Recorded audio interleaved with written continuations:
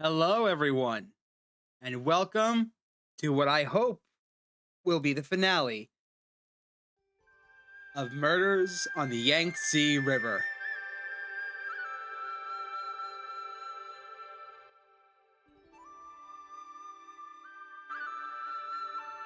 Last time was interesting.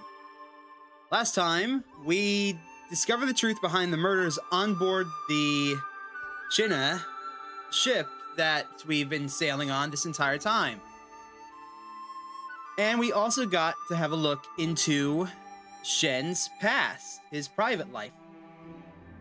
And that was terrifying. He did not have a good childhood.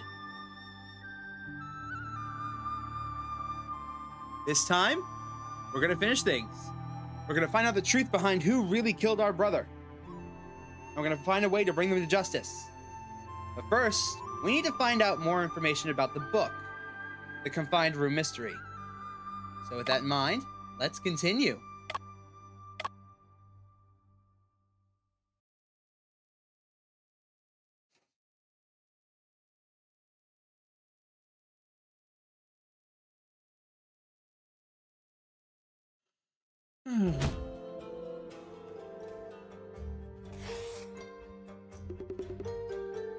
Asbestos mesh with burn marks on it. Asbestos in the middle has been replaced with wax.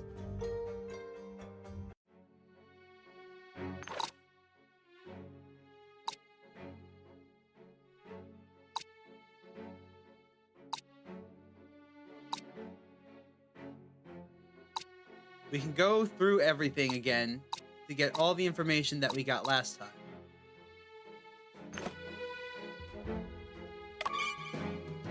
What the?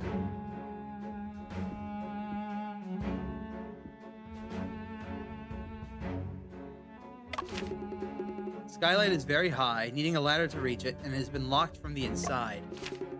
The glass has a thick layer of accumulated dust, and there's no traces of it being touched. Police speculate that Brian caused the window scorch marks in his experiments.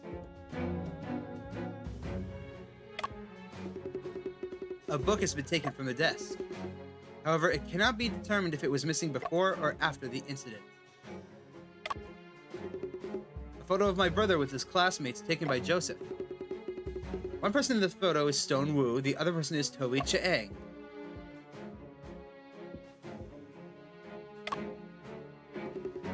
There are 7 candles on the floor arranged in the shape of the Big Dipper. Each candle has been firmly fixed to the floor with wax. 2 of the candles has a shallow scratch on the side.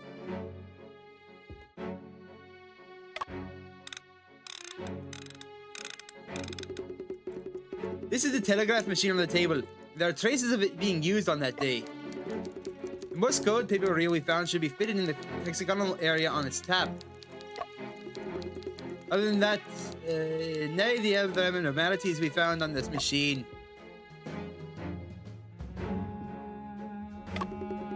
There's a small stool placed between the desk and the candle arrangement. The stool is very small with a height of less than 20 centimeters.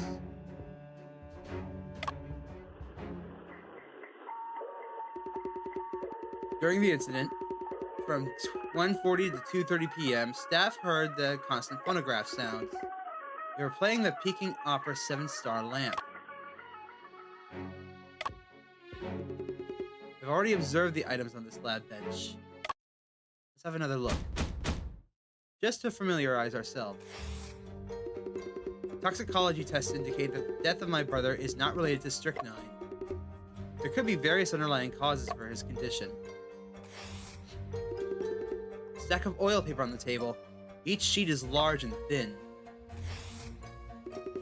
Various chemicals and reagents on the lab bench. According to them, there's aspirin, procaine, and trichloromethane.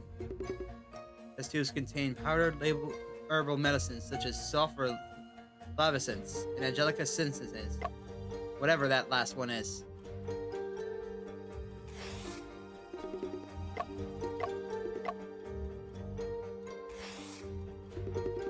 A dismantled kerosene lamp on the table. Several long cotton threads soaked in the kerosene dottle. Small brushes inside.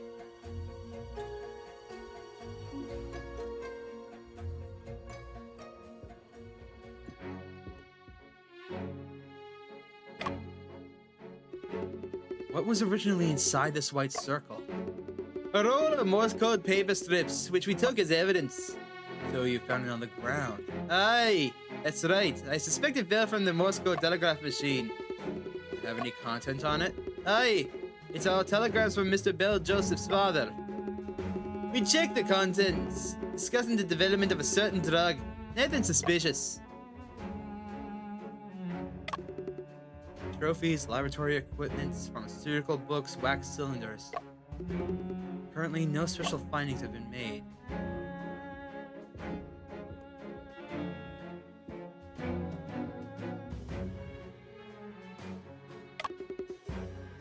Let's have another look.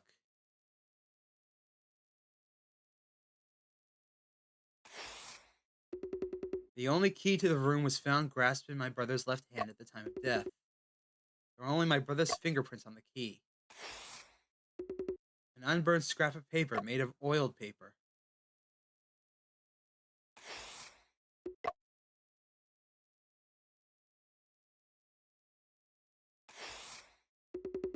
There were deep claw marks on the chair legs, along with slight traces of blood.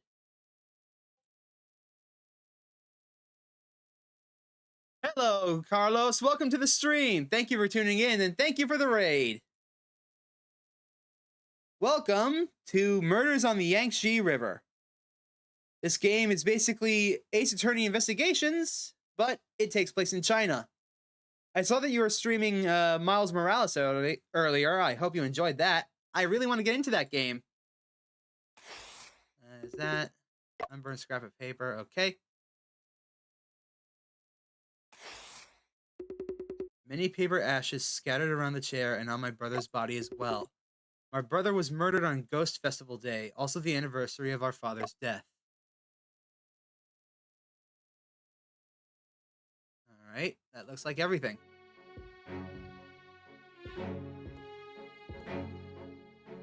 Oh, I'm sorry to hear that, Carlos. The memory isn't pleasant. This memory is not pleasant. Do you wish to proceed?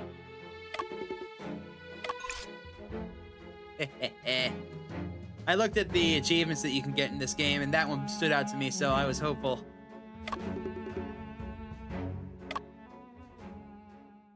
This is all the case files here.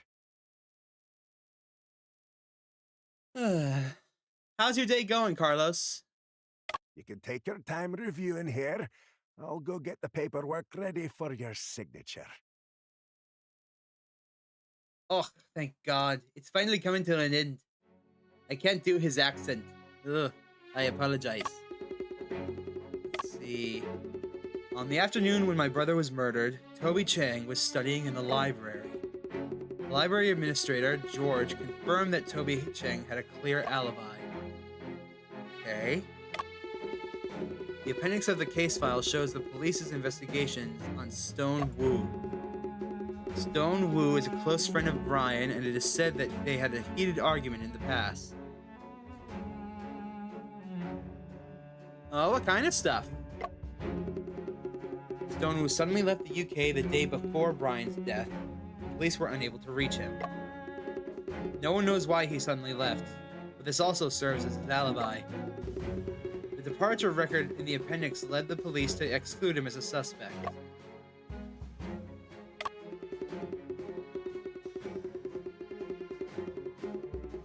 Auntie Cheng said that she sat at the gate all afternoon. Coffee shop staff confirmed this as fact. Auntie Cheng mentioned brewing herbal medicine herself. Upon investigation, she was found to have a fatal illness with only 1 year at most to live.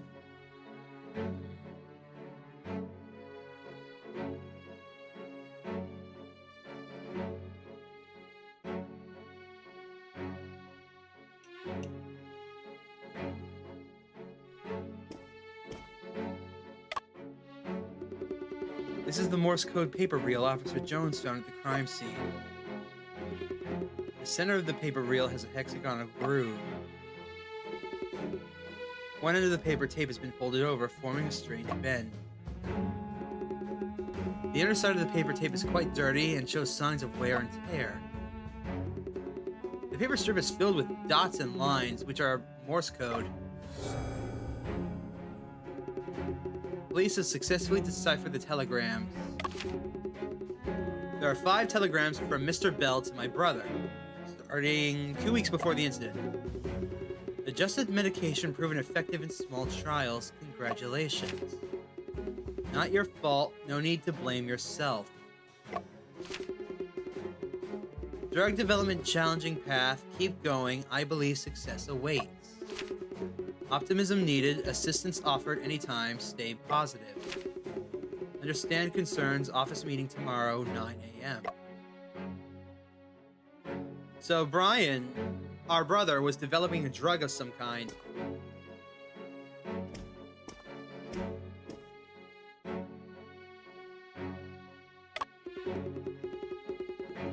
Police interrogation transcripts, the subject being Toby, Chang, Mr. Bell, and Miss Chang. Whose transcripts do I want to read? Officer, I am a distinguished graduate of UCL. How could I possibly commit murder? There's competition between ye and the victim, Brian Shen. Besides, you were the last one to see him before Brian returned to the apartment. I did see him, but you can't condemn me as guilty just because I saw him, right? Whether you're deemed guilty depends on your answers to the following questions. On the day of Brian's death, August 15th, someone claims to have seen you two arguing. We had no argument. It must be someone trying to smear my name. I can explain that. At 9 a.m. that morning, I was going to the Wandsworth Library to borrow books, passing by Pimlico.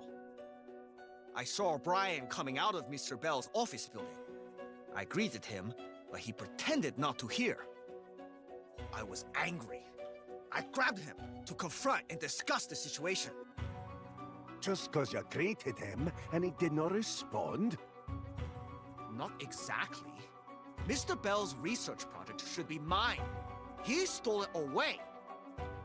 He not only shamelessly took my project, but also deliberately ignored me. Wasn't that infuriating? So you got into an argument with him over that? Research project? I didn't.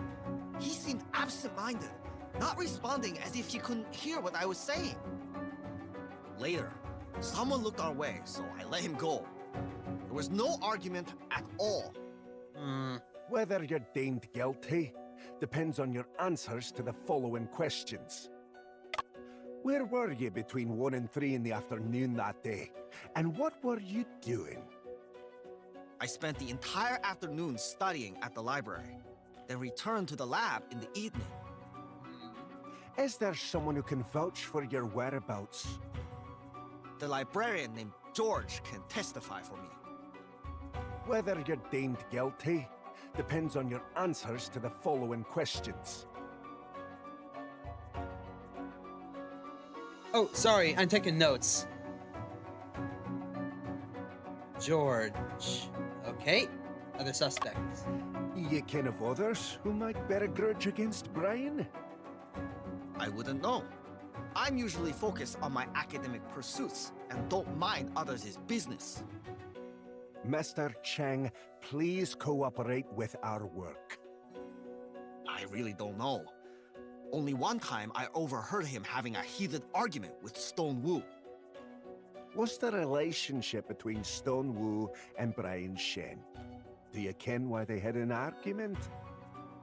They are friends. Stone often borrowed money from Brian. Their argument might be related to money, but I'm not so sure about specifics. What I heard, Stone recently made a fortune. Moreover, he hurriedly returned to China the day before Brian's incident. Definitely fishy. We'll verify. Whether you're deemed guilty depends on your answers to the following questions. No more questions from him.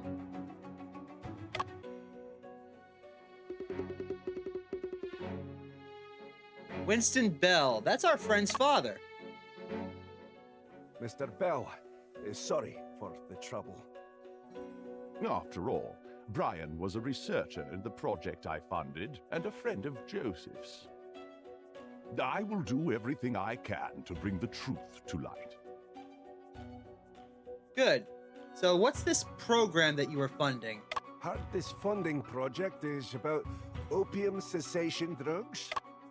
Oh, okay. Write that down. Write that down.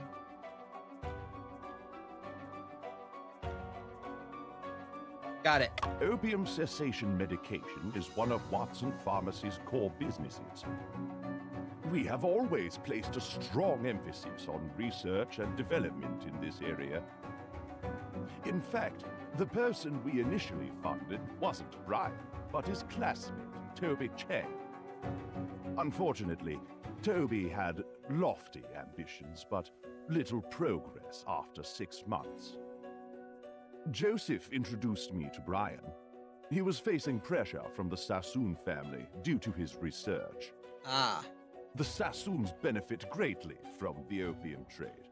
They will by no means stand idly by. When I saw his research progress, it only strengthened my determination to support him. Let's have a look at that Sassoon family stuff, shall we?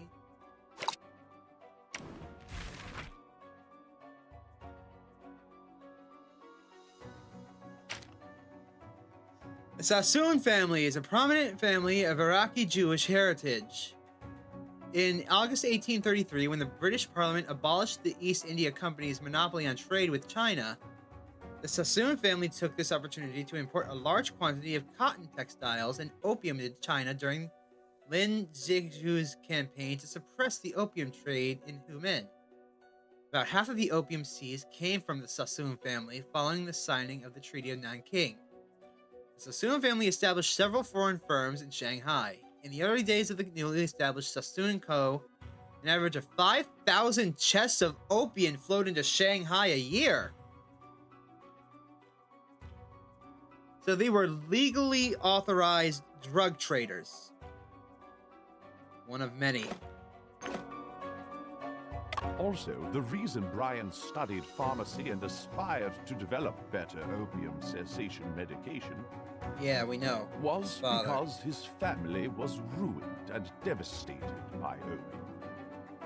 I believe he is the most suitable person to carry out this research.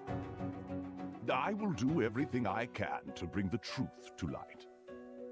Someone hear you having an argument with Brian in the office on the morning of August 15th? Argument? At 9 a.m. that morning, I had arranged to meet Brian for coffee to talk his recent conditions. How's she been faring recently? The research faced some difficulties, and Brian was feeling quite down about it. I encouraged him to hold on, but he suddenly became very agitated, so we ended the conversation. It wasn't like his usual self. I intended to talk to him some day later, but How long has he been in this condition? in fact, during that period, his condition was quite worrisome. He became very pessimistic. In hindsight, I should have kept him a bit longer. I deeply regret that now. I will do everything I can to bring the truth to light. Where were you between 1 and 3 in the afternoon on that day? There was a pharmaceutical industry seminar that afternoon. I was invited to deliver a speech. Understood. Your alibi is solid. For now, that's all. Officer, may I add a few more details? Go ahead. Aye, of course. Please go ahead. Brian's research on opium cessation medication touched upon the interests of certain groups. I don't want this case to be overly influenced by external factors affecting police judgment. I also trust that the details of the case be kept confidential. Aye, aye. I will do everything I can to bring the truth to light. No more questions for him. All that's left is Auntie Chang. You police, let bad guys go. Bother this old lady instead. Mrs. Chang, I brought you in for questioning because on that day you were... Only one at scene? Suspect me as murderer just like that? I would. Which fool would murder in their own home? Mrs. Chang, if you... Ridiculous! Dare you stop brewing my medicine, curing illness, extending life? I'll try to keep it brief. Just 2 questions. Where were you between 1 and 3 in the afternoon on that day? You ask where I was? It was Hungry Ghost Festival. Taboo to go out that day. Soak up sun, dispel bad energy. Been sitting in front of house sunning myself. You foreigners understand or not? On that day, Ghost Gate opens. Avoid going out. I'll try to keep it brief. Yeah, During that time, did anyone else enter... Of course not. No one comes in without my permission. No one's getting in any day. Besides you police, who else likes barging into others' homes? Did anyone else think you might have... Yes, 2 guys tracking Brian. They've been staring in my house. Aye, we've spoken to folk across the road, and nobody's laid eyes on the pair you mentioned. James and Mary from the cafe next door said the same. Are you... I'm sure I didn't see wrong. I'll try to keep it brief.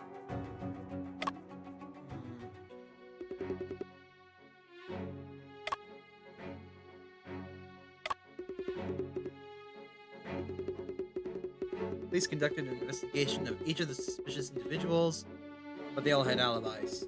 It's a locked room and the only key was in Brian's hand, which led to the conclusion of suicide. At Sergeant Joseph's urging, the police conducted several additional rounds of investigation. The police visited places that Brian frequented, such as St. Mary's Hospital, Savage restaurants. However, no conclusive evidence was found that could overturn the aforementioned conclusion. Here's an attached layout map of Auntie Chang's house as well as photographs of the crime scene. This will let us go back to the crime scene.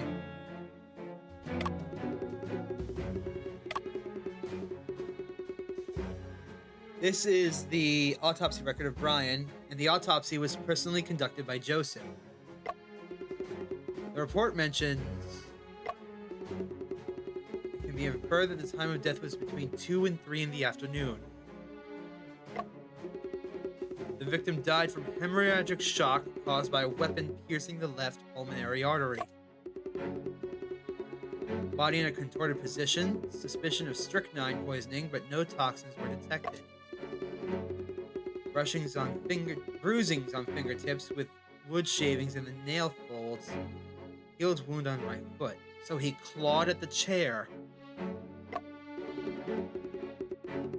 No other injuries were found, indicating no signs of probing wounds. In addition, paper ashes found on the body and wax strips found on clothes.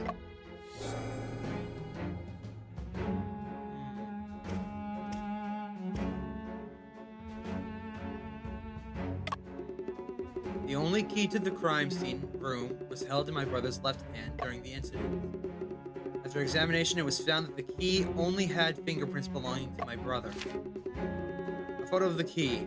It's a distinct oriental style in appearance. Intricate craftsmanship.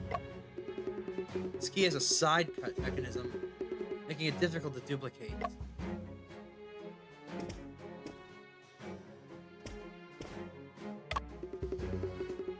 This is the dagger that took my brother's life. The blood on it has already coagulated. As Officer Jones mentioned, compared to a regular dagger, this one is very light. The police have found 2 fingerprints on the dagger, and both of them belong to my brother. Let's see. Yep,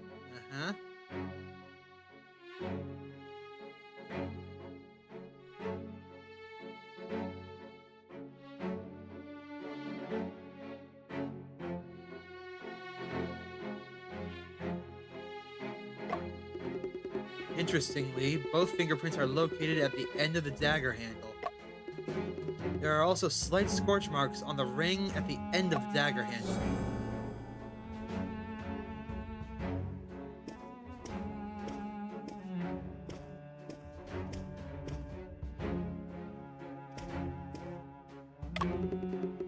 There are thousands of letters piled up on this bookshelf.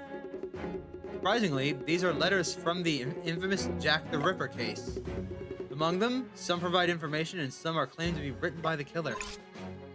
Ah yes, Jack the Ripper. We'll go over that later. A copy of the Times on August 16th. The headline is about a fire incident. London St. Mary's Hospital on fire last night, resulting in the tragic death of 20 patients. All 20 victims were patients from the same department within the hospital. The second floor of the hospital quickly expanded through the building.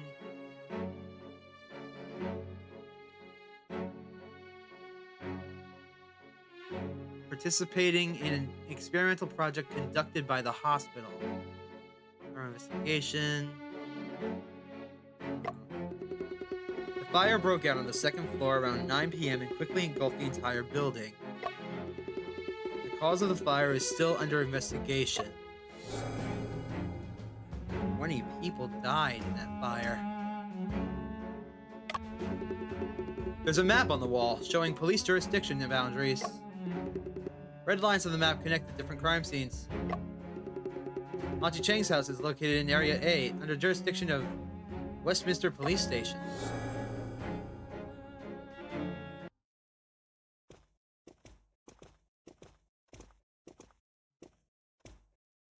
Master Shen, this here is Sergeant Gaunt, in charge of investigating your brother's case. Alright. Family of the deceased. The investigation into this case is done and dusted. Sign here. Sergeant Gaunt, I can't sign it yet. What you say? My brother won't kill himself.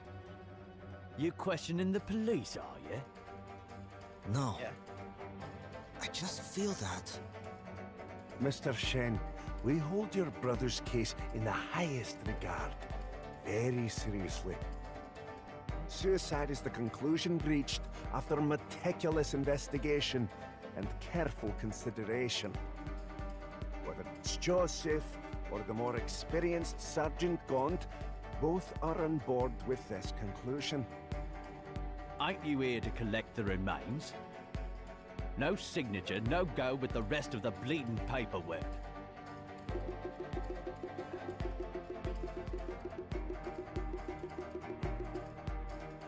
哥哥绝不会自杀。可是，如果我签署了这份文件，就意味着这个案子尘埃落定了。我不能就这样轻易签字。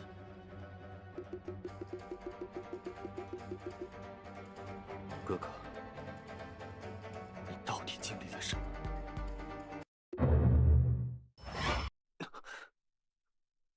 这种感觉，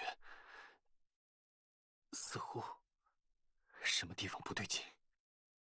Mr. Shen, are you feeling unwell? A voice tells me that there is an inconsistency between a certain item I saw earlier and the documents in my hands. We just saw this, didn't we? The map on the wall dictates that we should be in the section A.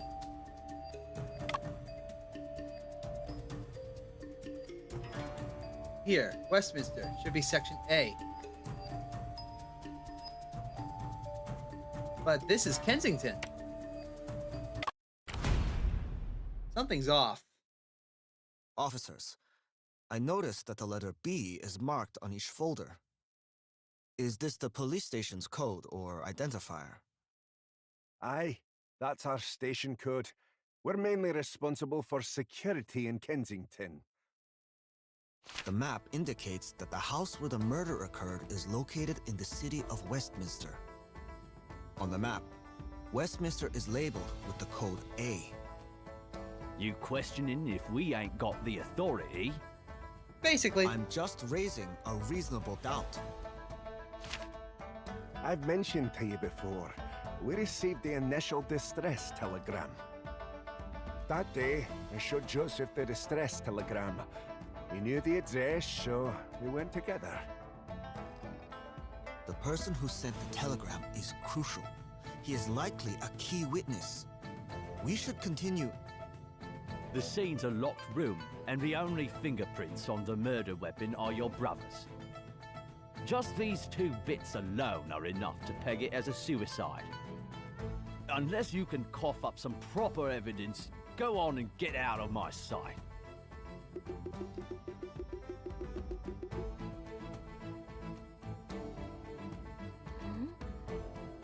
哥哥，什么是侦探呀？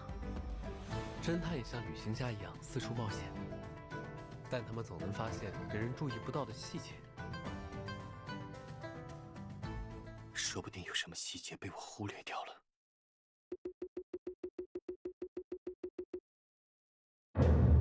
If you claim my brother stabbed himself, this piece of evidence seems peculiar. Let's see.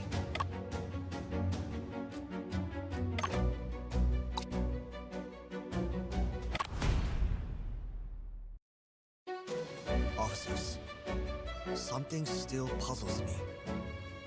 The fingerprints found on the dagger belong to my brother's left index and thumb.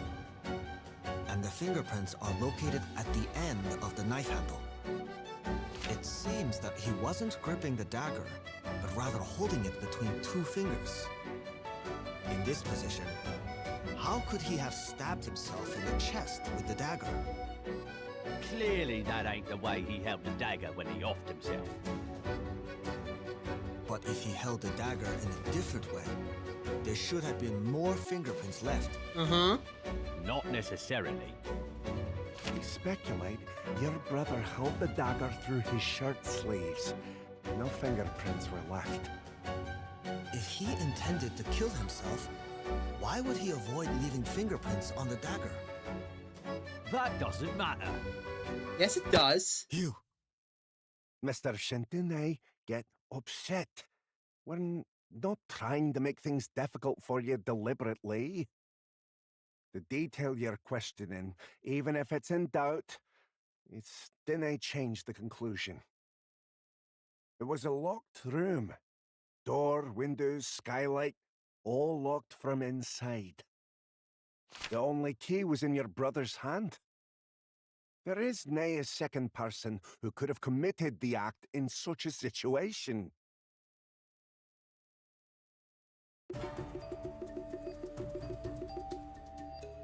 Are there truly no other possibilities? Brainstorm. 有没有可能，凶手提前复制了一把钥匙呢？沈先生，我跟你说过，握在你哥哥手中的是房间唯一的钥匙。复制一把钥匙并不是多复杂的事。你对你的无知一无所知。显而易见的问题，警方会考虑不到。郑夫人家的钥匙采用了一种独特的东方设计，你在案卷中见过的。 It's also got the 我 side 找了 lock 不 thing. 少锁匠来核实过，没人能做出一模一样的。当真如此吗？可，郑阿姨的家里为何要用那么复杂的钥匙和锁？原因不重要，重要的是，这让案发现场成为了一个密室。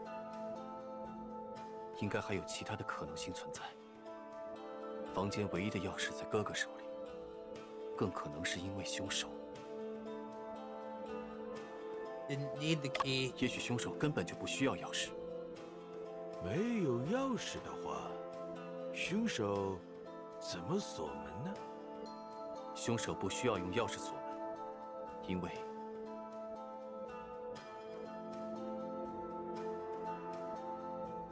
我曾听人说起过，在一些案件中，凶手会营造出门被锁住的假象，但事实上，房门根本就没有上锁。Yeah, we saw this in the first case. 你说的这种可能性不存在。我们破门而入时撞坏了锁扣，门上的锁舌一直处于伸出状态。我和约瑟反复检查过，很确定门是锁着的。看来，这个假设与事实不符。我需要重新思考一下。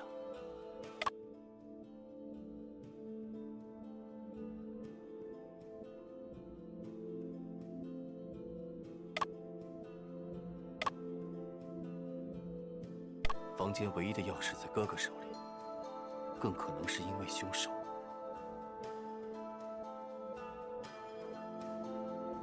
也许凶手没有，凶手不需要用钥匙锁门，因为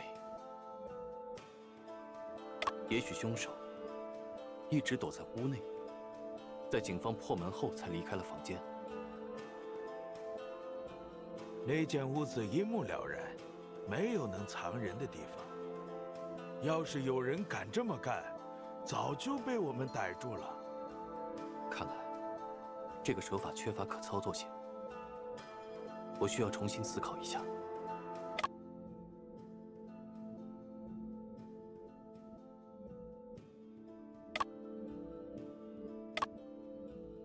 也许凶手根本没有钥，凶手不需要用钥匙锁门，因为凶手有可能是通过窗户离开的，然后又用某些方法锁上了窗户。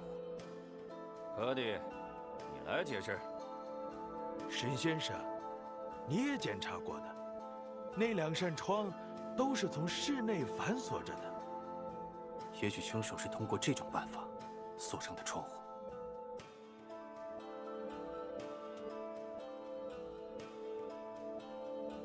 说不定凶手有帮凶。在警方调查现场的时候，帮凶偷偷地反锁了窗户。可是，当时只有我和约瑟在房间中。所以你认为谁是帮凶？科迪，还是约瑟？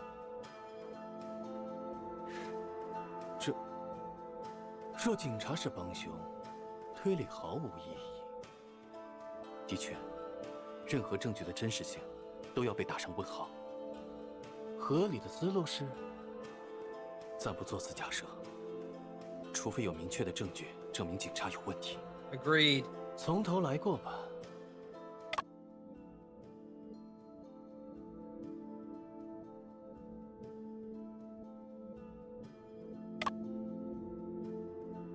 也许凶手根本没有，凶手不需要用钥匙锁门。也许凶手根本就没有进屋。案发那天，他整个人气息低落，浑浑噩噩，脚步虚浮。郑阿姨说，那天中午我哥哥回屋时脸色不对劲。他会不会在回家前就已经中刀了？你是说，被害人在无外遇自后回到家中，为了避免追杀而反锁了门窗，最后死在密闭的房间里？ That wouldn't make sense, though. 但郑夫人接受讯问时，完全没提过受害者身上有血迹或者胸口中刀之类的事情啊。也许他没注意到。荒唐！他对被害人的面部表情都观察得那么细致，怎么可能没注意到被害人胸口是不是插着刀？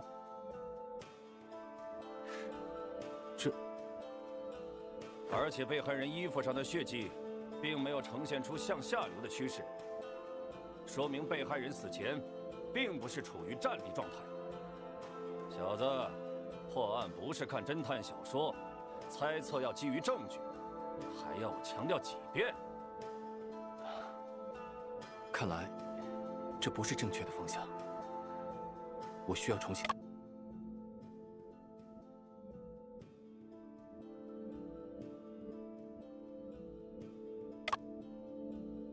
凶手有可能是通过窗户离开的，然后又用某些方法锁上了窗。哥弟，你来解释。沈先生，也许凶手是通过这种办法锁上的窗户。说不定窗户是凶手案发后回屋锁的。不可能，当时我和约瑟就在房间中。你认为凶手是柯里和约瑟中的一人？这也不是全无可能。这更不可能。沈先生，我跟你说过的，案发的那天，我和约瑟都在警局，直到我们接到报案。警局里的其他人可以证明。Damn. Okay. 看来，这不是证据。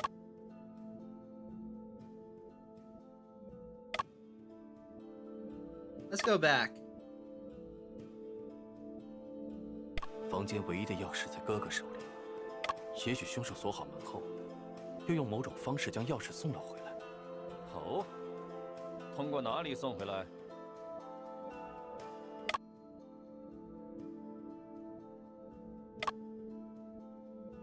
凶手有可能让，也许凶手是通过这种办法，他应该是利用了屋内的某些物品，来旋转窗把手。什么物品？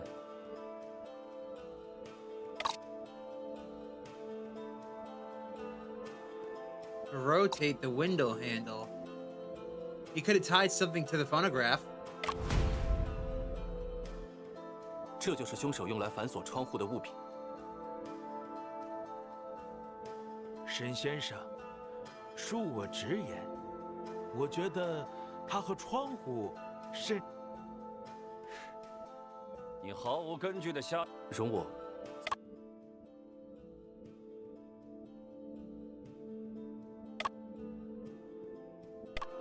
他应该是利用了什么物品？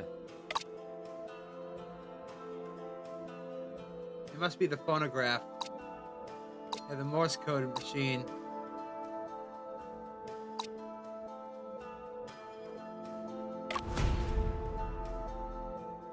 这就是凶手用来反锁窗户。是，你好，容我。 All right, I'll come back to that.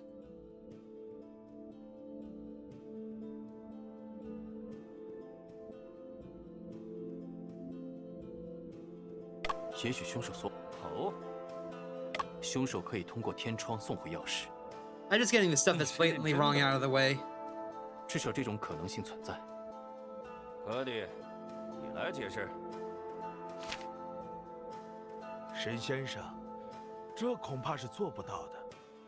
天窗是反锁的，上面的玻璃也没坏。窗框上有火燎的痕迹，说不定凶手用加热的方式打开了玻璃。玻璃上有积灰，如果被人动过，会留下痕迹。实际并非如此。看来，这个假设与事实不符。也许凶手锁好门后，哦，通过哪里送回来？凶手可以通过窗。你没去看过现场啊？沈先生，还记得吗？窗户是从屋内反锁的，那个窗把手很紧，得有很大的力气才能扣上。容我再想想。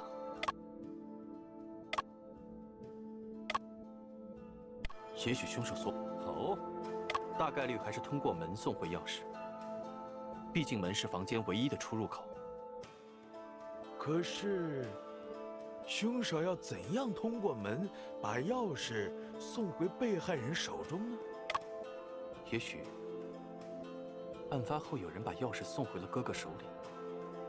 你在怀疑警方？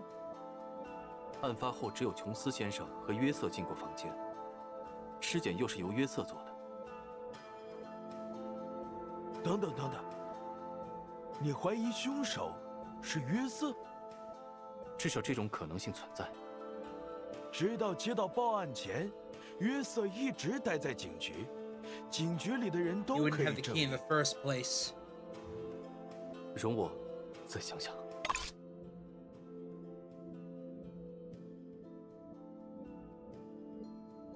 Oh, I explored every possibility and got an achievement. Okay.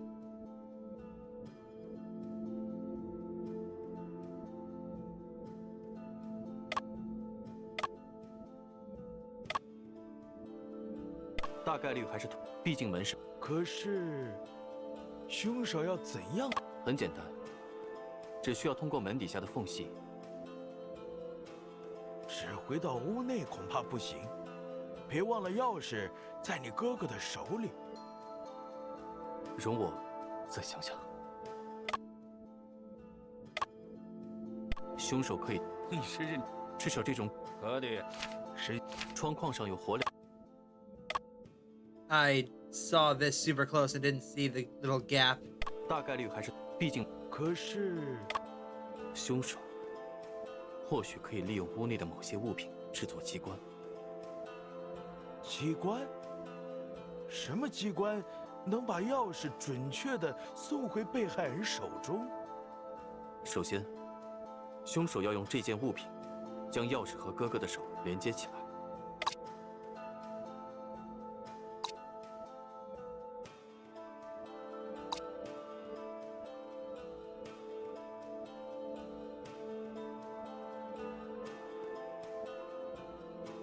I see it. One side of the is clean and the other is dirty. It was dragged across the floor. 凶手很可能是利用这卷摩斯码纸盘，将钥匙收入屋内的。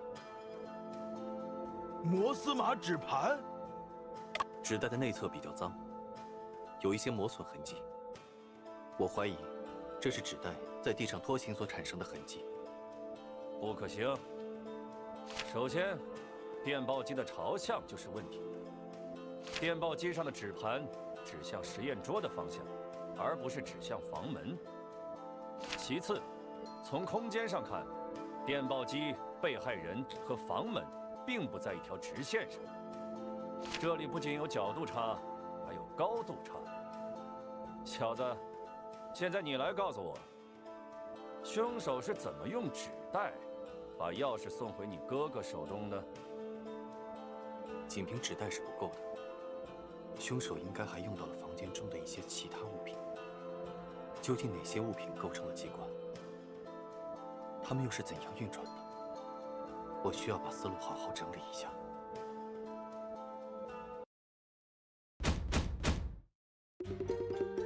Killer likely created a mechanism using the paper strip and some other items in the room. To return the key back to my brother's hand, I need to figure out these items.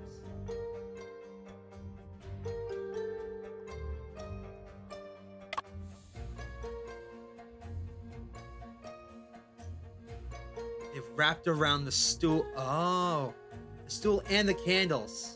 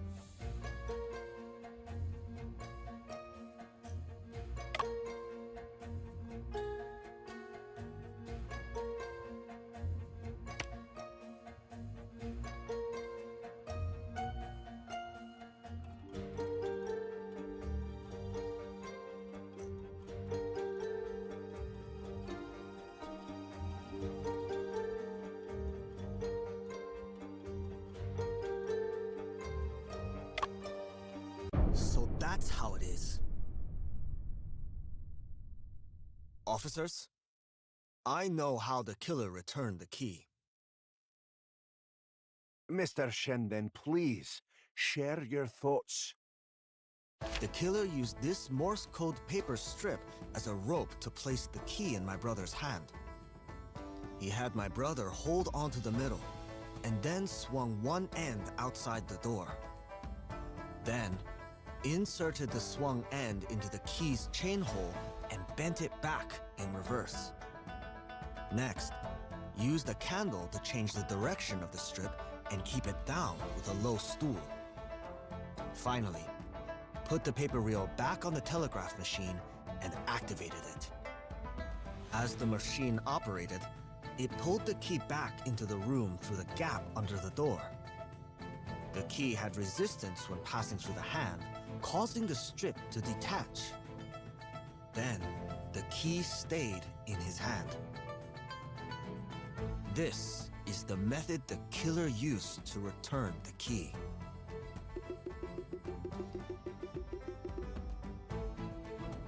This method sounds feasible and aligns with the saying. Don't this. Infeasible. Why not feasible? That telegraph machine, it only spits out paper, doesn't take any in. Oh. What? If the killer did retrieve the key using the telegraph machine, there'd be a heap of paper strips scattered on a desk at the crime scene. But it ain't the case. Aye, right. At the scene, the Morse code paper strip was neatly kept in a paper reel. And that paper reel was found on the floor. Mr. Shen, it's likely you've got it wrong. I did overlook that detail indeed. The telegraph machine can't retrieve paper, and the reel won't detach itself from the machine. But there are traces on the paper strip and candle, suggesting the transportation of the key. All these suggest that... Officers, I need to revise my viewpoint. The paper strip wasn't retrieved using the telegraph machine, but through another item.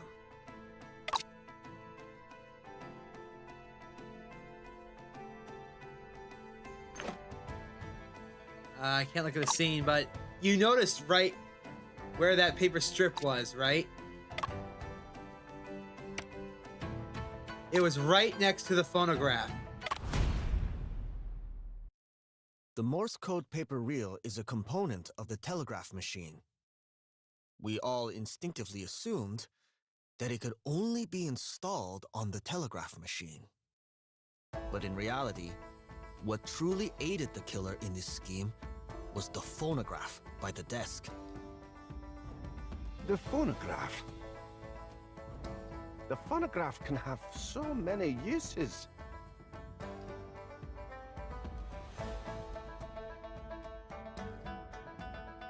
Right here. This nut has the same hexagonal shape as the slot in the center of the paper reel. By fixing the paper reel here, the killer could retrieve the paper strip using the phonograph. Ta-da! The paper reel could truly be installed here. However, if the paper reel was installed here, it cannot detach by itself. We did find it on the ground. Still need to point out to Officer Jones the location that caused the paper reel to detach.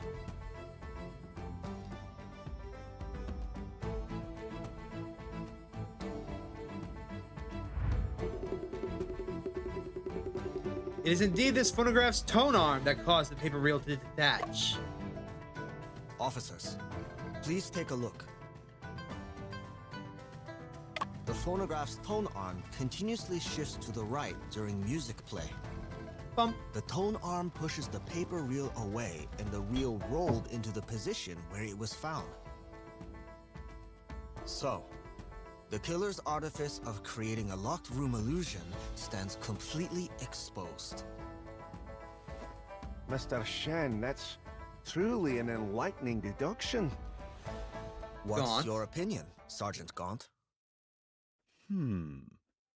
Your speculation does have a certain level of plausibility, Yay. Could the police say that? but But Speculation is just speculation. Cracking a case comes down to evidence and facts. My statements are backed by factual evidence. Your speculation does seem to explain some of the phenomena at the scene. But there are still fatal contradictions between it and some crucial facts. such as What facts? Time. time. Between 1:40 and 2:30 that afternoon, the cafe downstairs heard uninterrupted phonograph music. If the killer turned on the phonograph to transport the key back into the room, then before 1:40, he must have locked the door and left the scene. According to autopsy, your brother's time of death is estimated to be between 2 and 3. Of course, it can be narrowed down further to 2 to 2:28. He was dead when the police arrived. You catch what this implies? Shit. Even following your speculation, your brother got stabbed after the killer left the room. Well, that blows the foundation of this reasoning out of the water, doesn't it? Is it possible he was attacked before 1:50, with death occurring after 2 o'clock? You know he died from a weapon piercing the left pulmonary artery, causing sudden cardiac arrest. Yeah, that's almost instant death. In other words, he died instantly, right after getting stabbed. The blood stains at the scene confirm that as well. Could this situation be due to... Since the door was locked first, then the murder. The killer likely employed a method to delay the time of the murder. How can that be possible? Any There are no reason. signs of binding or defense wounds on your brother's body. Would he just stand by and watch the killer set up a killing mechanism? I suspect my brother had lost the ability to move at that time because...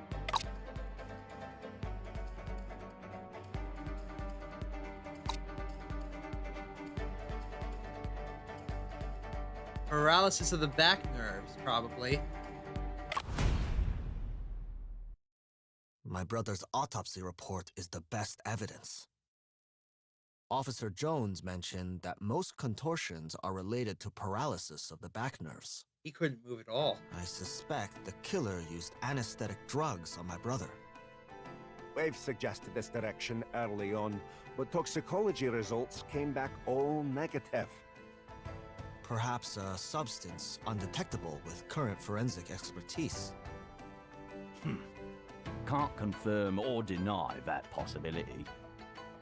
But before delving into the drug angle, a more pressing question is, if there was no one in the room at the time, how did the weapon pierce the victim's chest? No crossbows or similar devices were found at the scene. Crossbows. Officer Jones, was the dagger vertical to the ground at that time? At that time, the body was in a contorted position, the chest almost parallel to the ground. The dagger was thrust vertically into his chest. It can be considered as vertical to the ground. Vertical. Vertical to the ground. And the location where my brother was murdered happened to be directly beneath the skylight. This is likely not a coincidence. Are you suspecting the killer hung the dagger on the skylight? On second thought, the skylight is very high and it's impossible to reach without a ladder. But Mrs. Cheng's house doesn't have a ladder. There were no signs of anything being moved at the crime scene. Think. How was the dagger hung up then? It can't have flown there, can it? Officer Jones, you reminded me. This item made me realize how the killer suspended the dagger. Officer Jones, you just gave it to me. Where's that picture? Where's that picture? Haha. This is how he did it. Or she, can't assume. a sky lantern. They used the sky lantern to hoist the dagger up in the air right inside of the skylight, and then somehow burned the lantern away. That explains the paper that was all over our brother's body, and the scorch marks on the skylight, and the dagger. It all fits! Mr. Shen suggesting the photograph along with the dagger took off? You ninny. He means the lantern in the photo.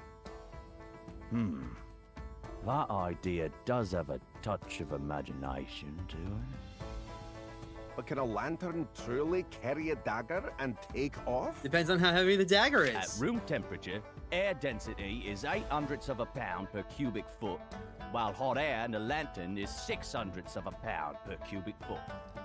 35 cubic feet volume lantern, excluding its own weight, can lift an object weighing up to 9.17 ounces. The dagger weighs 5.64 ounces, requiring only 24 cubic feet of lantern volume to lift it. That's not much. Sergeant Gaunt's calculations are precise and admirable. Yay! Never thought Sergeant Gaunt's math skills were so deep and unbelievable. Just a bit of a private hobby, you know. So why wasn't there a lantern found at the crime scene?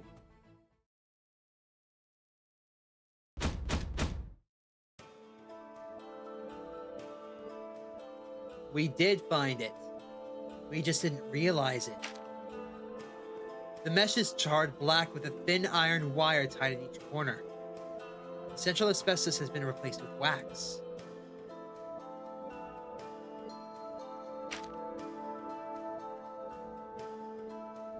That's why the bottle of kerosene, with several long cotton threads. Someone painted the string, tied it to the balloon, and then tied the dagger onto it, burned the string with the kerosene lantern, left, used the key trick, and was gone probably several minutes before this actually happened.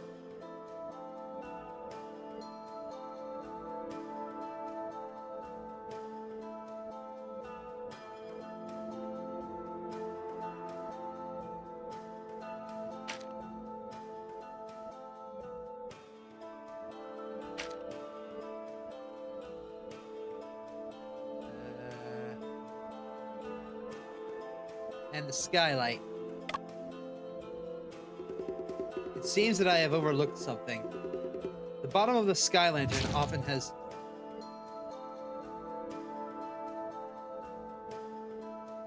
Okay.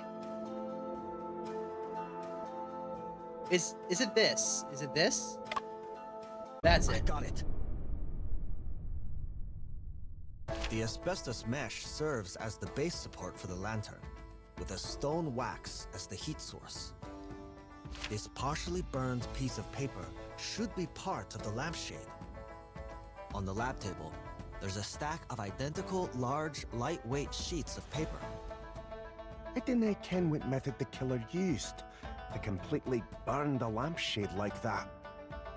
I believe the lampshade must have been brushed with kerosene. When the flames spread, it could burn down the entire sky lantern. And let gravity take over the rest. No wonder there were paper ashes on your brother's body. And The wax. position where the lantern hangs from the ceiling was not controllable. How did the killer ensure that the falling dagger would definitely stab the victim? The skylight. Besides, about the death time delayed, how did he control the timing of the dagger's descent? There should be another mechanism at the scene, composed of a sky lantern and some other items.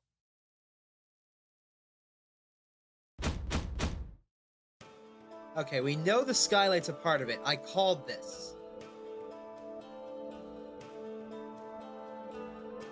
Was it this?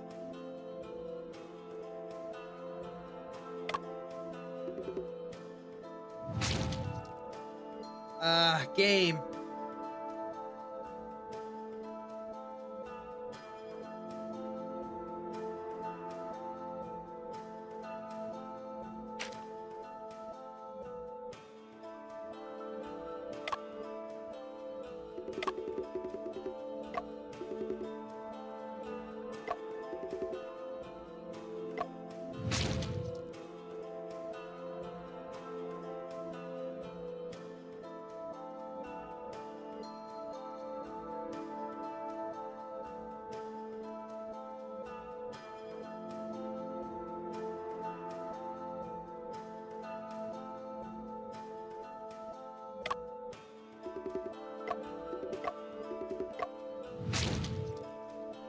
Damn it.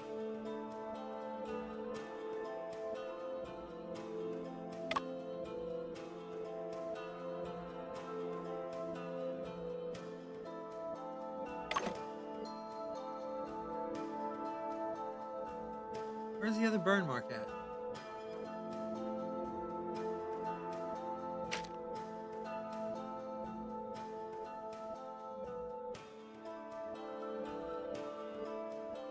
The wax thing again? Damn it. You've got talent, lad. Consider this case a valuable learning experience. Mr. Shen, sign away. Let's put an end to this case. Shen Chungping didn't believe his brother committed suicide, but couldn't find evidence to refute the police's conclusion.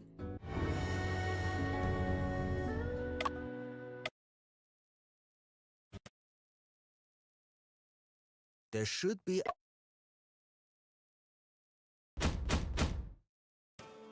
Okay, we know the skylight's involved.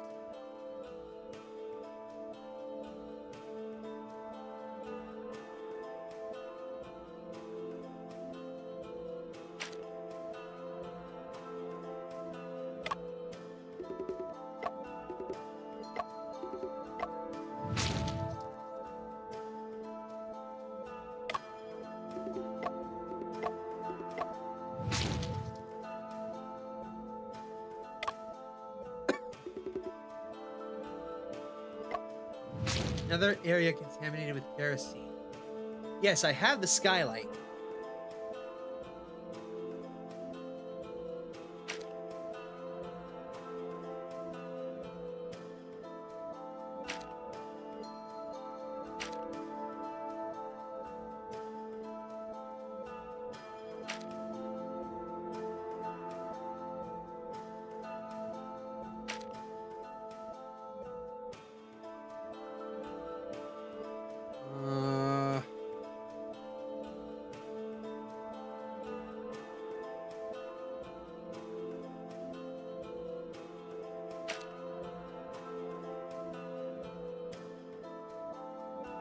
Books?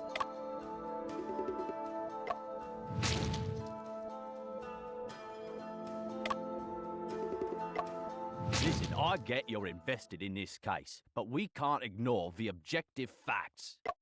You've got talent.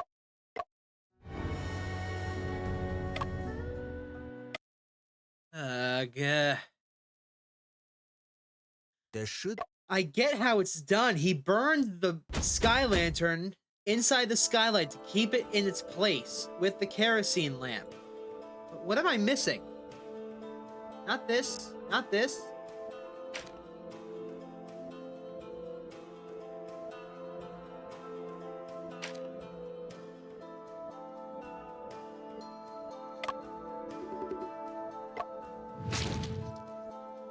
Was it our autopsy report? No.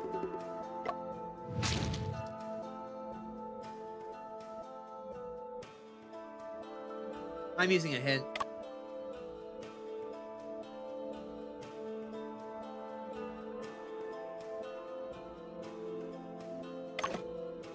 The candles? One with kerosene So that's how it is. Show them, Shen, please. I'm gonna go grab a drink. Actually, no, The I need ring to at the pause end if of I'm the gonna go grab a dagger's drink, handle so be right shows back. Signs of scorching.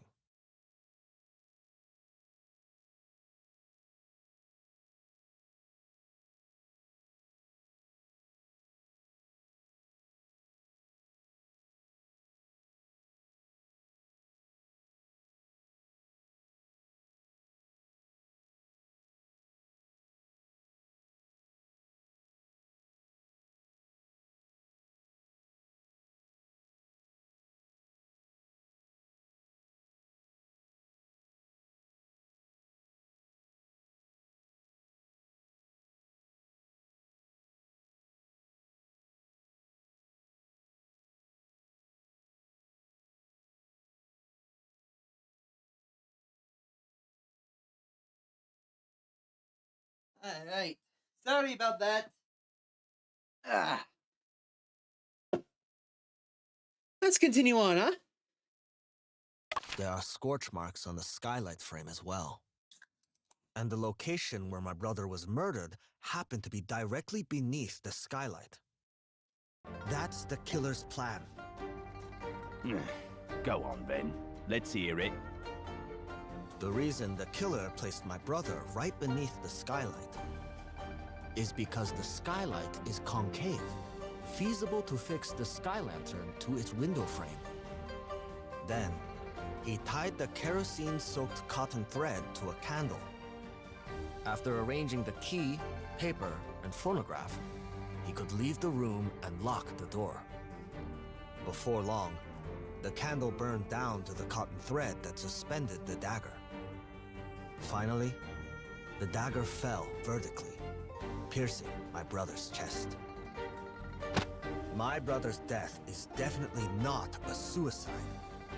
It's murder. The killer is still at large. For someone without professional training, you are quite impressive. Thank you. You do have a natural talent for detective work, indeed. Thank you. Now then.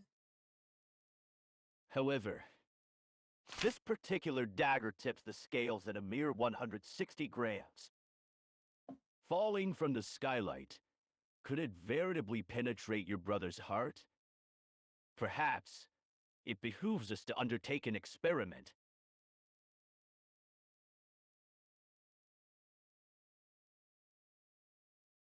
I'm awfully sorry, Mr. Shen.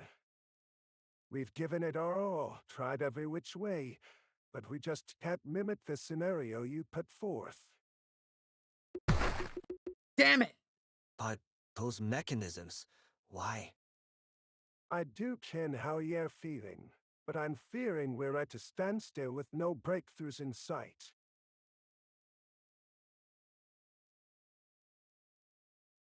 We were so close.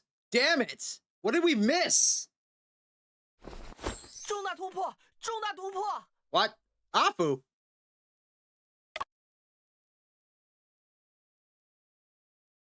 先生，找到那份书稿了。我刚刚睡着了。是啊，外面天都亮了。沈先生，趁你睡着，我翻了好多书架，可算是把那本书找到了。 Yay! 夸我，夸我！秀丽，快把书拿给沈先生看吧。沈先生，罗佩借鉴的应该是这篇小说了。藻井之上，作者勾陈居士。如果不是祖父的急性，我恐怕不会再踏入祠堂一步。老屋门环上斑驳的铜锈，一如叔伯们身上阿扎的铜锈。三婶逢人便炫耀儿子刘洋带回来的留声机，据说是灌了冥灵的唱段，要在仪式上大露一手。大伯死了，被赐死在祭祖仪式上。那可是间密室啊，唯一的钥匙就在大伯身上。现场除了尸体旁的七星灯格外惹眼，就是那会唱歌的机器。大伯是被七星灯借命，亦或是被机器的声音蛊惑？我重新勘察了现场，的确是间密室。留声机也因变调而显得诡异。难道真的是鬼神作祟？凶手是用孔明灯将凶器升到藻井之上的。变调的留声机，则让我察觉到了滚轴上的鱼线。密室迎刃而解，但藻井下的悲剧，还要像这滚轴一样，轮回多少次呢？封底贴着一张纸，上面写着“邵伯镇官厅街东首”。先生，怎么样？有什么发现吗？ It's word for word how our brother died. 密室、留声机、孔明灯、北土七星，这些描述都与哥哥遇害的现场一致。书中的密室没有天窗，但屋顶有个藻井，两者的作用是一样的。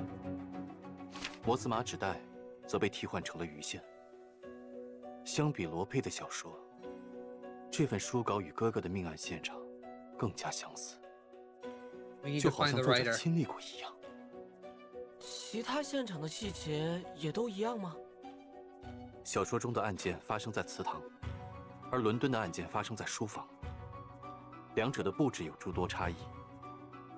不过，这些差异均与案情无关。唯一案情上的区别是死状。死状？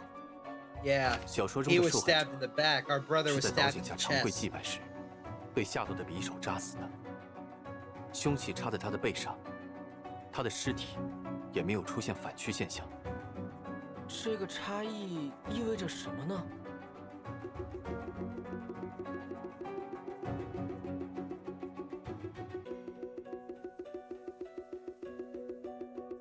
We need to go to that address. “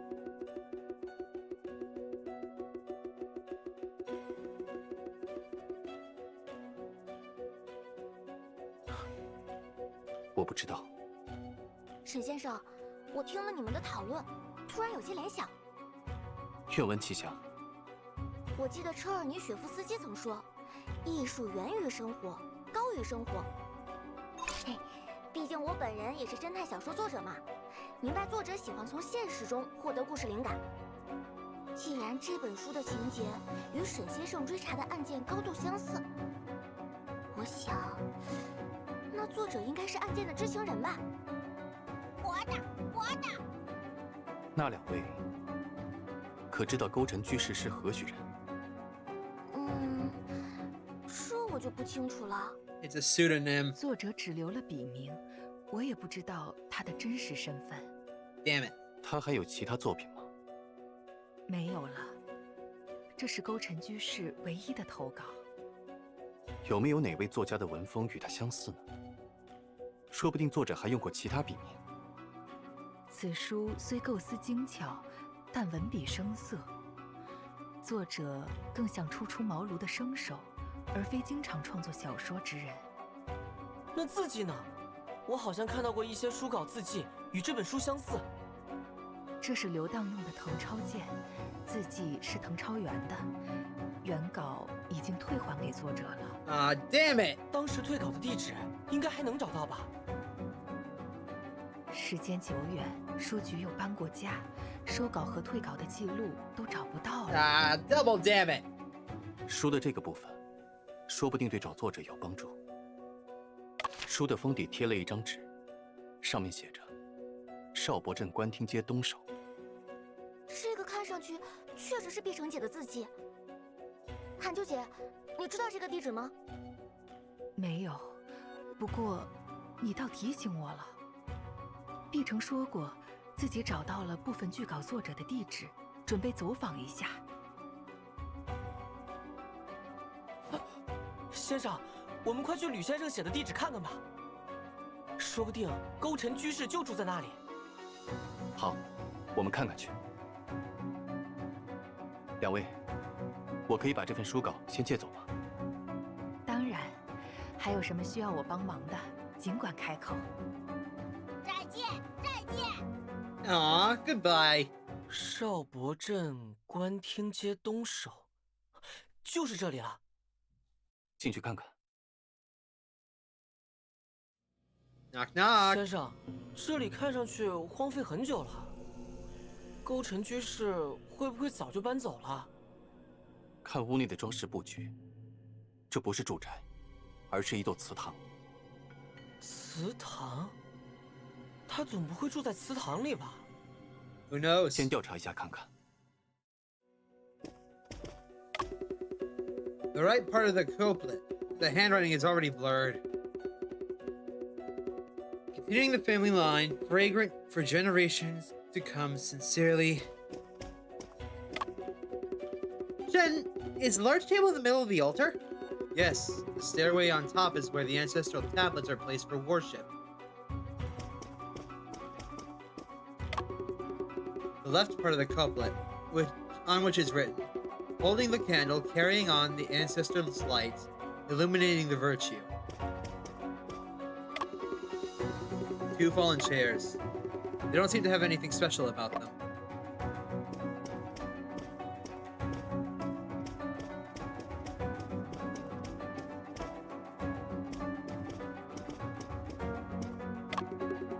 The wooden door at the entrance of the ancestral hall. The plaque on the door reads, De Shun Jiao, morality, obedience, and final piety.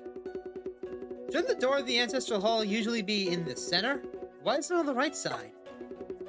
Perhaps there are some feng shui counter considerations for this arrangement. Feng shui. What a coincidence! The door of the ancestral hall in the novel is also on the right side. Afu, have you noticed the Kaijin above us? The Kaijin?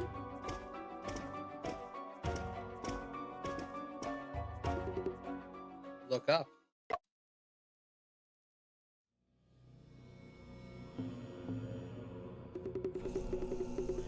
This is a relatively rare octagonal seisin, almost identical to the description in the book. This is where the book was written, where the murder happened. I looked up and saw the layers of vaults, towering like the sky. The center of the vault is a Tai Chi pattern. The 2 yin and yang fish seem to be alive. Really, it is exactly like that. Could it be the case described in the novel actually occurred here? It's hard to say. Miss Wu once said that art originates from life. The author probably gained inspiration from here and incorporated it into the story. Miss Liu also found this place through description in the novel? It's highly possible. Whoa! Shen, it seems that there are words on this wooden board. There's a lot of dust on the wooden board. We need to wipe it off first.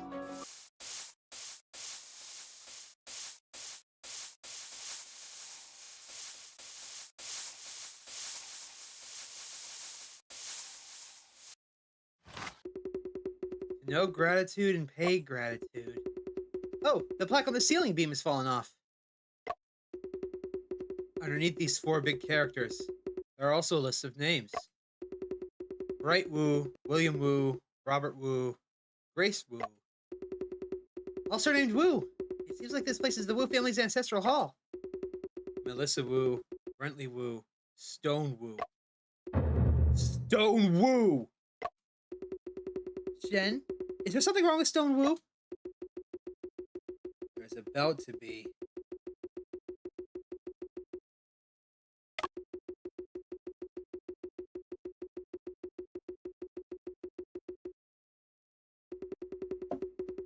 Yes, I have seen the name Stone Wu on your board. He's one of the suspects in the case. And he left China the day before.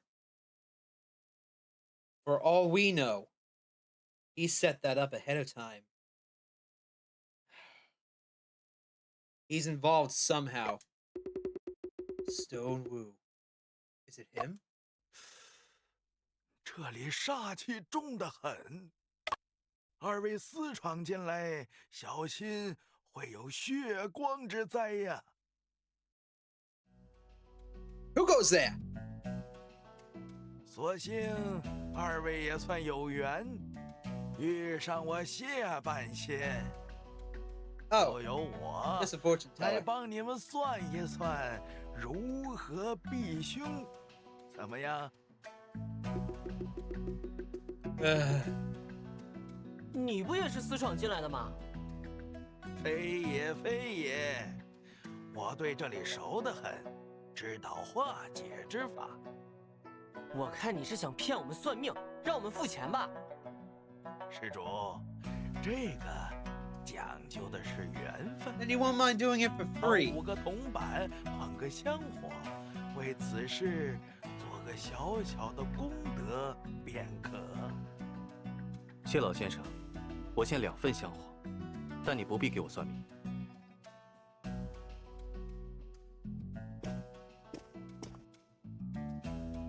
不知施主希望我做什么？开光、做法、解梦、看风水。我想请教几个问题。好说好说。谢老先生可认得这宅院的主人？认得呀，吴家大老爷吴志明吗？我还给他的孙子们算过姻缘。不过，他们几年前举家搬去上海了，这祠堂也就荒废了。吴家可有善写书之人？吴家人大多经商，只有吴老爷的三孙子吴松涛肚里有墨水儿。不过，听说他留洋去了。果然是他。巧了，1个月前有位姑娘来过，也问了我同样的问题。A month ago？ 半仙，你说的这位姑娘可是圆圆脸、留短发、戴一副黑框眼镜？正是。原来你们认识啊？不知那位姑娘还说了什么？她说，她是什么书局 Yep, 的 that's Lynn, all right. 吴家公子7年前向书局投稿了一本书，他觉得写得很不错。7年前？是啊，他是这么说的。原来是这样。施主，瞧你印堂发黑，命里会有劫数，要不要我传授你渡劫之法？呸！先生，你是不是又头疼了？我扶你去休息吧。不急，我们先回一趟书局，我需要确认一些信息。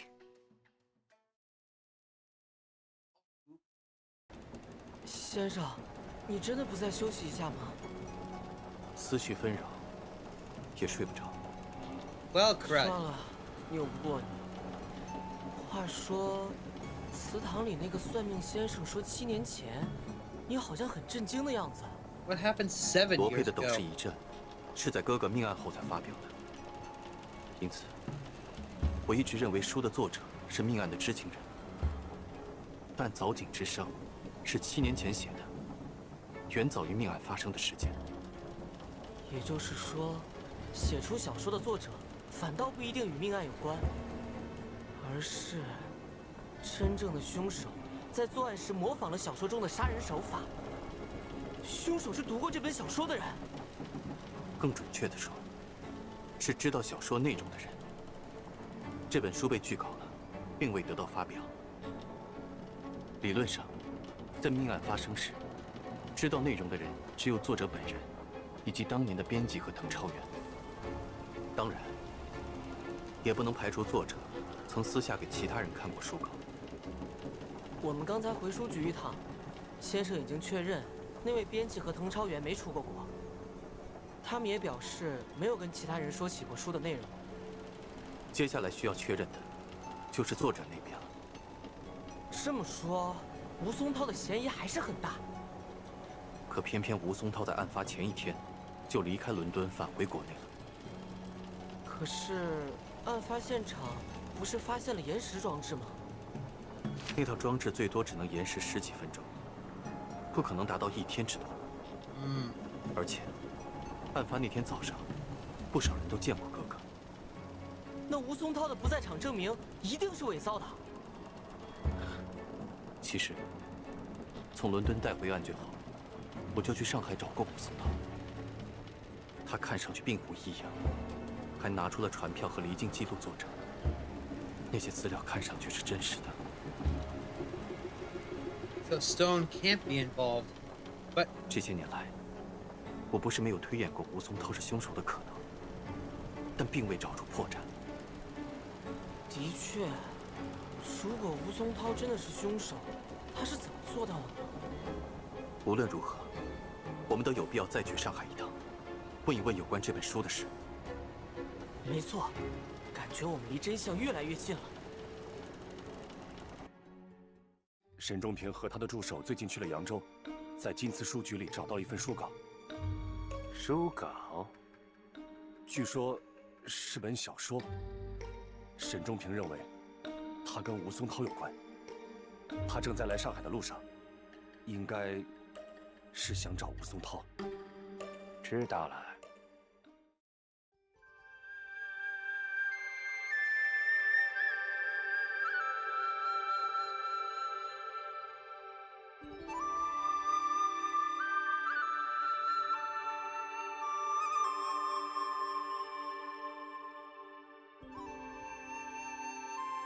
This game's still really pretty.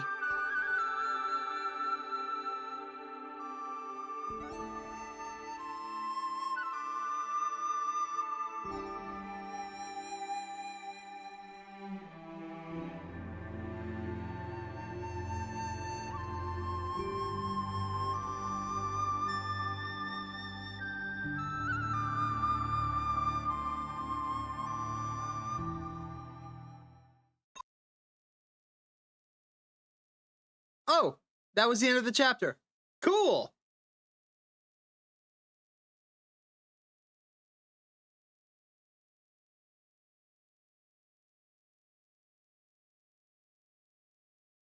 “天色不早，快打烊了。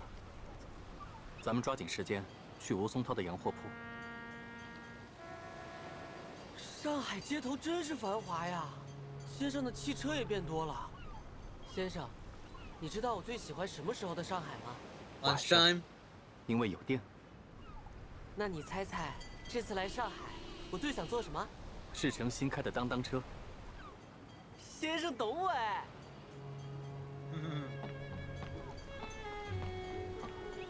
Shanghai.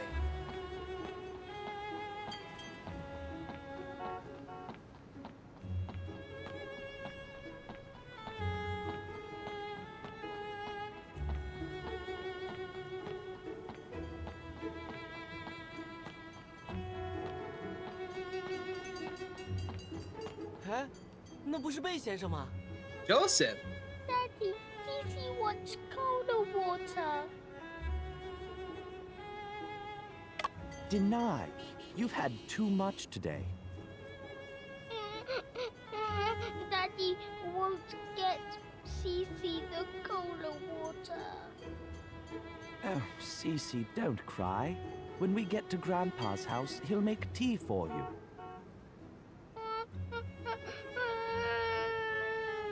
Oh no. Cici doesn't want to drink tea, just wants the colder water.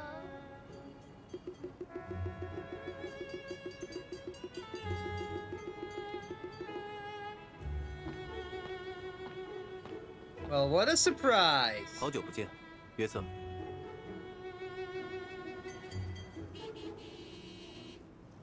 这，阿福，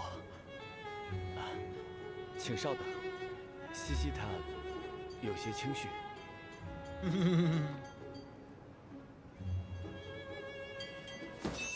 Sissy, this is a kaleidoscope I made myself.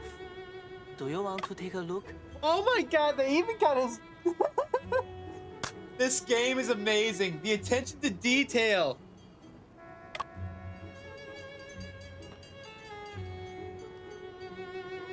Wow, there are flowers scattered inside. It's amazing.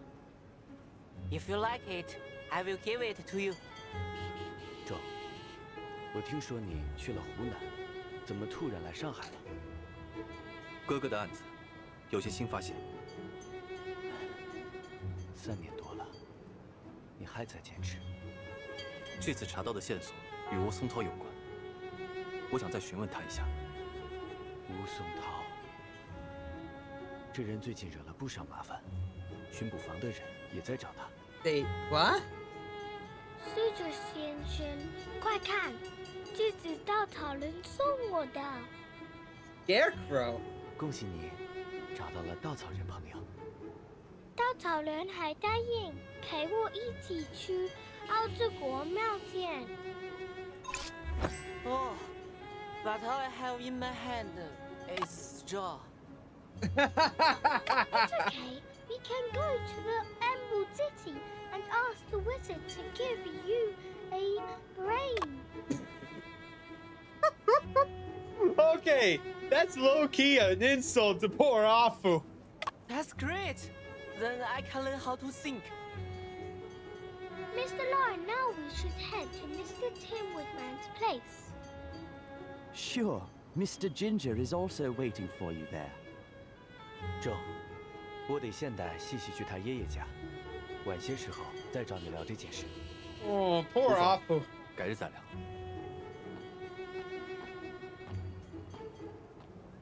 Adorable bean. 先生，贝先生好像对西西完全没办法呀。这就叫一物降一物。 Wrapped around her little thing. Yep.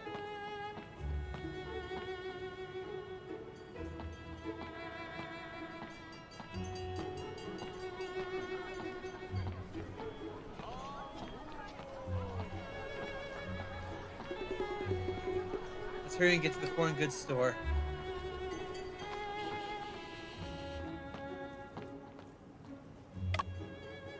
Miss 莉亚，看您皮肤隐有油光哦，一定得试试玫瑰白粉水，去油去腻，瞬间闪亮，肌肤水润，满满芬芳。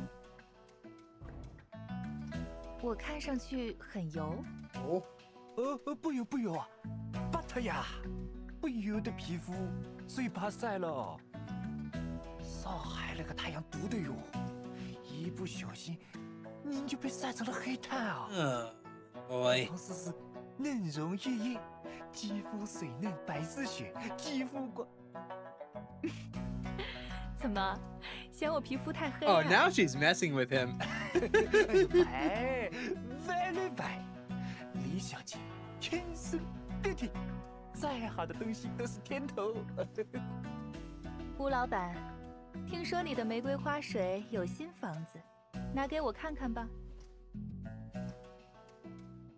哎呦，真不巧，玫瑰花水刚售罄了。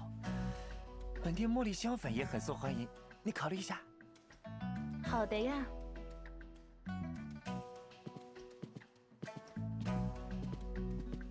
Hello, Stone. 仲平啊！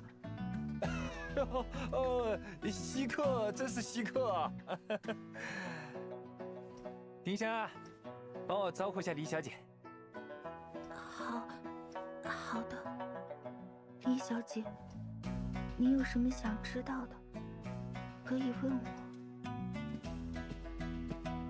哎呦，是什么风把你给吹来啦？还是为了我哥哥的案子，有些事想要请教。你哥跟我啊是粗客兄弟，有什么地方用得到我，你尽管讲。松涛兄还记得少博官厅街东首吗？那是我们家的旧祠堂啊，你是怎么晓得的？哦，哎，肯定是伯安同你讲过。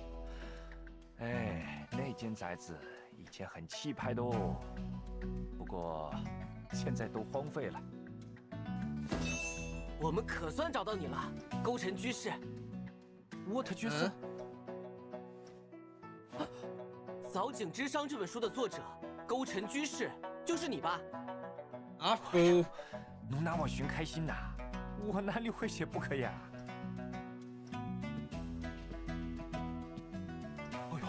哎呦，那么 style 啊！新科寻长大驾光临，真是李小店蓬荜生辉呀！巡捕房稽查，闲杂人等让开。嘘！哎呀，巡长啊，小本生意啊，可别惊扰着客人们啊。您要的东西啊，我早就备好了，就在书房里。那还不带我去看看？仲平啊，我得先接待一下新科巡长。你看咱们，我明日再来拜访。你就是沈正平？正是。您认得在下？潘阳那个案子，你办得还不错。巡长竟然知道汉阳铁厂的案子啊！哦呦，现在上海难道还会有人不知道沈仲平的大名啊？汇报上那篇文章更是全城的热议焦点啊！ Wait, what article? 先生，你成名人了。 Oops, that's not good.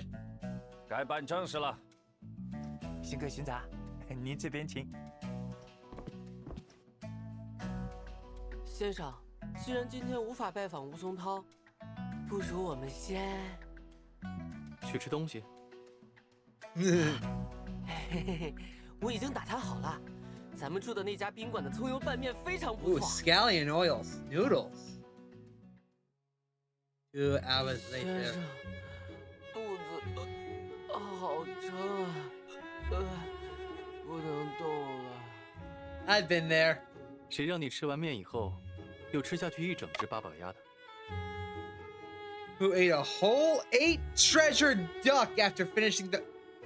Jesus, 都 Apu! 怪邻桌的鸭子闻起来太香了。吃饱后好困啊。 Oh, this boy. Hello? 谁啊？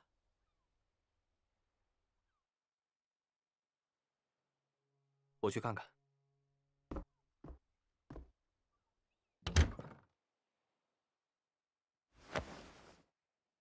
有人留下了一张纸条。下午不方便，晚上8点洋货铺书房见。你自己过来。是吴松涛约你吗？神秘兮兮的。你先睡吧，我出去看看。早去，早回。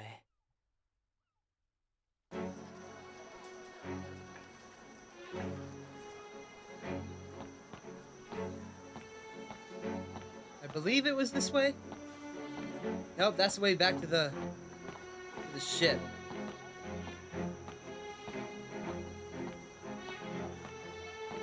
This should be it.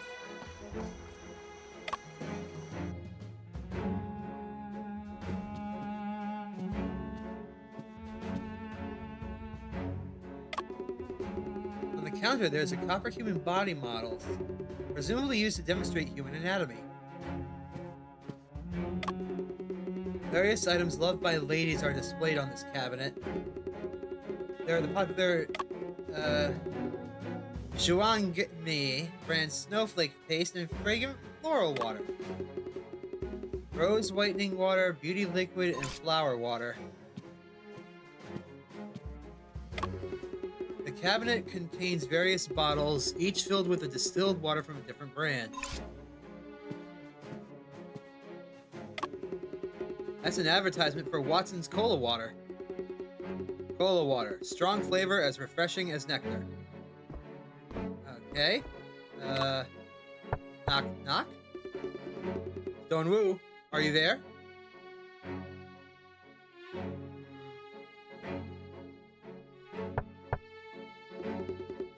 It's Shen Jinping, here for the appointment.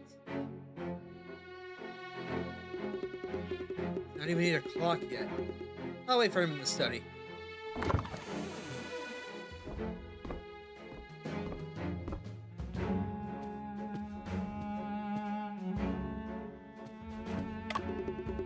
Various documents and a few photographs are displayed on the cabinet. There's a photo of my brother in Stone Wu. Checking for my brother's attire. It must have been taken 7 or 8 years ago.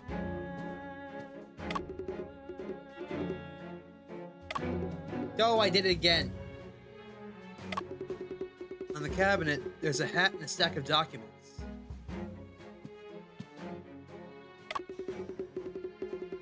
The cabinet also contains some carefully preserved calligraphy and paintings, as well as a safe.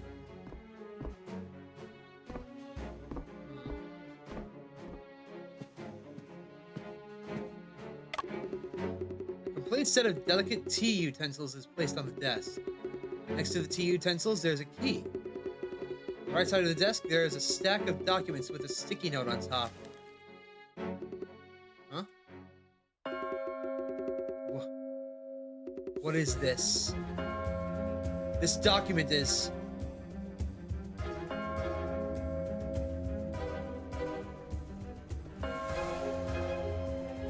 The Shanghai Enigma, Chapter 6!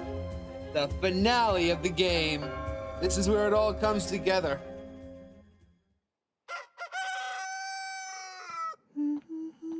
They have roosters in China? Scratch that. They have roosters in Shanghai?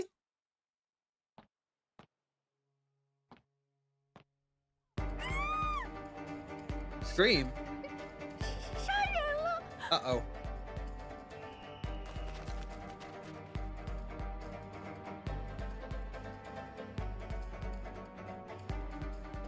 啊，外面好吵啊！发生什么了？啊，先生怎么一宿都没回来？我得出门看看去。Oh god, we're playing as Afu? Uh-oh. Shen's screwed.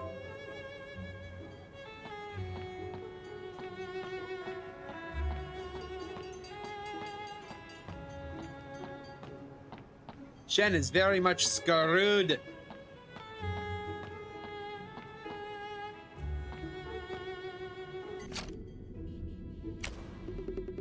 Stonewu was to meet Shen at his store last night. Shen didn't return to the hotel all night. I have to go to the foreign goods store and see what's going on. Alright. I'll be right back, everyone. So grab yourselves a snack. Go take a break. We'll be back in like 3 minutes tops. Probably not even a minute.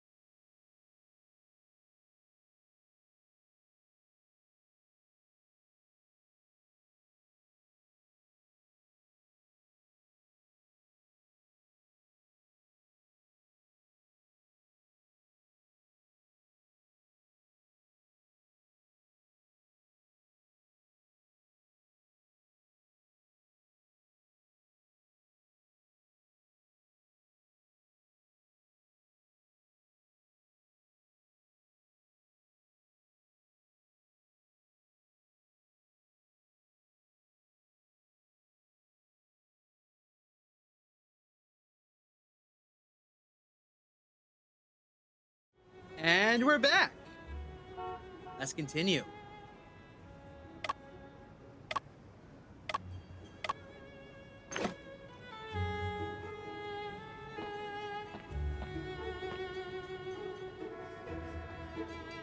Hello? Officer, what's happening at this foreign goods store? It's none of your concern. Mind your own business. My friend had a meeting here last night with someone and he hasn't returned yet. I'm really worried about him. Can you let me go in and have a look? We're investigating a case. Go elsewhere to find your friend.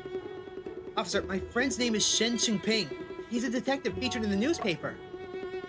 I'm his assistant. You can't come in. That's final. Even if your friend is the Emperor himself, it's still not allowed. And can you tell me what kind of case happened inside? Maybe Shen and I can provide some clues. It's a murder case. The victim is a man wearing glasses. Wearing glasses? What did the victim look like? Another annoying reporter. No, that's not true. I'm worried that the victim might be my friend. Don't think I can see through you. No interviews. Get lost. But one more word and I'll detain you.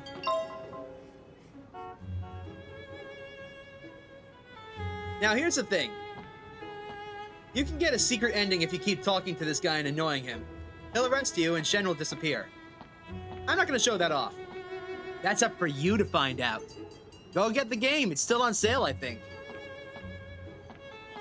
But this is bad. We can't go inside and Shen's just gone.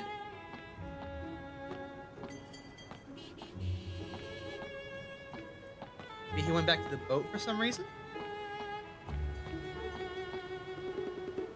Did Shen go back to the ship to retrieve something? No, the Shan already left Shanghai yesterday afternoon. He'll only return in 3 days. Okay. Where is he? There was a homicide inside the foreign goods store. The deceased couldn't be Shen, could it? Impossible. Absolutely impossible. Shen must have gone to investigate alone. It's my fault. I shouldn't have eaten so much last night. I should have accompanied Shen to the appointment. No matter what, I have to figure out what happened first.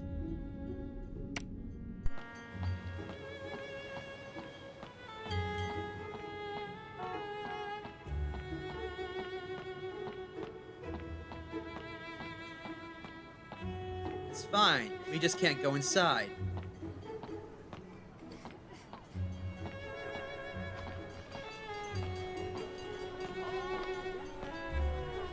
I heard there was a murder.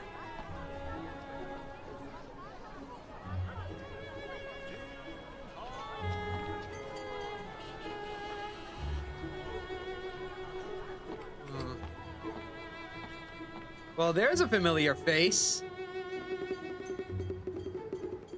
In fact, even if someone gets the formula, it wouldn't have substantial impact on our business.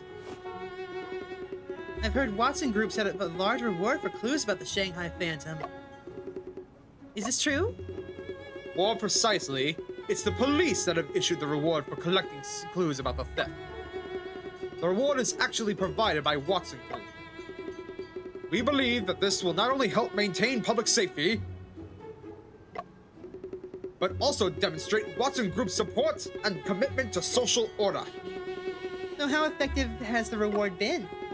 Unfortunately, we cannot disclose too much information at the moment.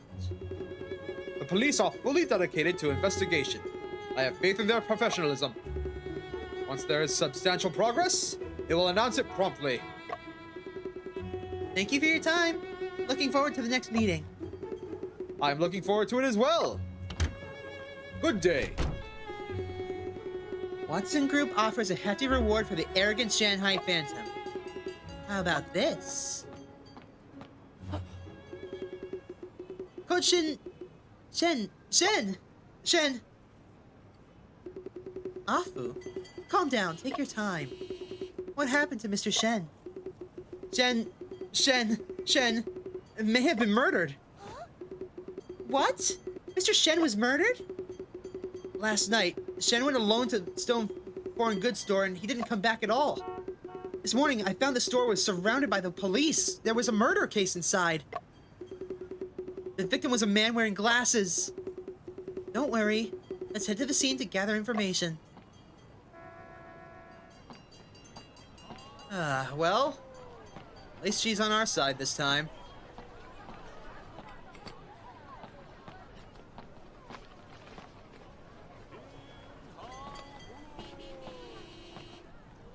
Ugh. Why are you staying there? Police officer is still there at the door. He driven me away earlier. If I go now, he will definitely recognize me. I got it. Wait here for me. Be careful, Cushion. He seems to dislike journalists a lot. Don't worry. There's nothing I can't find out.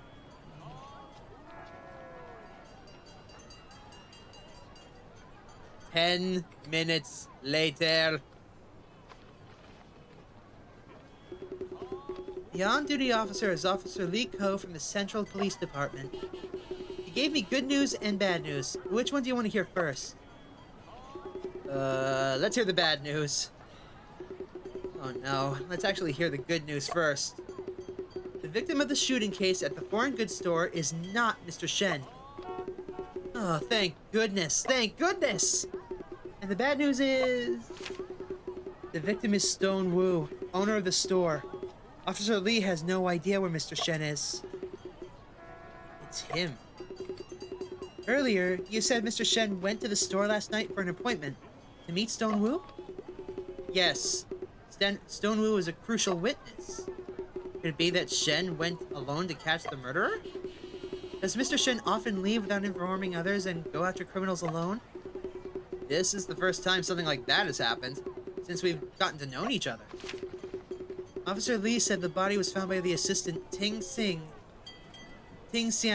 when she arrived at 7 a.m. today. The body was found in the study room of the foreign goods store. Study room? They were supposed to meet in the study room of the foreign goods store. What exactly happened last night? Afu, I have a bad feeling about this. What kind of feeling? In any case, we need to find Shen as soon as possible. Shanghai is so big, I don't even know where to begin with. Let's start by asking if anyone has seen him. Oh dear. Well, the good news is, Shen's not dead. Bad news is, he might be the murderer of Stone Wu, who is our only witness in the case of his brother's death. Damn it.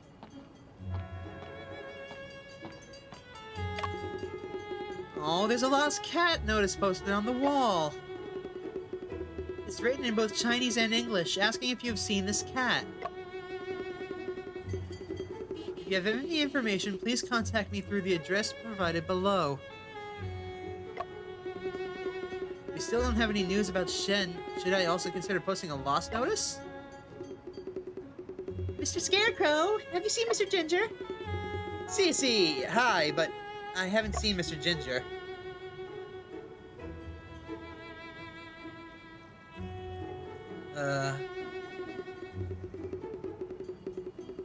Uh-oh. Afu, you made her cry! Mr. Scarecrow also hasn't seen Mr. Ginger. Cece will never see Mr. Ginger again. Cece, don't cry. I'm with Afu to find Mr. Shen, and I can help ask about Mr. Ginger, too, for you. Thank you. When did Mr. Ginger go missing? It was last night.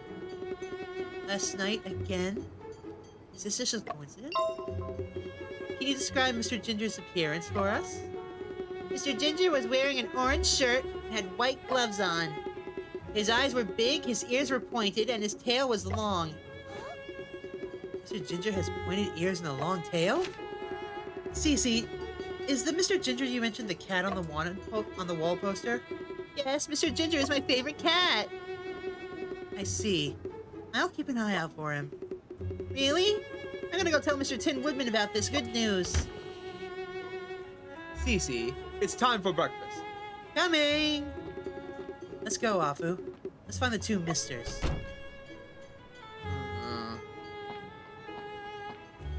perhaps they both went missing at around the same time.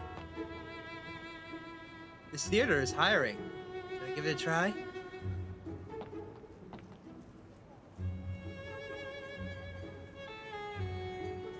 Well, well, well. That looks a bit familiar, doesn't it? I remember her. She's a store assistant at the foreign goods store. And her name is Ting Tsang. Well, let's just ask and see. Perhaps she knows some information. Miss Ting. Is it uncomfortable for everyone with me standing here? I'll leave right away. Relax. I'm Shanghai news journalist. We're investigating the incident this morning. Miss Ting, I wonder if you'd be willing to help? Well, I may not be able to help anyone. Ting Xiang. Would you like to introduce yourself first? I'm not worth mentioning at all. I only bring misfortune to others. My parents smoked opium. I saved money to buy a cessation drug, but after they took it, they all... 1 month ago, I was working at the Taiping Hotel. A customer was allergic to peanuts, and my boss heard that the customer was from the Green Gang. He packed up and ran away overnight. A week ago, I started working at the bakery run by the British. A car crashed into the wall. Wow! Okay. The collapsing wall hit him right on the back of his head. A few days ago, I finally got a job at the foreign goods store.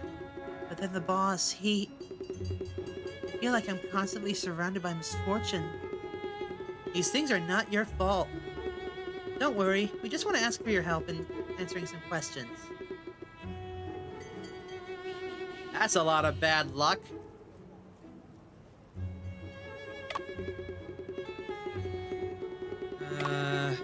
Ting Xiang, did you happen to see the man who visited the foreign goods store with me last night? No. After you left, I didn't see him again.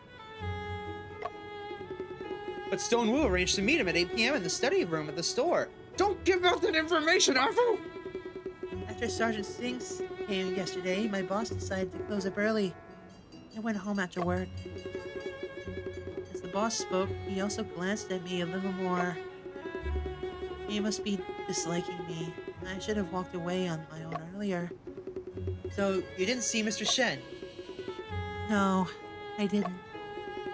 Don't worry, we're just here to ask more questions. Were you the first to discover the body? Yes.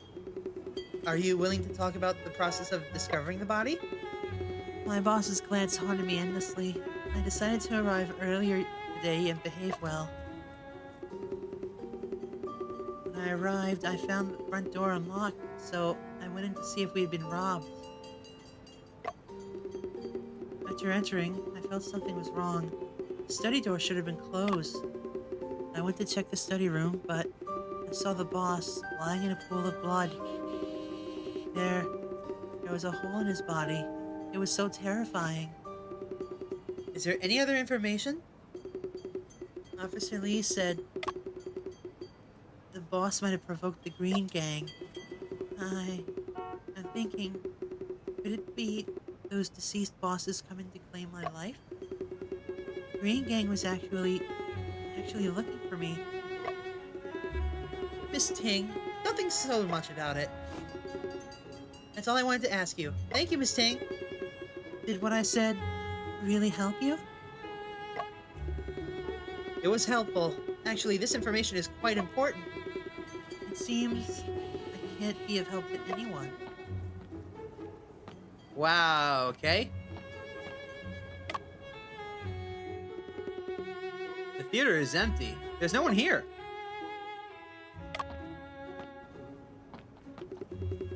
Afu, I'm thinking of going to the licensed theater to inquire.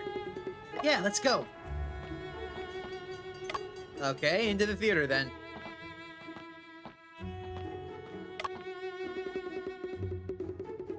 The Yuki Magic Troupe's Wonderful Hands series Magic is currently in hot performance. Showtime is from 7:30 to 8:45. Magician Julia is about to subvert your imagination. Well, it's good that she's doing good. Shen mentioned 2 days ago about watching the magic together. Afu? Huh? Wait, how did you know my name? Julia! Long time no see! How have you been? Koshin! It's been so long since you last came to watch the performance. I was on a business trip to Hanyang and just came back to follow the theft case. Once things settle down, I'll come find you for some tea. Apu, don't you recognize the magician Julia? Are you? Yinju! 2 years have passed in the blink of an eye. Are you here because of Mr. Shen? Have you seen Shen? You don't know? He was arrested here last night. What? Arrested? Arrested? During the intermission of the performance last night, around 8:30, I saw him in the lobby. There were many police officers in the lobby and a detective. They surrounded Mr. Shen. Mr. Shen was holding a gun in his hand. The policeman dared not approach him. A gun? How could Shen have a gun? If even you didn't know, how could Julia know? Later, the Indian sergeant ordered Mr. Shen to put down his weapon. And Mr. Shen dropped his gun. The police tied him up and took him away. Hey, he doesn't look very tied up. Did Mr. Shen say anything at the time? Mr. Shen remained silent throughout, and his face looked very pale. I tried to inquire about why Mr. Shen was arrested, but the police remained tight-lipped. It seems like we need to go to the police station to find out more about the situation. Shen's been arrested! That's not good! Yinchu, was this warning line set up by the police? They said it's evidence, and it must be preserved as it is. Boo! Boo! If there's anything I can help with, feel free to ask me. Thank you, Yinchu.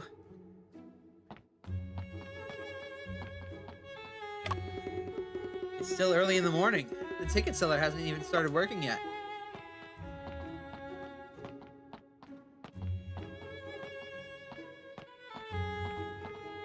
So, my question is, how did he get from...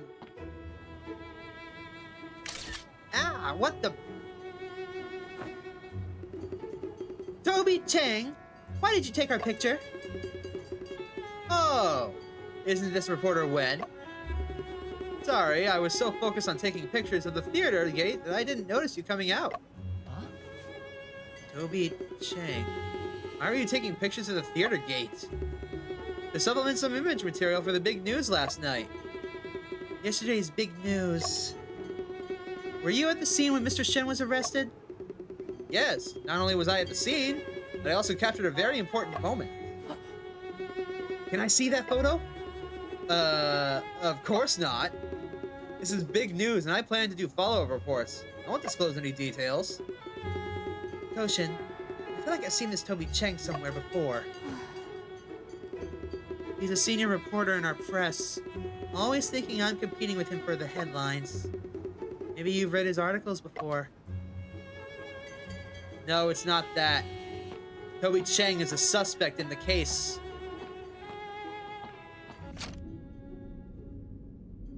How did Shen get his hands on a gun?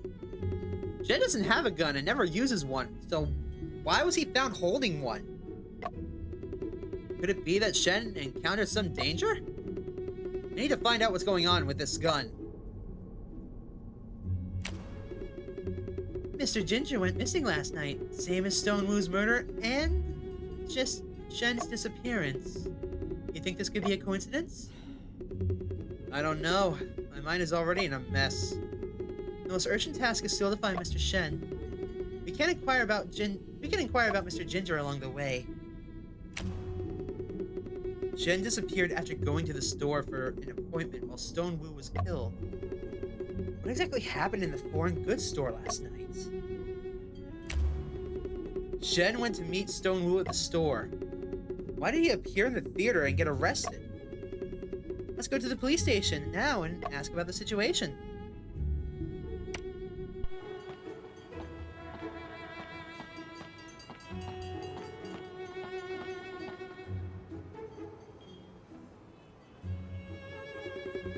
Should we take the tram? I heard this is the first tram with tracks in Jingnan. You can also enjoy the scenery of the Huangpu River along the way. But taking the tram is faster than walking, and it can save us some time. Want to try it? My treat. Great! Thank you, Koshin. I keep calling her Koshin. It's Kosin.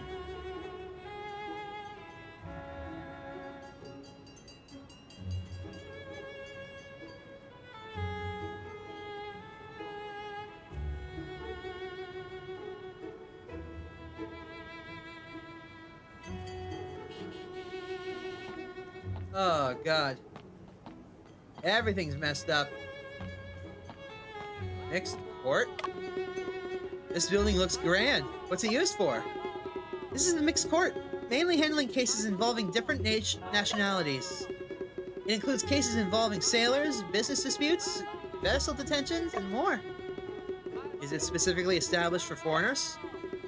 The mixed court can provide judgments for people of different nationalities.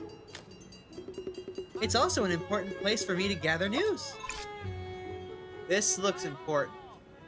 In the mid-19th century, the mixed court was formed within the concessions in China due to the establishment of consular jurisdiction. The formation of mixed Chinese and foreign communities and dissatisfaction with the Chinese government jurisdiction. It was a collaborative institution where consuls from the concession countries and Chinese officials jointly handled cases. The mixed court applied both Chinese and Western legal systems, but in terms of fairness, both Chinese and foreign officials were more concerned about safeguarding their respective interests. The mixed court showed some progress in reducing physical punishments, abolishing corporal punishments, and allowing defensive lawyers. So it's both good and bad. Good because it reduced physical punishments, reduced capital punishments, allowed for lawyers, and all sorts of other things. Bad in the fact that it was obviously corrupt and focused more on having consular.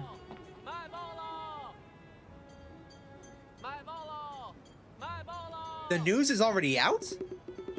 Hey there, buddy. Sis, take a look at the newspaper. Just arrived.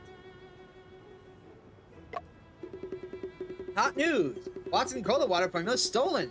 International Opium Commission date confirmed. And more. Arrested Detective Shang Jinping's true identity exposed. Was he actually... Actually what? Curious? Buy a newspaper and find out. I'll take one. It's the article written by Toby Chang about Shen's arrest. Its content is total nonsense. This incident was reported so quickly. This article states that Shen was arrested because he was accomplice to a theft. It also claims that he was involved in the theft of the 4 major families' vaults a week ago. Full of lies. Shen and I just arrived in Shanghai yesterday. This doesn't concern me. I'm just selling newspapers. If you think they got it wrong, go find them. Deliberately stirring up controversy and exaggerating things to grab attention.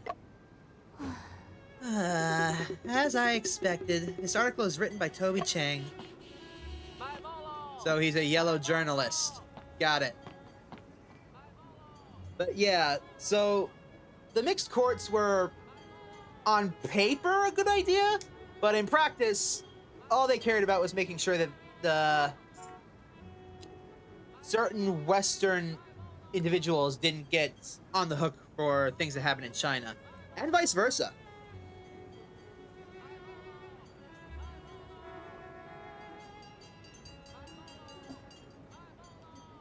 I have a feeling this will come into play later. A very bad feeling. If the building's this grand and she comes in here all the time, oh, that's not a good sign.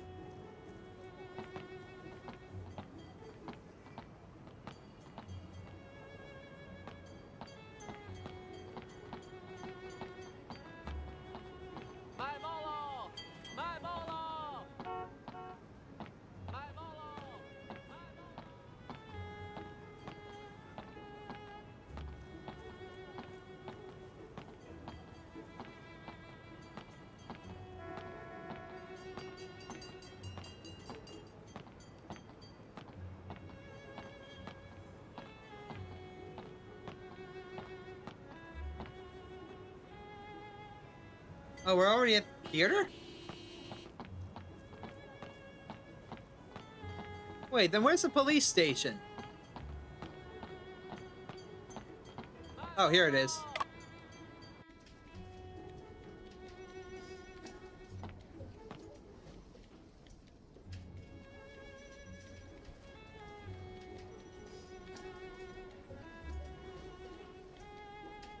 This poor man must be swamped by people coming in for the reward of the Phantom.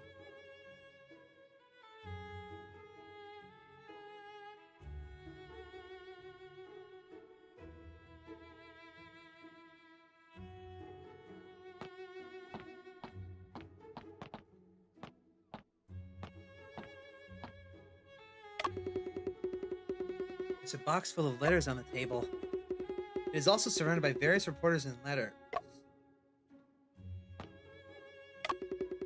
There are 2 sacks in the corner of the police station, filled with discarded tip-off letters. Huh? Both of these 2 letters mentioned last night. I dreamt that the Shanghai Phantom would steal from the Yangtze antique store on the evening of September 14th. I overheard whispers there would be a theft by the Shanghai Phantom at 8 p.m. September 14th at Yu Garden. I'm not sure if it's related to Shen, but let's take note of it for now. Oh, good. Did these morons think that Shen is the Shanghai Phantom? Officer, may I ask if Mr. Shen Qingping was arrested last night? What is your relationship with him? Mr. Shen is a detective, and I'm his assistant. Currently, Mr. Shen is being investigated at the police station. Is he okay? I want to see him. I know how you feel, but he's involved in a major case and cannot be visited. Please go back. Officer Wu. Is Aunt Lee doing well recently? Miss Wen! Long time no see. Wait, Wu as in Wu from... Oh my god, it's come full circle. That's the guy who was in the, in one of the first 2 cases. Yeah, he's the guy that we saw in the court from the 2nd case. It has been a long time. Thanks to those medical journals you bought, my mom's condition has improved a lot. It was just a small favor. Are you here for Mr. Shen's case as well? Mr. Shen suddenly went missing, and we were all very worried about him. What happened, really? We just had a briefing meeting. The chief requested strict confidentiality on this case. I understand. I just want to know some basic information. All right. What do you want to know? Officer Wu, how is Shen doing right now? He's physically fine, but his mood is a bit low. Did he say anything? He hasn't said anything. That's also the biggest issue at the moment. When we asked him about the crime, he simply said he doesn't remember anything. Sergeant Singh believes he is intentionally not cooperating. Fortunately, Mr. Joseph has intervened. Could there be any hidden circumstances in this? We have gathered sufficient evidence, so there's probably no hidden circumstances. Since strict confidentiality was emphasized, it means that Mr. Shen is done is very serious. Am I right? The content of the briefing meeting is absolutely confidential. All I can say is that it's unfavorable for Mr. Shen. Many pieces of evidence point towards him. Alright. What is the reason for Mr. Shen's arrest? The initial charge was illegal possession of weapons upon entering the international settlement. Wait. He broke into the international settlement? So there were new charges later. It seems that the subsequent crimes involved are more serious than illegal possession of weapons. Miss Wen, you guessed it right. We did discover during the investigation that Mr. Shen is involved in other major cases. What exactly are these major cases? A recent major case in the international settlement. Could it be... Shanghai Phantom has caused panic lately. He or she may have stolen the formula of the Watson Cola water. The police even issued a reward notice for this. Is Mr. Shen involved in this? After the reward was issued, we received various kinds of tip-off letters. But most of them were hearsay and rumors, complicating the investigation instead. That's what usually happens. Officer Wu, is Shen... I cannot comment on whether Mr. Shen is related to the theft case.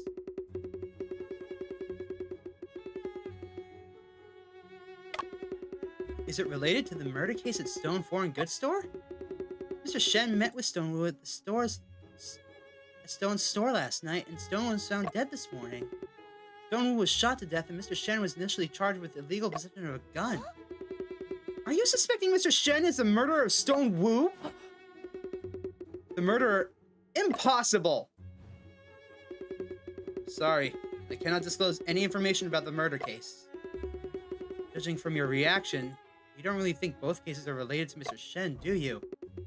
How can you make such random speculations, Miss Wen? So it's actually true. All right. What do you want to know?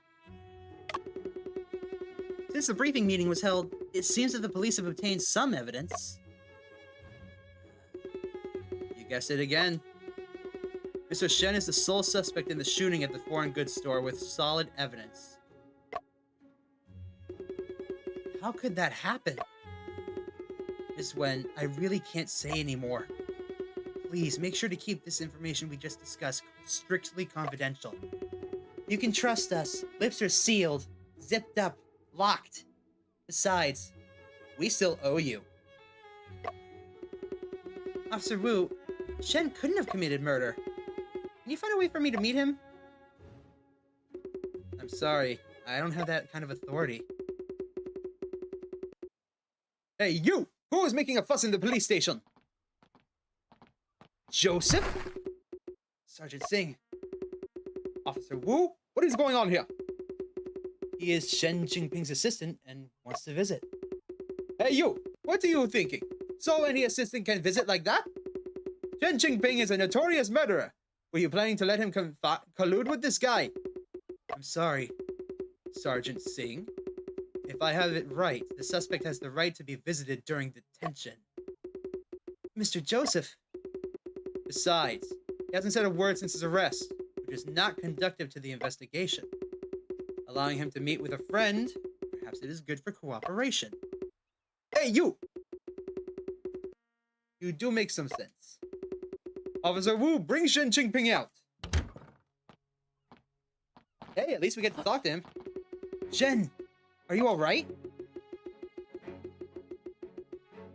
Yeah, he ain't talking. I know you couldn't have done it. What really happened?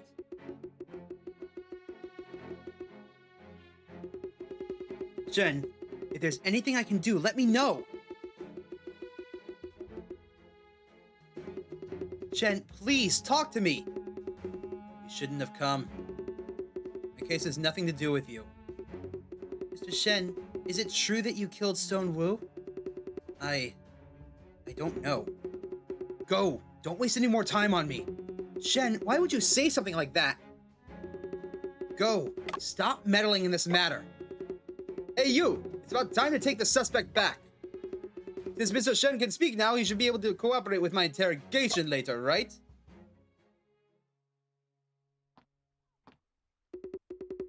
Afu, let's go. Shen... How could it turn out like this? Shen refuses to tell us what happened and doesn't let us help. Who is he to say we can't interfere? It's understandable to be worried about dragging you into it, but he underestimates us. But I have an idea. We can service as defense counsels. Defense counsels? It means defending the suspect in a criminal court and helping him protect his rights. Oh, great idea! But we don't have a lawyer's license. We need a letter of authorization from Mr. Shen first. We can also defend him as friends or relatives. That won't work. Shen will definitely not give us a letter of authorization. There's another way, but it requires waiting for a few days. What is it? I interviewed Sergeant Singh before and noticed a habit of his. After finishing questioning, he'd ask the suspect to leave extra fingerprints on blank paper. Mr. Shen must be no exception. As long as we obtain a paper with Mr. Shen's fingerprints, we can make the letter on our own. It seems like this is the only way. But why do we have to wait for a few days? I had to send a letter to the police station first, and after receiving the approval, only then can I enter Sergeant Singh's office in the name of an interview. I have a solution. Tell me about it. It's still early. Let's go around the crime scene first and see if we can find more clues. Come back here at 8 p.m. tonight.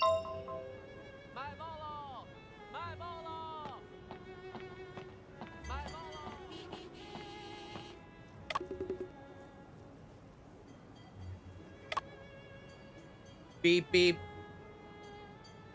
So Shen's on the hook for murdering Stone Wu, gun in his hand. That's not great.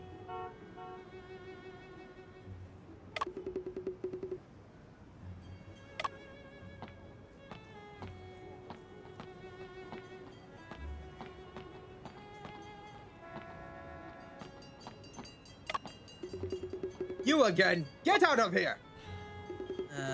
Shen, could you ask him? Officer Lee, can you let us go in and take a look?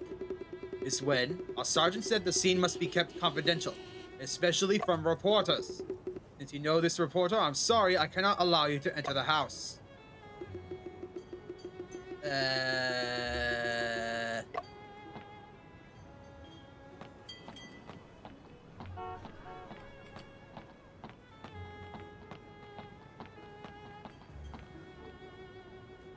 Wait, they meant the theater.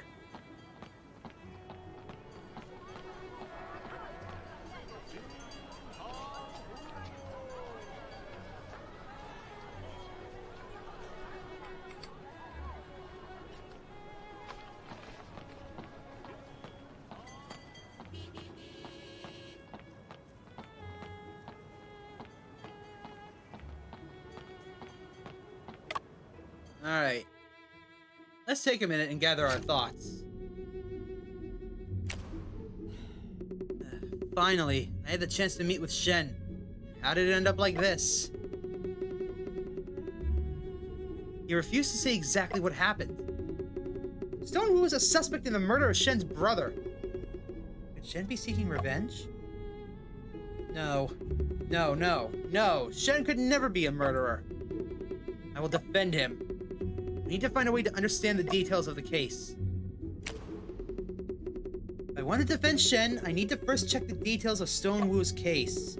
I should go back and take another look around the crime scene. The theater is where Shen was arrested. I can go there to check again. I could also consider going back to the hotel. Maybe Shen left me some clues. So we'll go back to the hotel as well. Julia.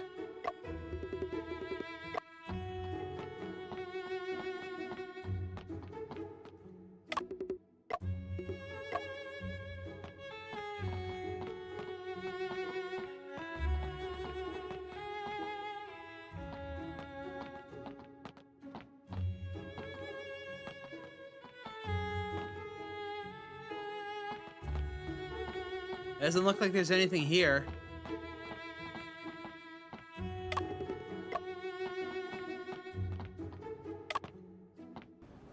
So back to the hotel we go, I suppose.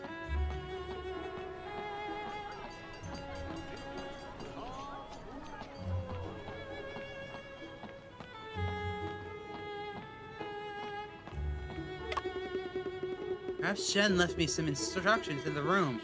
Should we go back and take a look?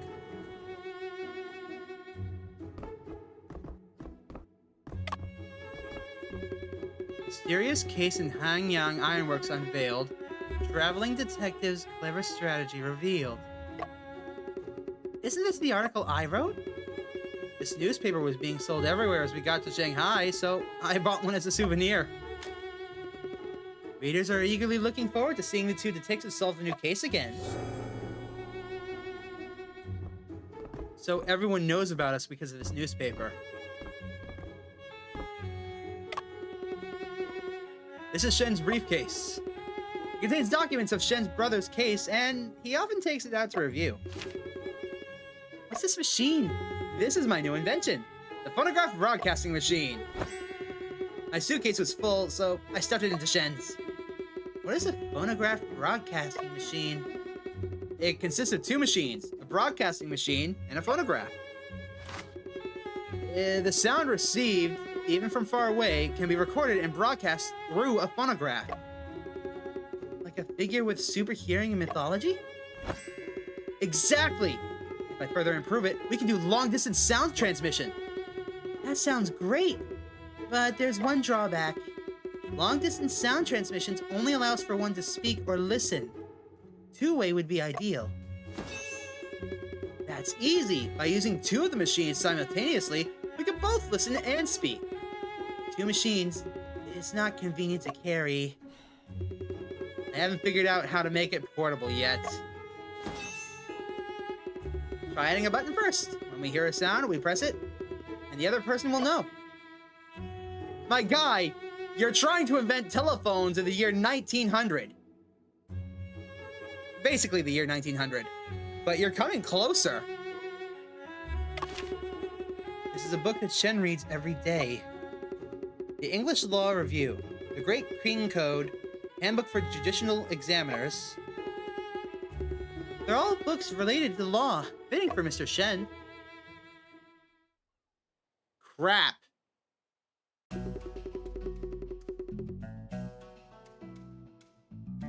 Afu, why did we bring your invention here? You'll find out soon enough. You're not planning to break into the police station at night, are you? That's exactly what I have in mind. This is a common padlock, quite easy to open. But Kosin, can you tell me how to get to Sergeant Singh's office? Once I'm inside, I'll need you to keep watch outside. This is too risky. Can you even wait for a day? I'm afraid of the problems that may be incurred by a delay.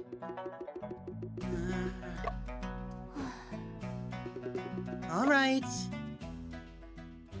Afu, you madman.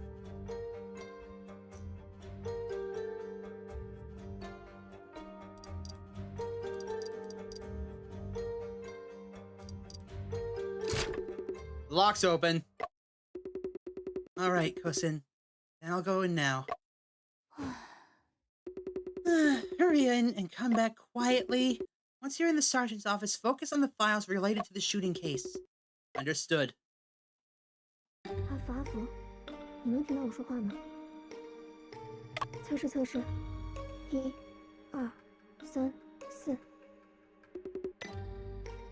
巡长办公室就在走廊尽头，快去快回。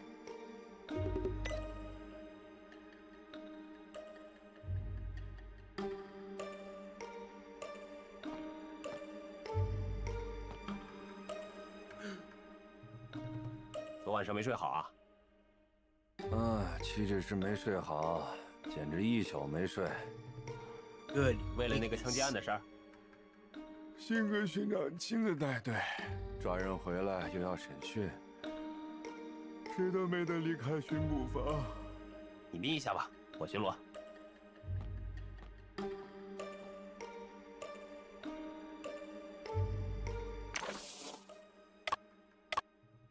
This is a goddamn stealth section. I. 这个巡捕睡着了，我可得小声点，别吵。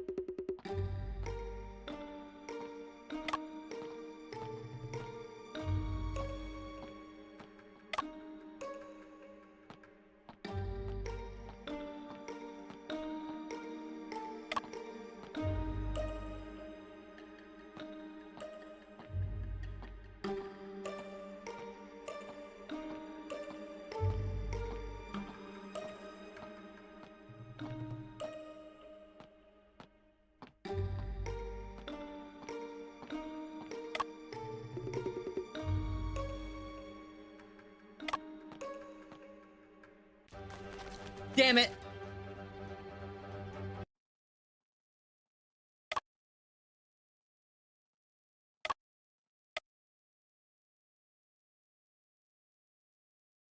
Hi, Caleb. Welcome to the stream. Thanks for tuning in.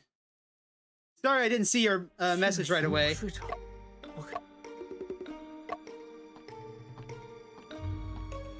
Right now, I'm in the middle of a stealth section, and I hate it. Hide. Wait for it.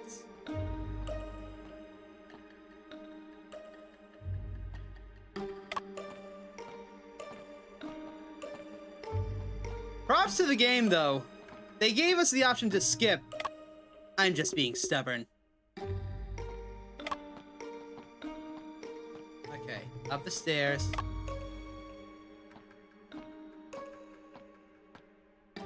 Grab the water.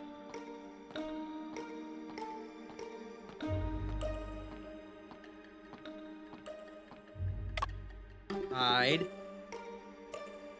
Wait for it.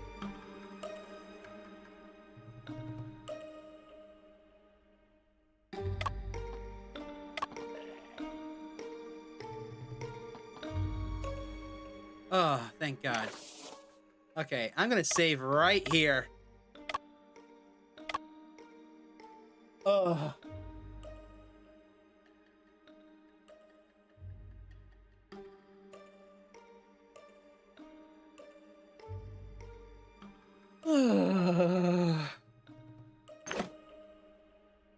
I hate stealth sections like this.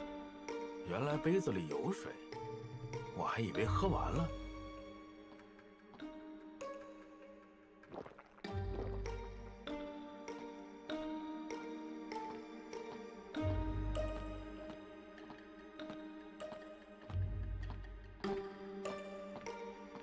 Wait, shit.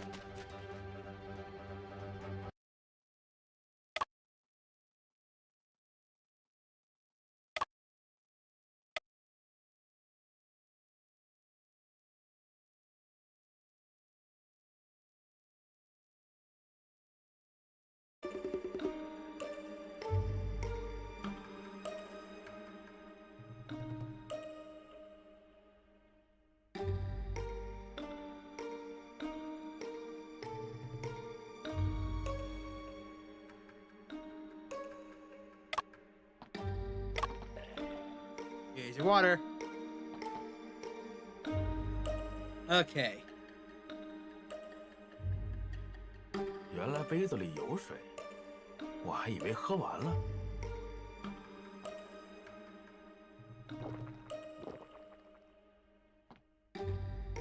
Okay.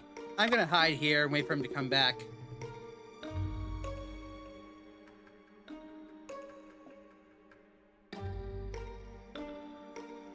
So, to catch you up on the details of the case right now, Shen's been arrested for murder, and he's not talking to us.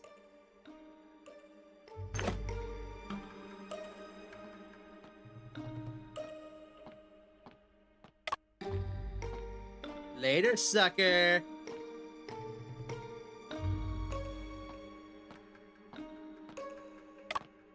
桌子上摆着一幅奇怪的画，画上的猫咪穿着制服，看起来很像巡捕。 That was an achievement. All right, let's go. Oh. Oh. I saw the white of that man's eyes. Uh-oh.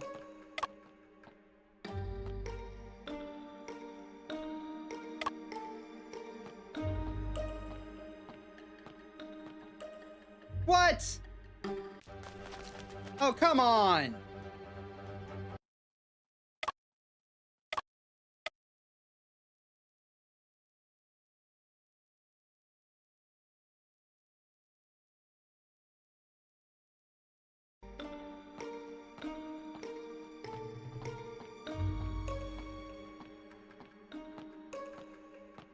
Hide, hide, hide, hide, hide, hide, hide.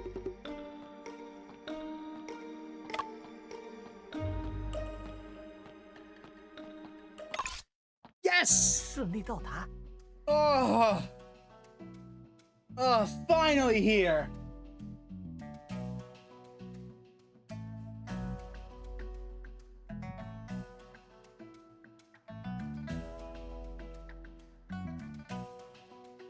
Oh my god. 接下来就是找印有先生手印的空白纸了。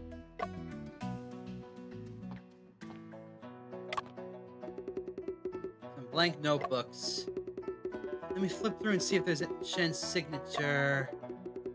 None. Good, he hasn't confessed then. A curved dagger with an exotic design. Its handle looks like it's made out of ivory.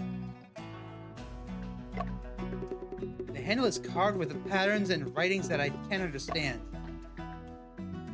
That's an elephant knife. Cool. There's a sculpture of an elephant on the table, looking silly.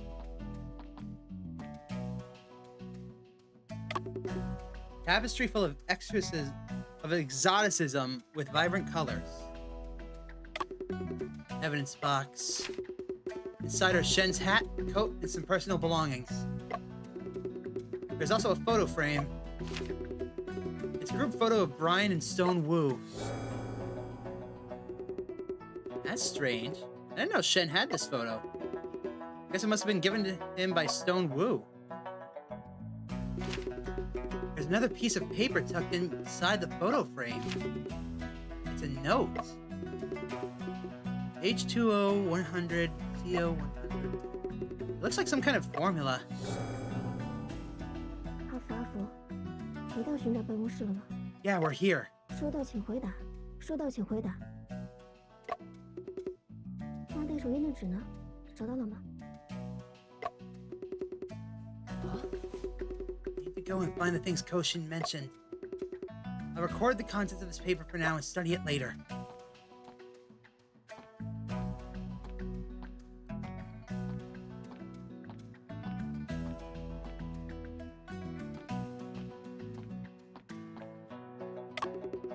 There's a file on the desk.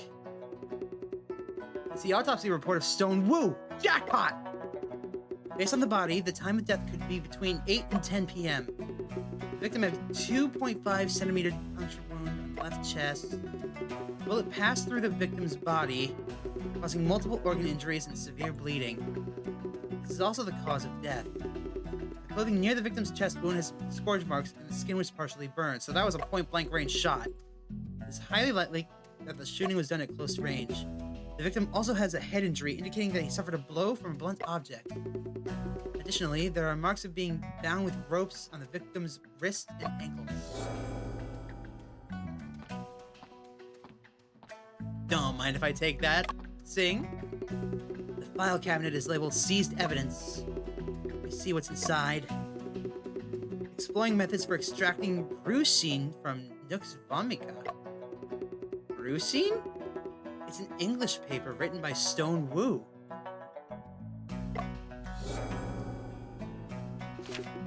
Huh? There's a note next to it, and it's Lyceum Theater 212. What does 212 represent?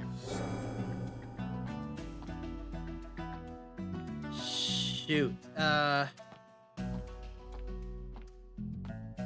福，找到带手印的纸了吗？没找到就算了，赶紧撤离。辛格巡长突然回巡捕房了。Uh-oh. 情况紧急，情况紧急。 Out the window, out the window, out the window.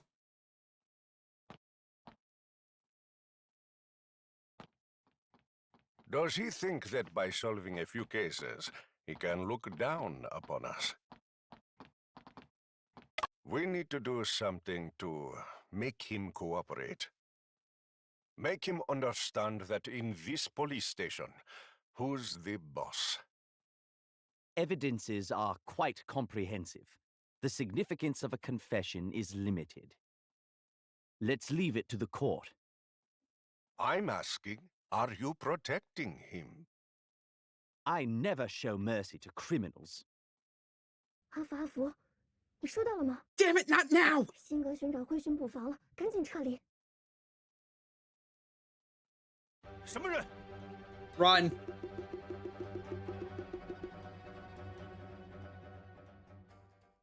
He would never have gotten out. 欣姐真是，偏偏在那时候说话，也怪我自己没有改良有声广播机。现在拿不到首页，就帮不了先生。Oh god. Even in the 1900s, that trope still works. We had a phone, and someone called us at the wrong time. Damn it. 阿福，是你吗？ Hi. 这个声音是我幻听了吗？ Hi, Shen. 我还以为是我幻听了。先生，你怎么也在这里？该问这个问题的人是我吧？然后我就被他抓住了，他还没收了我的留声广播机。Aww. Our new toy. 你也太胡来了，连巡捕房都敢闯。 We 我 had 不让 to. 你参与这件事，本意是不想让你犯险，没想到适得其反。 Yeah, you 眼睁睁地 dumbass. 看着你被人陷害啊！ Seriously, dumbass. What did you think was gonna happen? That he would just go away after spending the last, what is it? 2 years with you? Your best friend? You're kidding, right? 这个案子背后盘根错节，这次我未必能全身而退。多一个人，总归多一份力。你困在牢房里，连调查都没法做。你不也困在牢房里吗？ At least we did investigating. 我知道你担心我，但我更希望你能平安。哎，现在反正大家都出不去了，你就跟我说说那天晚上的事呗。吴松涛不是约你在洋货铺见吗？为什么你又去了剧院呢？你不必套我的话。这个问题，我自己好像有答案。 See. Bruce Shen from Nux Vomita. We never actually got to read this, so exploring methods for extracting Bruce Shen from Nux Vomica by Stone Wu. There are differences in the extraction methods from Bruce Shen and strychnine. The former extracted from the root bark, and the latter from its seeds. Okay. Bruce Shen is a highly toxic alkaloid, but has a weaker toxicity and slower poisoning reactions.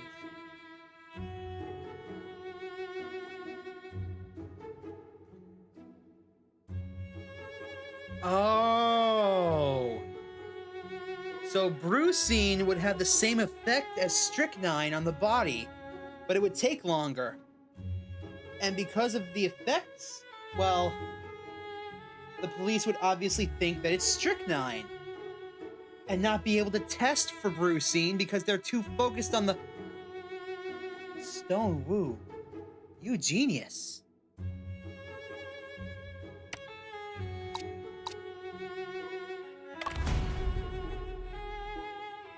先生去剧院是因为有人给你留了纸条吧？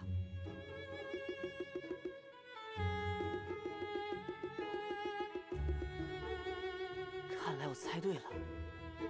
先生，那人把你骗去洋货铺和剧院，明显是在陷害你啊！然而，我们连对手是谁都不清楚。 Does it matter? 对方却对我们的行踪了如指掌。我清楚巡捕房掌握了哪些证据。假如我是这个案子的检察官，也会不可避免地怀疑，凶手是我。先生，你猜我今天在灵修剧院遇到了谁？谁？是尹珠姐，她已经成为了有名的魔术师。然后，我就想起了第一次和先生在船上见面时的情景。当时，我就站在案发现场，手上都是血，连一句辩解的话也说不出。最开始，大家都认定杀害殷夫人的凶手是我，后来又怀疑是尹珠姐。可先生却用缜密的推理还原了真相，洗清了我们的嫌疑。如果不是先生坚持，我或者尹珠姐都不会拥有现在的生活。这次换先生蒙冤，我不可能坐视不管。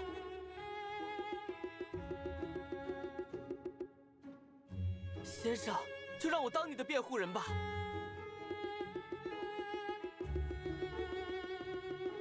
better say yes, motherfucker. 好吧，阿福，我同意你来当我的辩护人。太好了，先生同意了。我可以问你一些问题吗？可以，但我不确定我能答得上。 Okay, let's get the obvious out of the way first. You obviously don't remember 先 this. 生在洋货铺的书房里见到吴松涛了吗？我应该是什么人也没见到。我一直在书房等吴松涛，但他并没有现身。无意间，我在桌上看到了一份文件，文件上贴着你提到的那张纸条。于是你就去剧院了？应该是这样。我听到了一个声音，很像是钟声，然后就直接去剧院了。我可以问你一些问题吗？可以， Bell. 但我不确定我能答得上。 Well, we know what the bell was. That's the time. 先生，剧院里发生了什么呀？我当时在想哥哥的案子，记不清细节了。先生看起来心事重重的，似乎他在洋货铺里有别的发现，暂时还不能告诉我。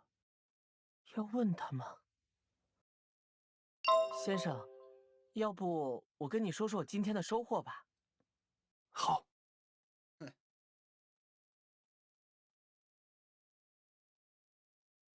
可心姐，连你也被抓了吗？ Well, crap. 想什么呢？我是来接你出去的。Huh? 阿 How? 福，你被保释了。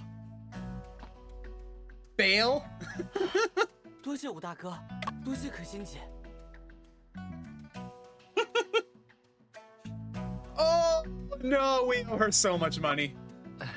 阿福小兄弟，快别谢我了，我没那么大的本领。沈先生，辩护的事你考虑的如何了？我已写好委托函，交给狱组了。只是此案困难重重。And 先生放心，无论有什么样的困难，我们都能克服。有这样的决心很重要，毕竟法庭上的对手是约瑟。Joseph? Joseph is prosecuting you. Oh no. So our best friend's prosecuting us. This should be great. 约瑟。 For context, that's Joseph. He's the prosecutor of the Shanghai International Settlement.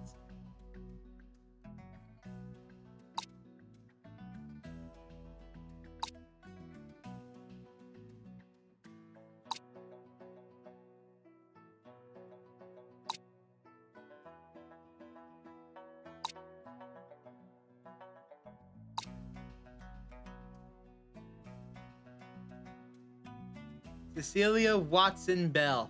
Hey, Watson.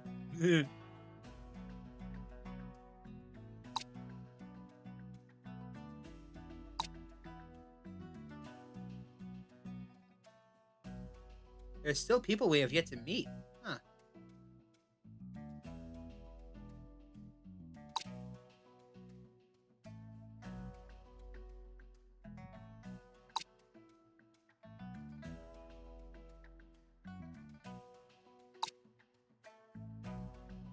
Watson Reuben Bell.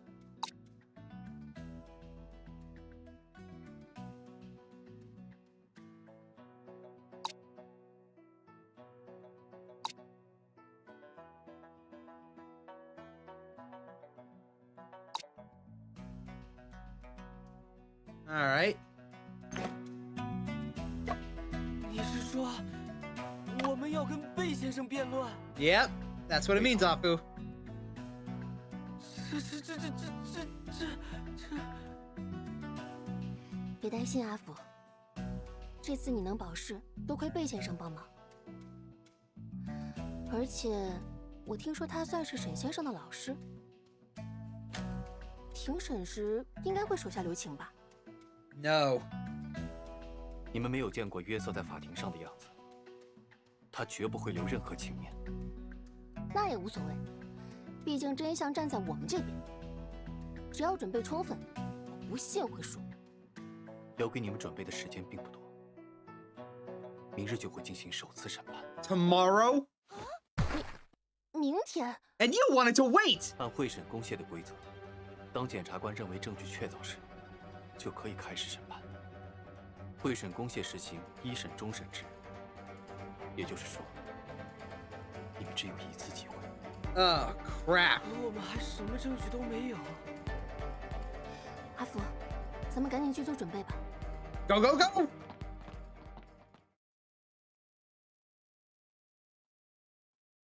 我没有将最大的困难告诉你们。Oh, God. We're already here?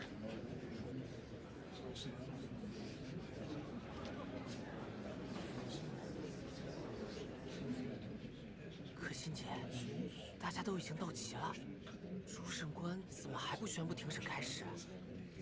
他该不会是睡着了吧？ It's a mixed court, Afu. The other judge hasn't arrived 他 yet. 在等官审。啊？官审？会审公廨的验员不能单独审理案件，必须有官审在场。这次的官审名叫鹤壁南，他所在的扎甸家族是远东4大家族之一。可心姐看起来已经完全进入了状态。可心姐，你好厉！别说话，我紧张。 That makes 2 of us. What Ace Attorney inspired game would be complete without a trial? 肃静！为在国王座前伸张正义。本会审公廨仅享有审理、判决和收监的权利。所有相关人士，请出庭。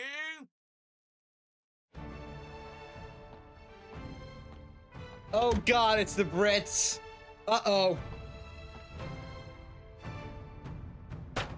本庭现开始审理华人沈仲平涉嫌持枪杀害华人吴松涛一案。本案由上海道台同知关炯担任验员，由英国驻上海副总领事贺碧南，也就是我本人。 担任 Deputy Consul General. Oh no. 确认控辩双方身份。检控人上海公共租界检察长约瑟贝尔是否到庭 Hello there, Governor. 检控人已到庭。 But yeah, we're basically facing off against against Edgeworth, with Von Carmine present and accounted for. 辩护人是否到庭？被告已到庭。 先生的气色看起来 Yeah, the Brits are here to jail us for the Empire. 还是没吃东西吗？辩护人，法庭上好压抑，空气就像凝结了。Afu. 被告是否委托了辩护人？奇怪，辩护人怎么不说话 Afu, that's you. 辩护人徐福星、文可欣已到庭。 差点忘了，辩护人是我自己啊！阿福，阿福，集中注意力，马上就要正式庭审了。阿福，阿福，别太紧张，审理很快就会结束。谢谢贝先生，但这种时候安慰我，会不会不太方便？唉，这哪里是安慰了，明明是威胁。Yeah.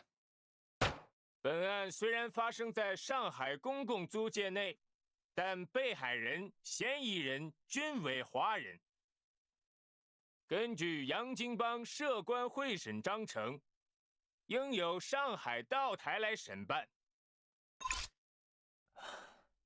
哪里，这个案子有贺大人把关。Let's have a look at that detail, shall we? And here's where the corruption of the courts come into play. Regulations on the mixed courts. Regulations drafted by the Circuit Intendant on Shanghai and revised by the British and American diplomats. It officially took effect in 1869. The content includes 10 chapters with establishment of the organization and jurisdiction of the mixed court. In practice, there were frequent issues of foreign staff encroaching on legal rights, and the Shanghai Consular Corps repeatedly demanded amendments to the regulations to expand their powers. In 1905, a British vice consul violated the regulations by forcefully interfering in a purely Chinese case, violently detaining the offendant. This sparked public protests and eventually led to chaotic and tragic mixed court incidents. We'll see that later. But we're almost done. 不关，就是走个过场而已。关大人，大英帝国尤其注重程序正义，希望大清的官员也能如此。那就升堂吧。首先要进行的是法庭调查。贺大人，莫官没记错流程吧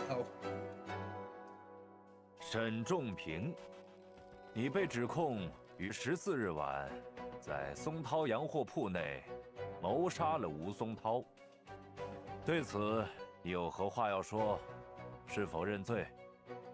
我没有杀人，不认罪。不认罪啊。Well, at least he's not Edgeworth. 接下来，阿福，这个关大人的糊涂程度和你不相上下呢。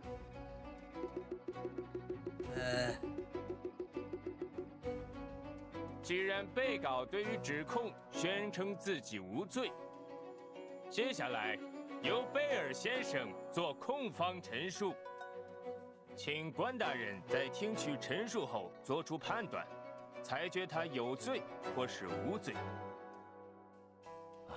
好说，好说。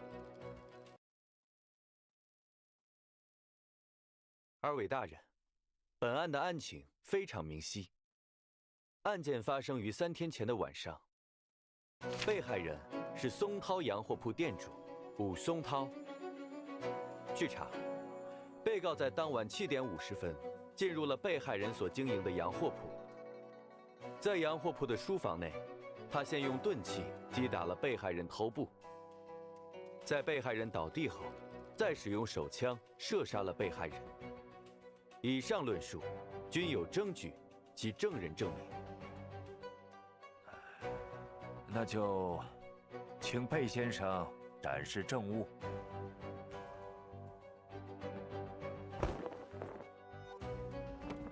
这是巡捕房法医出具的尸检记录，说明被害人是因子弹贯穿左胸而亡。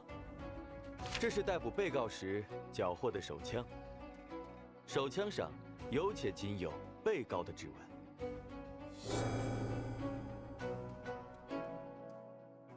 原来凶器是著名的马牌撸子。这是在案发现场找到的子弹，被害人身上的伤口正是该口径的子弹造成的。What's the 2 horses? Hold on.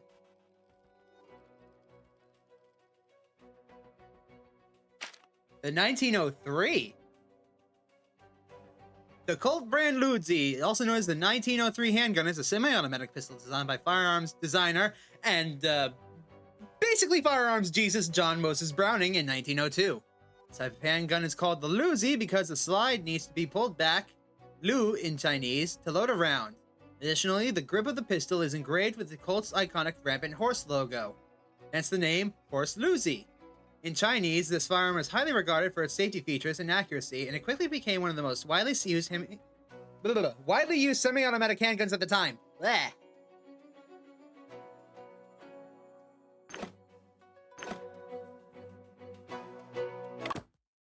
怎么确定这颗子弹是从缴获的手枪中射出？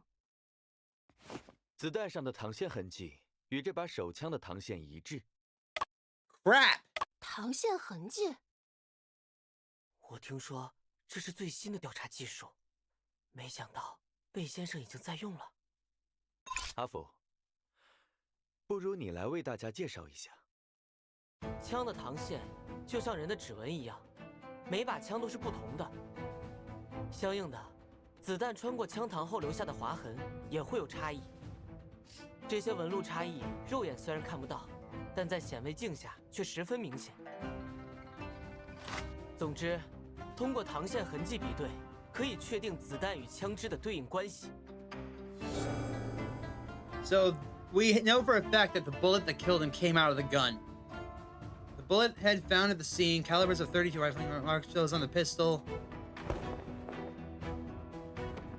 二位大人，辩护人的介绍非常全面，而此次膛线痕迹比对的结果，简言之就是，枪是被告开的。I'm not gonna blame Afu on this one. 我是不是不该解释啊？ No, you should have explained, otherwise it would have made you look like fools. However, Joseph got it wrong. We only know that the defendant's fingerprints are on the gun. Yep, a Colt 1903. Made by our Lord and Savior, John Moses Browning. But you're wrong, Afu. You did a good job. I'm gonna give you credit for this one because you didn't go into overly dramatic details. Kept it concise, to the point, didn't spill any extra information, and in doing so, you didn't give Joseph the opportunity to make you look like a moron. Good job. However, Joseph got it wrong. We only know that the bullet was fired from the gun and into Stone. We also have,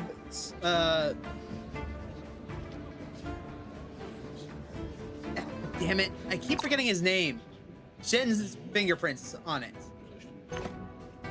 We have Jingping's fingerprints on the gun. Doesn't mean he fired the gun. 没事，你不说，他自己也会说的。不过，现在我们确实很被动，得反驳点什么。反驳什么？什么都行，不然那位糊涂的关大人就要直接下判决了。让我想一想。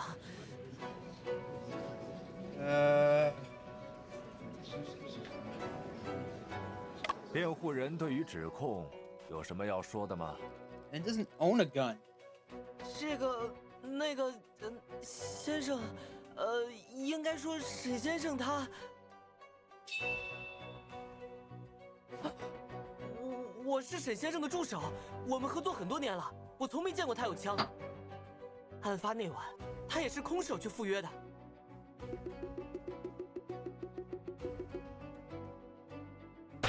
徐先生，你现在的身份是辩护人，本法庭不能采信你的证言。这把枪是被害人所拥有的武器，原本放在他书房的抽屉中。被告先是在案发现场找到了武器，然后利用它杀人。命案发生在晚上8点到8点30分，而7点30分到8点30分期间，只有被告一人出入过案发现场。因此，不管从哪个角度看，凶手都只可能是被告。确定只有我家先生进过现场？有证人可以证明。That's a problem. 本案的事实听上去还是比较清晰的。 That's a big problem. 大家还有异议吗？检控人没有异议。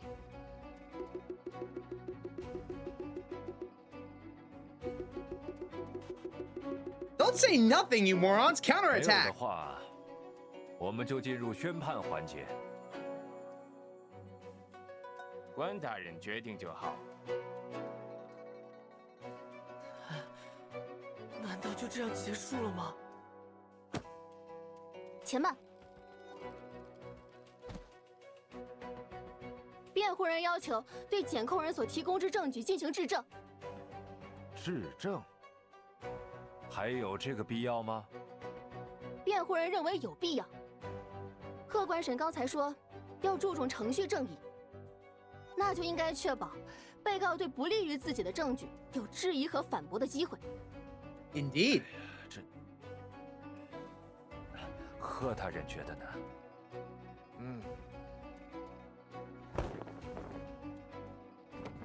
二位大人，我通意进行质证。All right. 那就开始吧。I noticed something in his testimony. 可心姐，你找到疑点了？还没有。Damn it. 那又该怎么办？ Just think. 鸡蛋里挑骨头，能拖多久是多久。这是决定沈先生命运的终审裁决。不到山穷水尽那一刻，绝不能认输。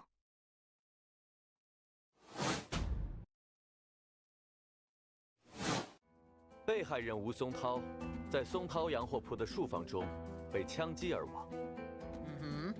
现场发现的子弹来自于一把科尔特 M1903型手枪，而这把手枪上附有被告的指纹。枪是被害人所拥有的武器，原本放在他书房的抽屉中。命案发生在晚上8点到8点30分，而7点30分到8点30分期间， This is what's 只有 driving. 被告一人出入 This 过 is 案 it. 发现场。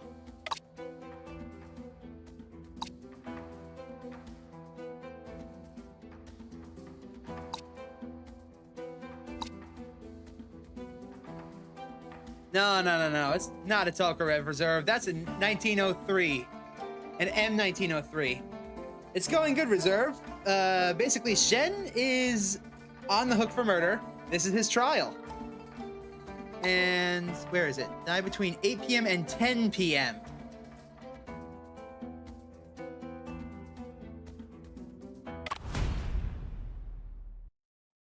虽然把证据举出来了，但可心姐，这样真的可以吗？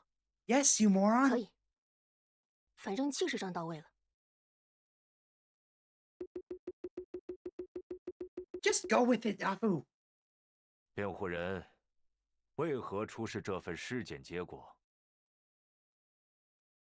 这个，那个，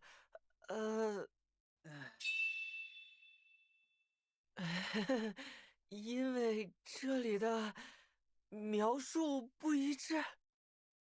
是什么不一致呢？毕竟资料上写的死亡时间是晚上8点到10点，但贝先生说的是晚上8点到8点半。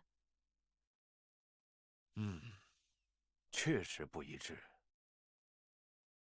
哎，竟然被认可了！ Good job, Apu. Joseph, 检 your 控人， response? 请解释一下这个问题。被害人遭到枪击后即刻就死亡了，而我们缩短死亡时间的推定，是因为在晚上8点30分被告被捕后，那把手枪也被巡捕方缴获了。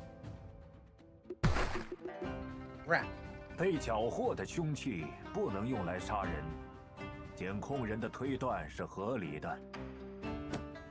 辩护人有异议。被告进入现场的时间在晚上8点左右，当时洋货铺里面空无一人。被告，这是当时的情况吗？他说的没错。刚刚检控人说，案发当晚7点30分到8点30分期间，只有被告一人出入过案发现场。检控人又说，命案发生在晚上8点到8点30分之间。考虑到洋货铺只有一个出入口，证人不可能只看到被告一人进入洋货铺。那证人还应该看到谁？ They should have seen Wu. They have to have seen Wu for him to be murdered.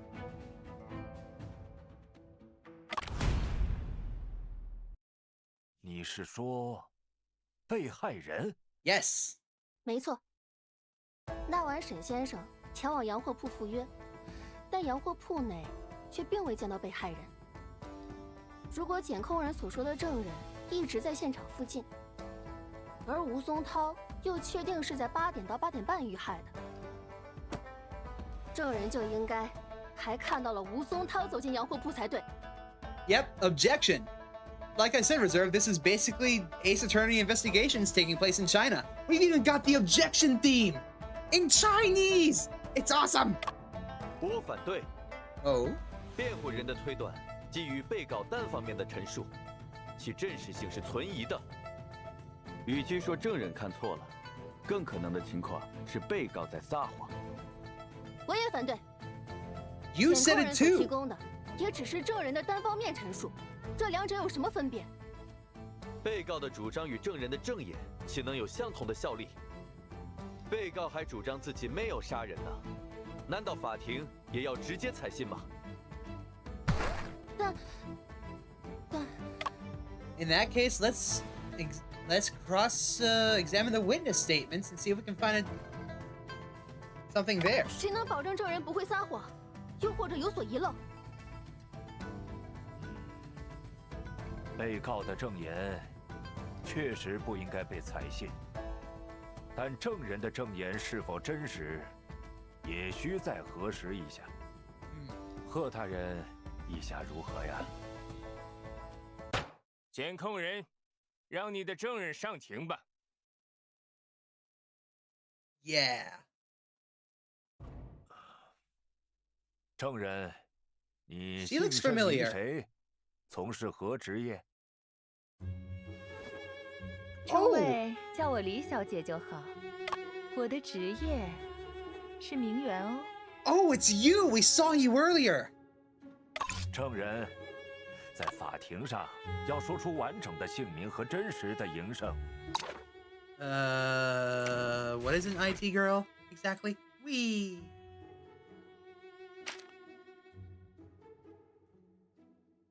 Young woman who is considered to possess the indefinable qualities that make her exceptionally popular. That's not quite a thing yet here.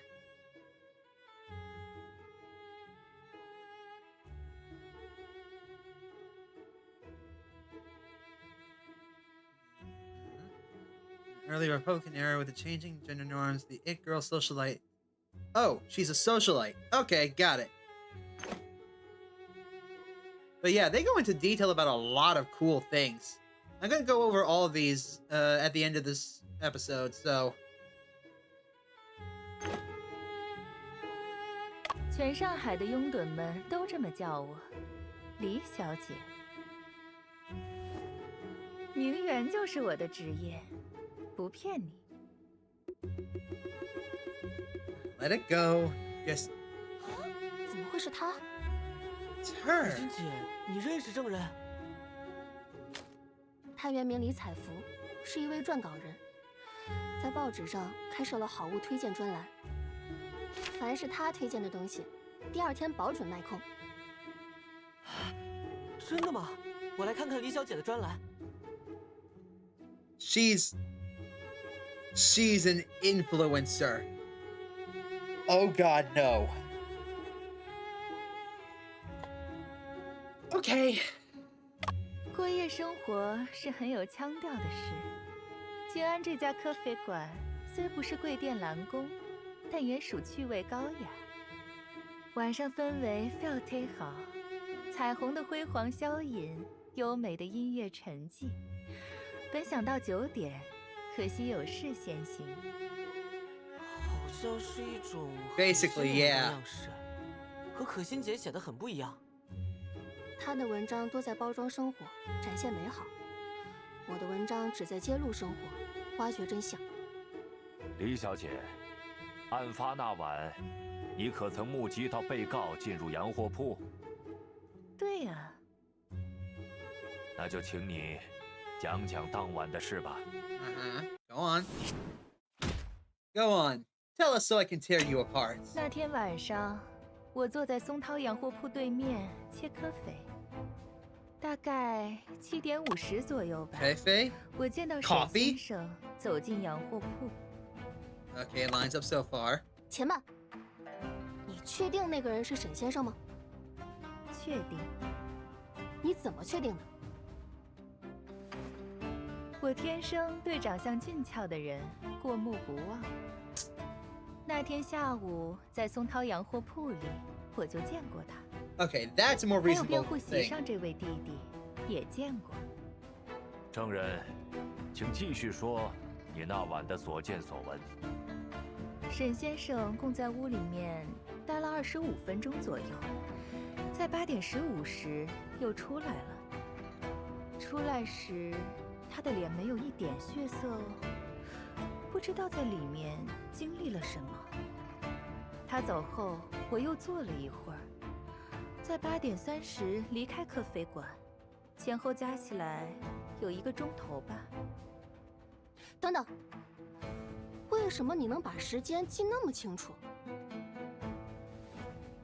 因为马路对面就有钟啊。李小姐作为撰稿人，又要品科肥，又要写文章，应该无法一直盯着对面看吧？弟弟，我切科肥时从不写文章，我只专心看风景。那晚路上行人不多，难得经过一个俊俏的，我多看了2眼，犯法吧啦？不犯法。李小姐，如果有人要进入洋货铺，一定会经过你面前吗？ Yes, there's only one way in and out. 我就坐在洋货铺的正对面。你有没有见到被害人吴松桃进入洋货铺？没有哦。那是否有其他人还进去过洋货铺？没有哦。李小姐真是把话说的滴水不漏。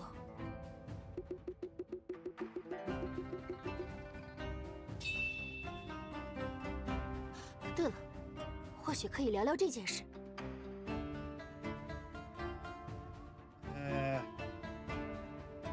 你刚刚提到沈先生出来时面色不好，能仔细说说吗？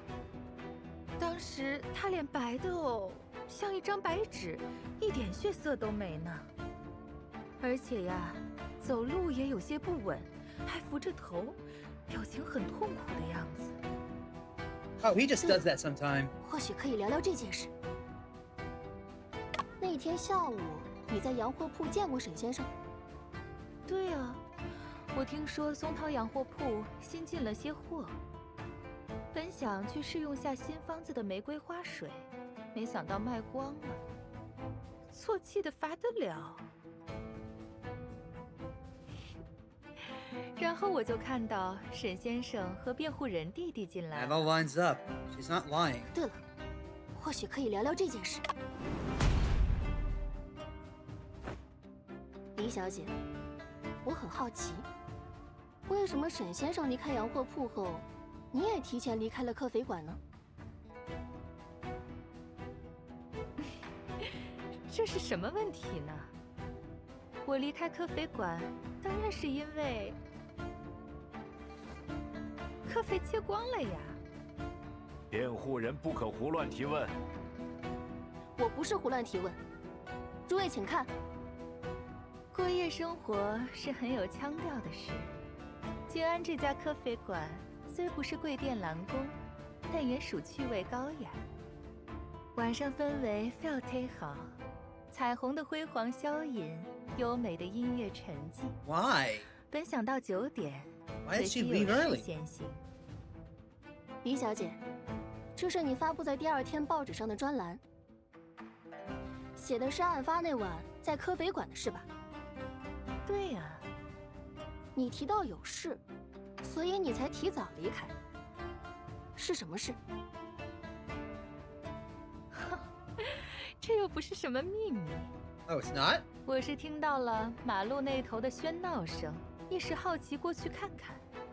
啊！没想到是巡捕房逮人，被捕的还是沈先生。你提前离开，只是因为听到了喧闹声？对了，我切科肥的时候，周围很安静的，吵了就没氛围了。那你离开之后又去了哪儿？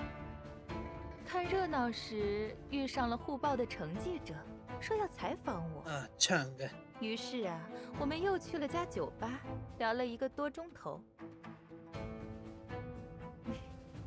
对了，程记者还跟我提到你了呢。Oh no. Of course he did. Of course he did. 可心姐，我感觉李小姐的证言里有一处不自然的地方。Yeah, I noticed it 你 too. 说说看。我还说不上来，但我记得先生遇到这种情况，会把证言和证物比对一遍，找出有矛盾的地方。那我们也试试这个方法。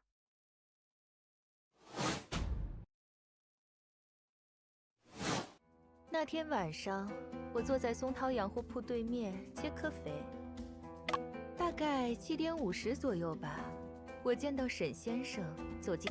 沈先生总共在屋里面待了25分钟的样子，8点15走出来的。出来时，他的脸没有一点血色哦，不知道在里面经历了什么。我总共坐了1个钟头，周围都挺安静的，直到马路那边传来喧闹声。这段时间里，没有其他人出入过洋货铺。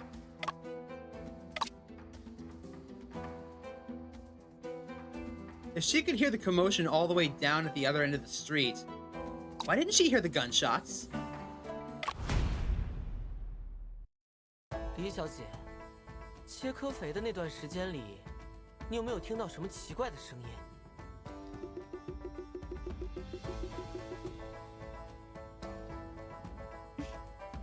侬觉得什么声音能算奇怪？会打扰一个名媛安静的喝科肥那种？我反对，这是诱导性询问。我反对你的反对。阿福只是在回答证人问的问题。哎呀，虽然不明白什么是诱导性询问 Let's find out together.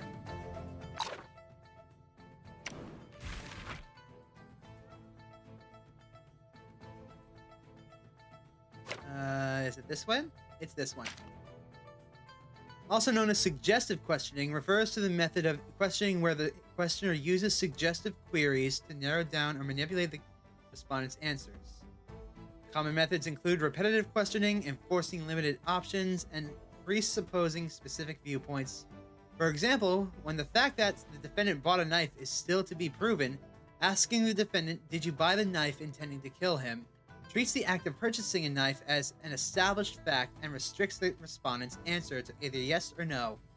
It's a classic example. I love this game. 但本官觉得，辩护人的话没什么不妥之处。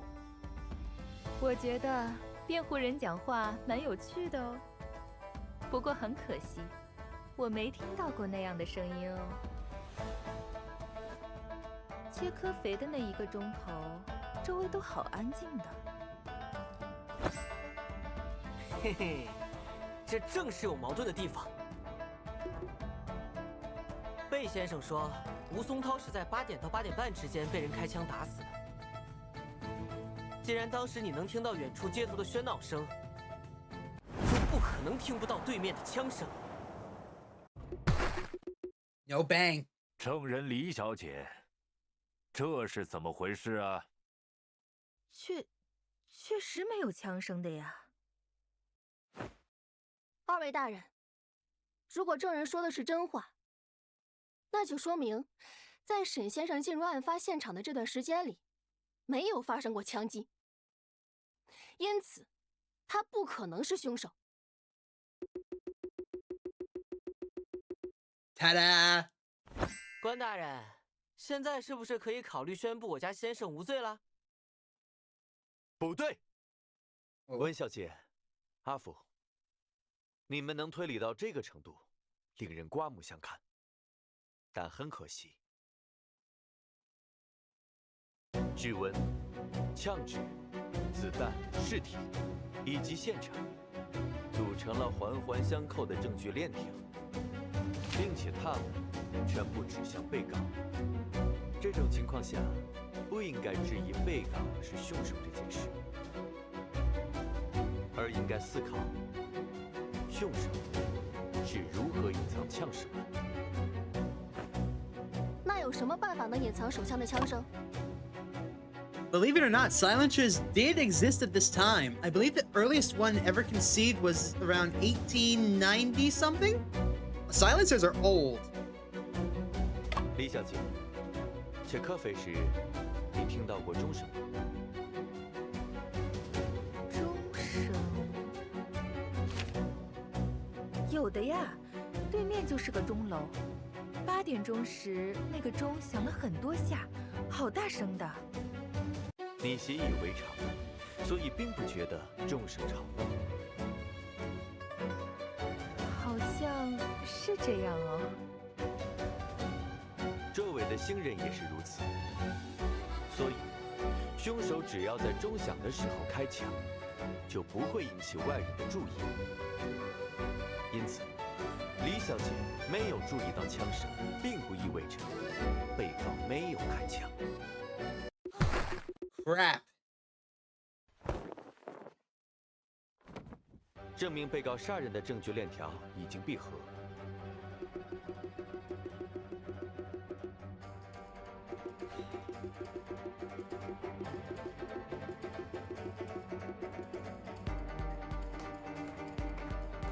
不愧是贝尔检察长。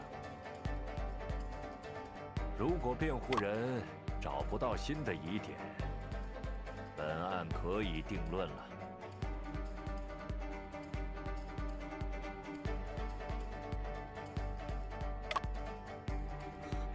可心姐，我接下来应该说什么？我也，对方太强了，怎么办啊？这是终审裁决。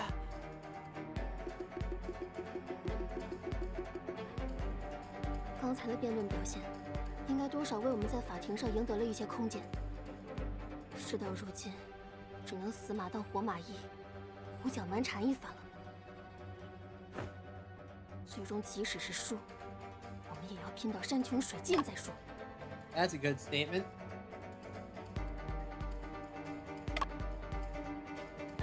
可心姐，我们该怎么胡搅蛮缠啊？ 不管是什么观点、证据，只要对我们有利，我们都抛出来。 Anything, huh?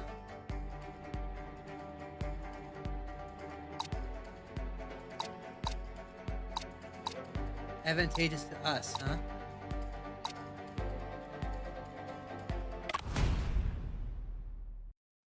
关大人，辩护方还有话要说。 我的当事人沈仲平沈先生，是一名非常出色的侦探。他侦破过许多案子，其中汉阳铁厂案家喻户晓。我的当事人在没有尸体、无法尸检的情况下，仍然根据现场的蛛丝马迹还原了真相。没错，而且是在1天之内就破解这件案子。我说被告的名字怎么看着眼熟？ 原来是破了铁厂奇案的那位侦探。好端端一个侦探，怎么就杀人了？大人，我先生为人温文尔雅，一心匡扶正义，他不会杀人的。感觉是有些不合常理。关大人，你们秦国法官断案喜欢凭感觉，这是不正确的。 不能仅凭被告的职业就改变对其犯罪事实的认定，应该依赖证据和逻辑推理。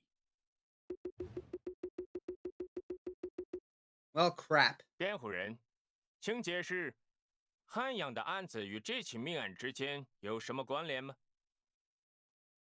关联就是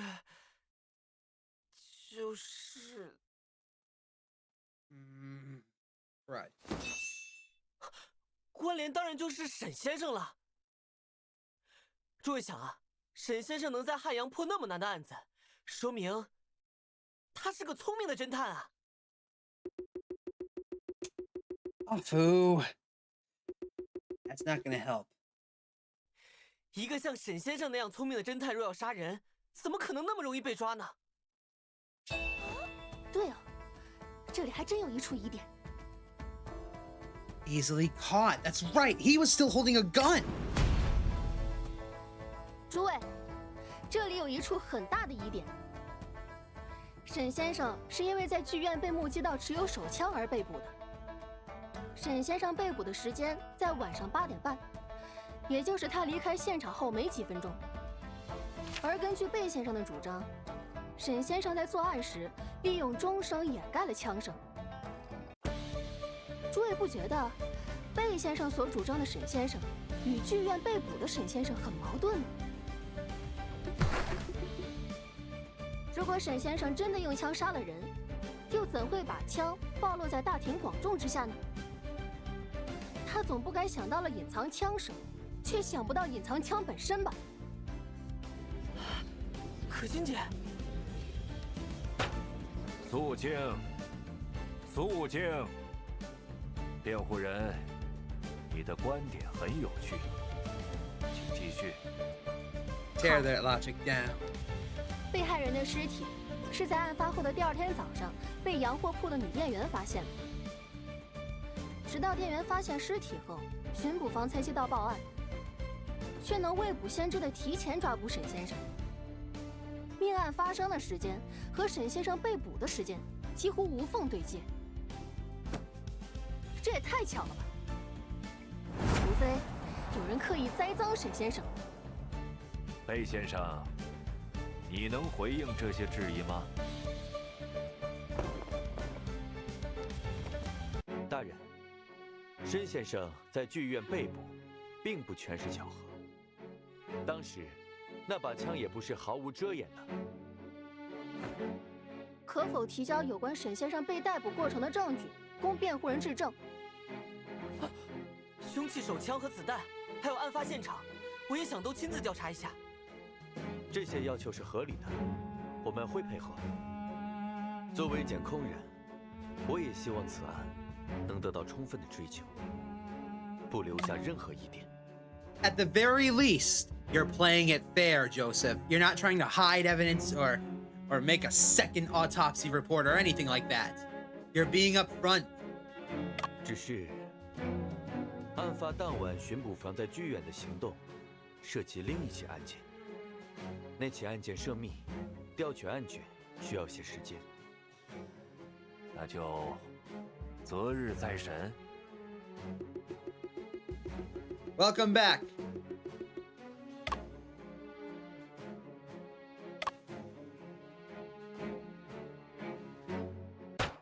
本官宣布，暂时停止沈仲平涉嫌持枪杀害吴松涛一案的审理。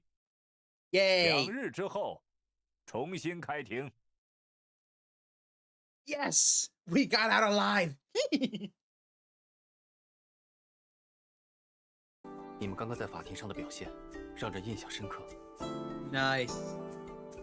Thanks, Shen. But yeah, we made it through court unscathed, basically. That was tough, though. And unlike in Ace Attorney, Joseph, our prosecutor opponent, is playing it straight. He's not hiding evidence or coming up with a second autopsy report or anything like that. 侥幸侥幸。演员最后说话的时候，我的心都提到嗓子眼儿了。不管怎样，我们还是争取到了查看证据和重查现场的机会。Yes, now we can actually look at 只要能找到新 stuff. 的突破口，下次庭审就还有胜算。让你们费心了。等我们赢了下次庭审再道谢吧。不过，话说回来，沈先生，你在洋货铺的20多分钟里，真的没看到其他人吗？没有。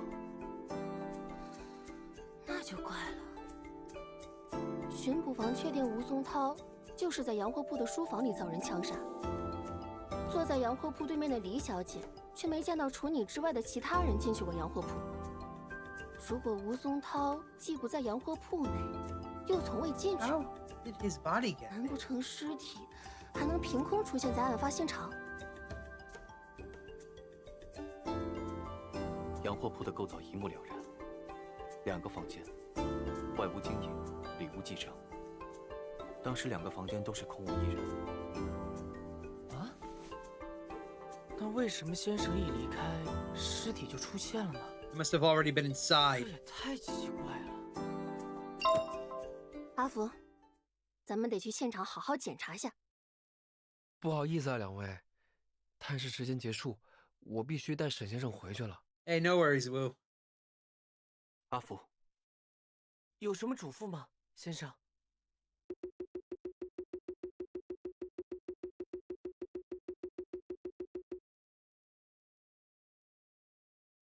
查案之途多险阻，注意保护自己。没问题。那先生记得要按时吃饭，保重身体，一定要坚持到下次庭审。好。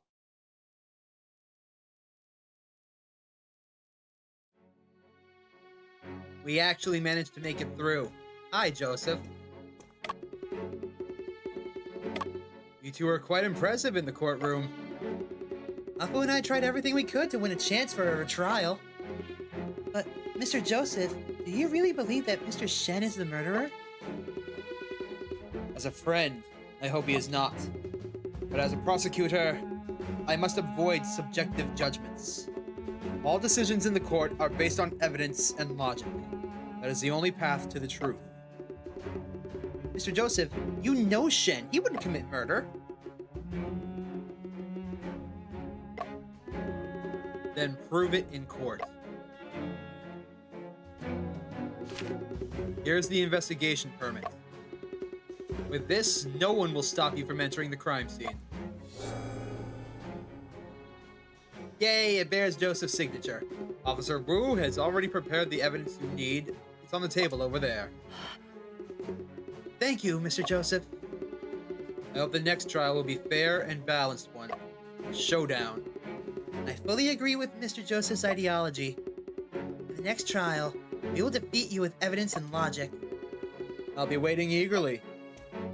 That! I like this guy better than almost any other Ace Attorney prosecutor. That's just...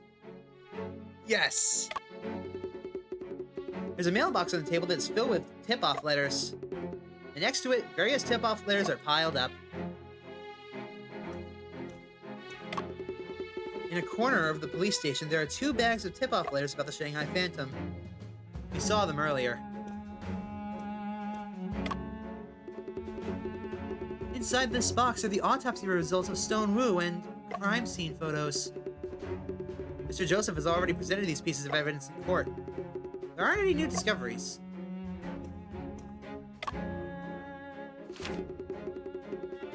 This box contains Shen's personal belongings. Checked that in Sergeant Singh's office, and there was nothing special. Did Afu visit Sergeant Singh's office? Did I?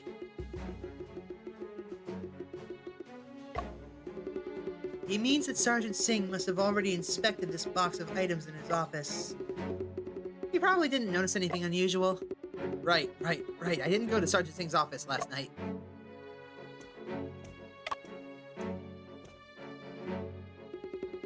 Inside this evidence box, there's a pistol, a bullet head with blood, a bullet shell. There's also a fingerprint comparison report and a barrel rifling trace comparison report. Which one would you like to check? Let's look at the shell. Mr. Joseph has shown the pistol and bullet, but it's the first time that we see the bullet shell. The bullet shell was collected from the crime scene. No fingerprints were found on it. That's why it wasn't presented in the court. Can I take another look? Of course. The bullet shell is brass-colored and relatively smooth. The bottom of the bullet shell is marked with 32 auto, indicating it's a 32 caliber. The tongue-shaped groove in the center of the bottom. It's trace left by the firing pin. It doesn't appear to have any abnormalities.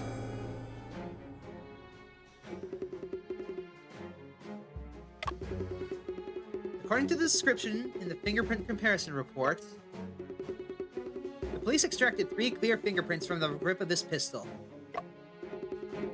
They're from the thumb, index finger, and middle finger of Shen's right hand. No other fingerprints were found. Okay. The police used fingerprint comparison to determine if the gun fired the bullets at the scene. Firstly, they loaded the gun with the bullets of the same caliber and fired them. Then they compared the texture on the side of the bullet under a microscope.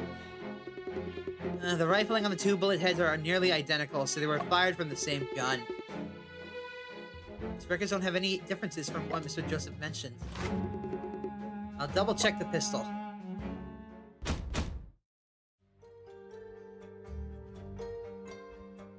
Well, first thing we should do is pull the slide back.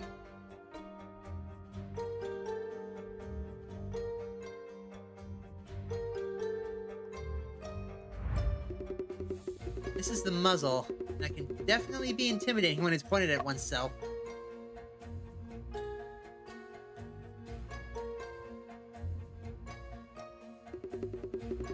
There's a small fingerprint on the trigger. Officer Wu, do you know whose fingerprint this is? The fingerprint area is too small to compare.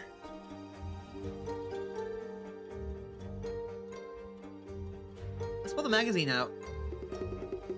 This is the base plate of the magazine. Can I double check the magazine? Of course.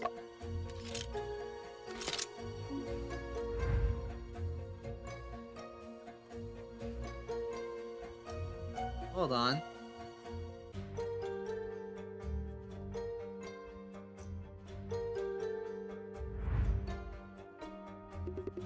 Huh? What's this? What did you discover? From this angle, it looks like there are fingerprints on the bullets. Indeed, they do look like fingerprints. Officer Wu, have you checked the fingerprints on the magazine? No, we didn't. We didn't think there would be fingerprints on the magazine. Maybe this is crucial information. Okay, I'll check it now.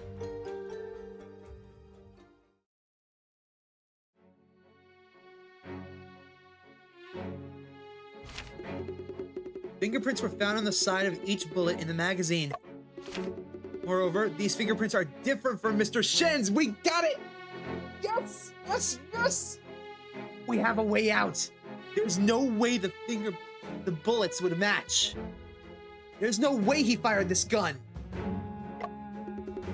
That's great! Finally, there's a breakthrough. Can we determine whose fingerprints they are? Not at the moment. I also found a palm print on the side of the magazine, but I can't determine the identity either. Please wait a moment. I'll go to the records room to check. Afu, the fingerprint may take time. Let's go to the crime scene for now. Miss Wen, Shanghai is indeed a small place. We meet again. Mr. Chang, you have discovered another big news story, haven't you? Well, well. I just plan to interview Mr. Shen and do some follow-up reporting. Mr. Chang, I have a question for you. Why did you smear Shen as an accomplice of the thief? Huh? It wasn't me who said it. It's the officer I interviewed. Then you should verify Mr. Shen was not in Shanghai when that theft occurred. Timeliness is most important for news. To release the interview quickly, that's called news. But you should not make fake news. If the facts have changed, then I can make an update, right? Alright, it's time for the interview now. See ya. Yellow journalist, son of a... Afu, are you still thinking about what Toby Chang said earlier? Not really. Toby Chang looked familiar to me. I finally remember where I've seen him before. Where? On Shen's clue wall. He's one of the suspects in Shen's brother's case. The next trial is in 2 days, and before that, we must complete all the investigations we can.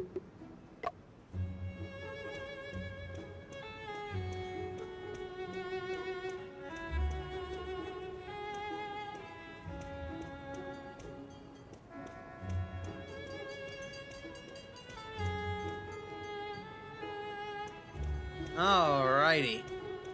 So, fun fact, there was another secret ending back there. And again, I'm not gonna show it. Buy this game yourself. To the theater! Away! Meanwhile, I'm gonna devour some chips.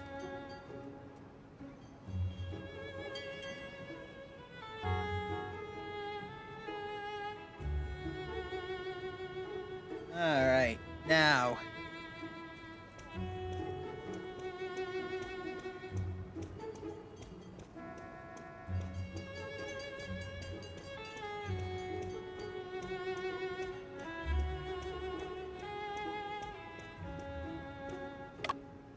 Hello, Officer Lee. Entry to the crime scene without permit from authorities is strictly prohibited. Just stop making things difficult for me. Don't worry, Officer Lee. This time we have an investigation permit. I won't cause any trouble. Oh, that'll do. Since it has been approved, you can investigate in any way you like. But let's establish the rules first. All items here must not be damaged or lost, otherwise I will be held accountable. Don't worry, officer. I've been with Shen in many crime scenes and I'm very experienced. What I'm worried about is you, young man. You seem restless and surely good at causing trouble. Ow!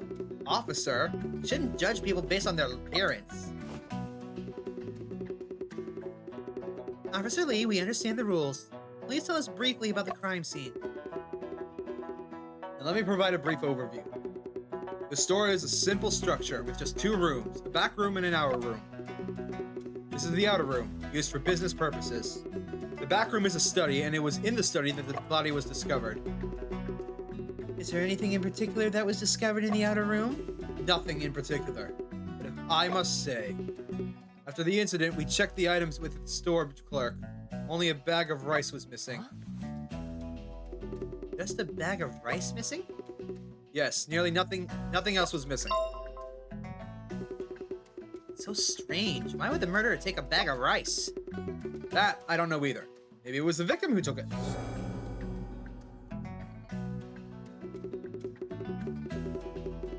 There's nothing more to say. You can figure out yourselves. Swear to God, if there's another murder. Alright. Advertisement for Watson Cola water, huh?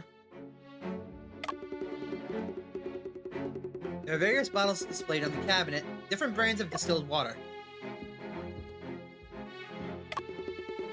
Many beautiful bottles and jars. They smell very nice.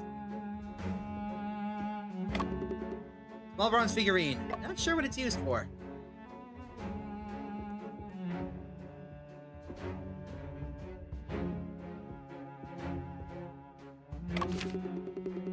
Officer, what was originally in this white square? That's where the bullet shell was found. There's a flower vase on the left side of the bookshelf, with several scroll paintings inside. The bottom left corner of the shelf is empty. A white square is painted on the cabinet board. Officer, has something been taken away from here?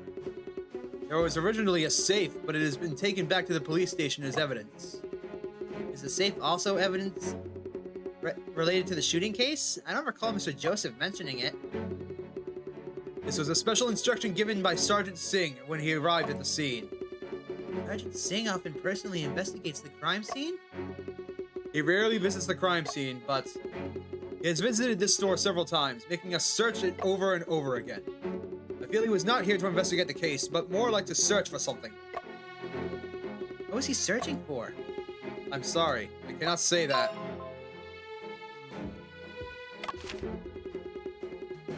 Officer, these white lines show the position and posture of Wu at the time of his death, right?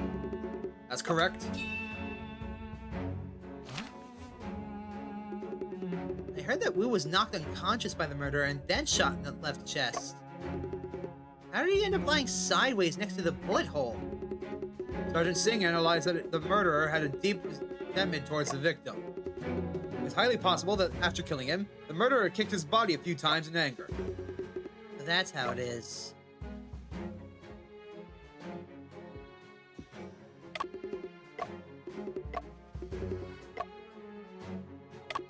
Oh, come on.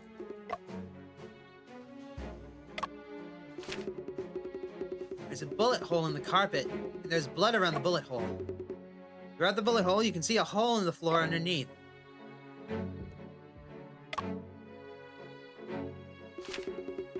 There's a concave shape inside this box. It's a pistol. Remember? Mr. Joseph said that the gun belonged to the victim and it was kept in a drawer in his study. It seems like this is the pistol box for storing the murder weapon.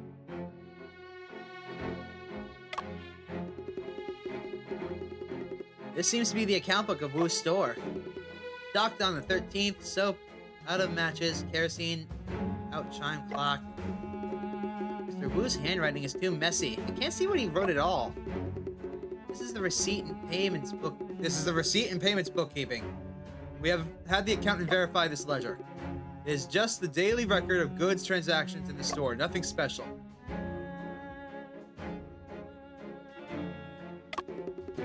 There's a set of tea utensils, a teapot, no problem.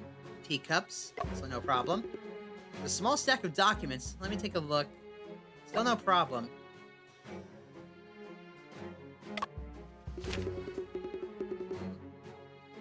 There's some indents on the carpets.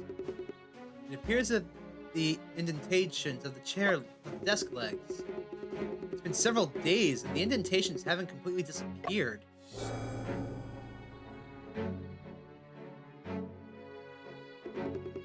It seems this desk has been in its position for a long time and only recently moved.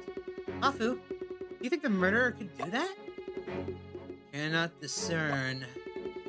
If the murderer moved the desk, there must be a special reason behind it. Officer, may I lift the carpet to take a look? Be careful.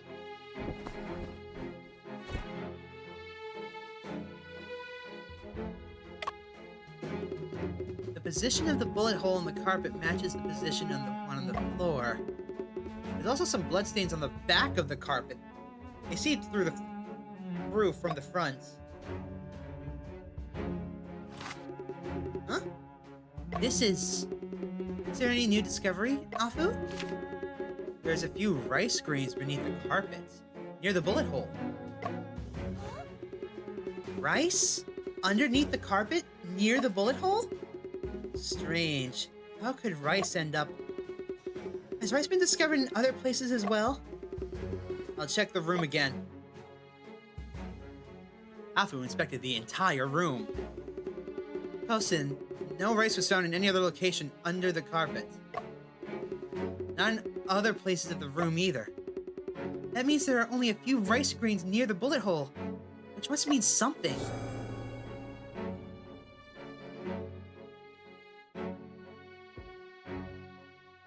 I understand what happened here.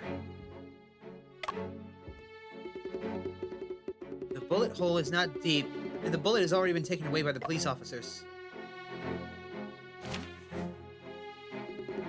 Wilson, did you see something shiny in the bullet hole?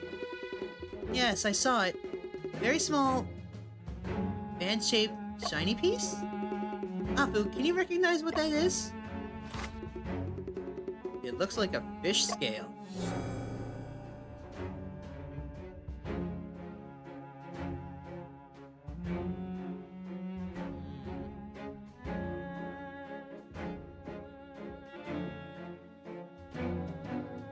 Okay, so what I think happened is the perp hid the body in here, waited for Shen to leave, dragged him out with the rice bag, plopped him out right here, shot him.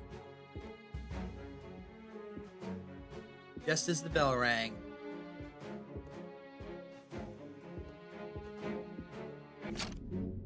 Let's stop and think for a minute. Afu, let's review the incident again. Stonewall was shot and killed in the study of the store between 8 and 8:30 this evening. During that time, Miss Lee only saw Mr. Shen entering and leaving the store. And Mr. Shen didn't see anyone in the store. If all of these are true, we must find a way to explain how Stone suddenly appeared in the study room. Thinking otherwise, there might be some incorrect information. What could it be? To answer these questions, we must go to the crime scene and conduct a thorough investigation. unknown fingerprints were found in the magazine, and they do not belong to Shen. It's highly likely that they are the traces left by the murderer. Once Officer Wu confirms the owner of the fingerprints, we can find the murderer. Before the results come out, we can go to the crime scene first. From the information provided by the Sing Sang, it seems that the murderer didn't kill Stone for money. But there were so many things in the store. Why did the murderer only take a single bag of rice? Perhaps it's because that rice is really delicious? Afu.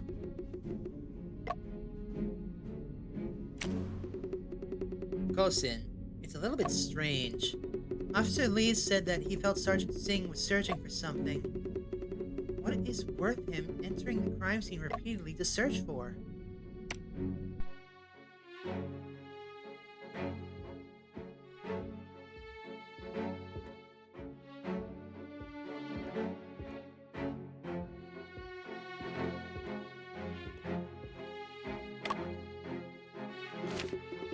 Kosin, there are many scratches on the floor that run parallel to the walls. It's as if this bookshelf has been moved before. And let's also move it and take a look.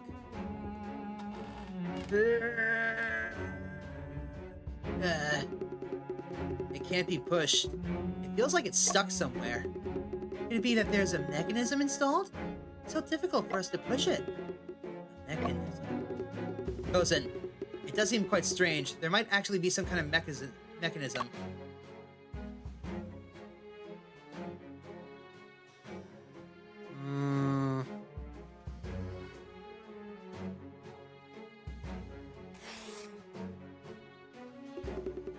No response. Seems like it's not here.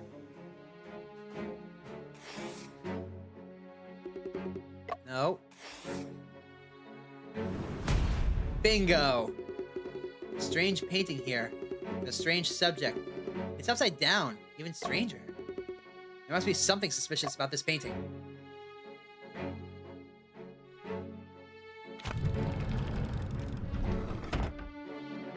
Cool! Kosin, there's indeed a mechanism. It can open a hidden door. What were you messing with earlier? Afu rotated a painting. I never expected. There's another hidden space behind this bookshelf. It seems like the police did not discover this hidden door in this previous searches.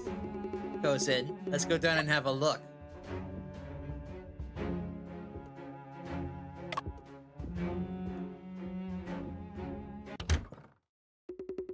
I never expected there to be such a large cellar underneath the store.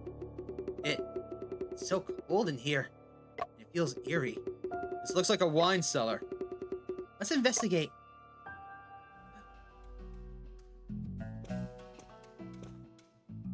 I saw that game. I saw the cat. So it looks like our dear friend Mr. Stone was smuggling.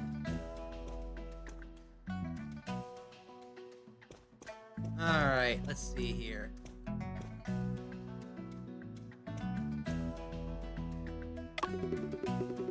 Various medicines on this shelf. Is Mr. Wu planning to enter the pharmaceutical business? It's not clear what the purpose is, so we can make a note of it for now. There are many large wooden barrels placed here. The smell. It's red wine.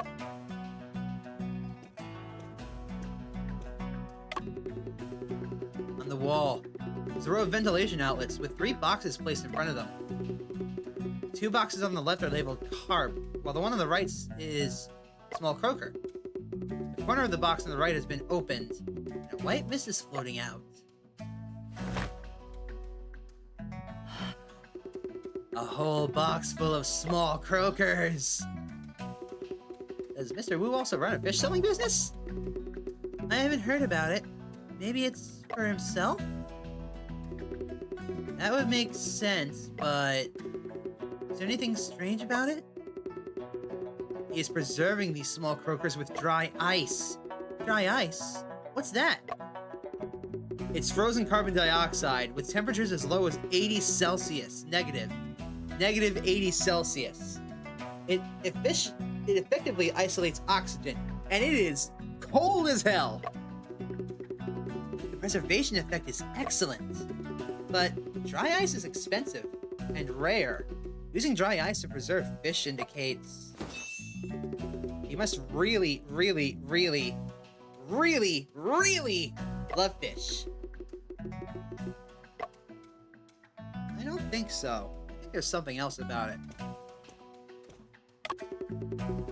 There's some types of foreign liquors, as well as several bottles of distilled water. On the table, there's a copper frog figurine, and next to it is a stack of account books. Kosin, the contents of this account book are different from the one in the study. Double bookkeeping. Many unscrupulous merchants do this. There's an additional customer list at the back of this account book. Oh? In Stonewoo's customers list, how come these names are on it?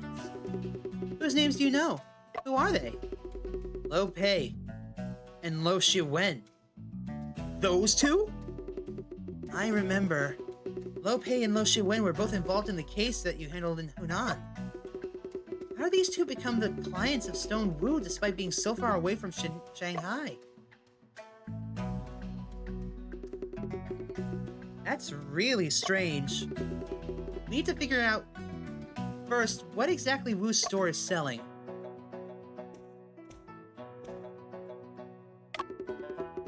In the middle of the sealed liquor cabinet, there are various types of wine glasses placed. On the top and bottom of the cabinet, there's some bottles of alcohol stored. As for the specific type, I just don't recognize them.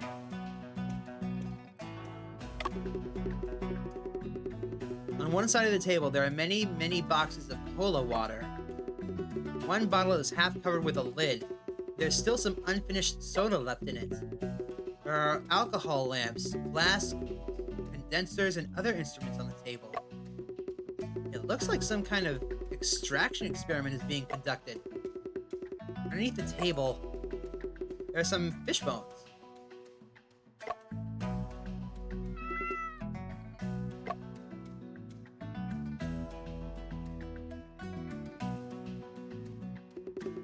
Such a cute kitty. Aw. So those fish bones were left over from his meal. Oh, adorable bean. Come here, you. Maybe, Kosin, could this be the Mr. Ginger that Cece is looking for? Orange clothes, white gloves, big wide eyes, pointed ears, long tail. Adorable floof. Fits the description perfectly. Kitty, are you Mr. Ginger? Can I shake your paw? Seems Mr. Ginger doesn't like people. Mr. Ginger seems to be not intentionally avoiding people, rather injured. Meow. Indeed, his mouth and paws seems to be frostbitten. Paws, mouth, fish. Mr. Ginger must have gotten into the frostbite on his paws and mouth while eating frozen fish. It seems that Mr. Ginger has been kept in the cellar for the past few days, and he's starving.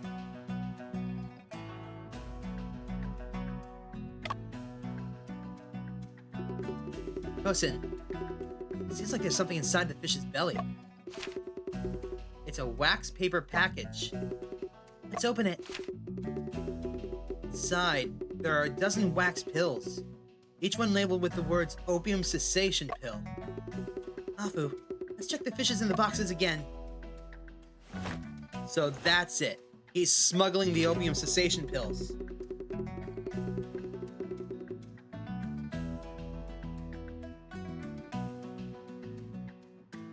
They're pill balls, basically. It's made to counteract opium addiction.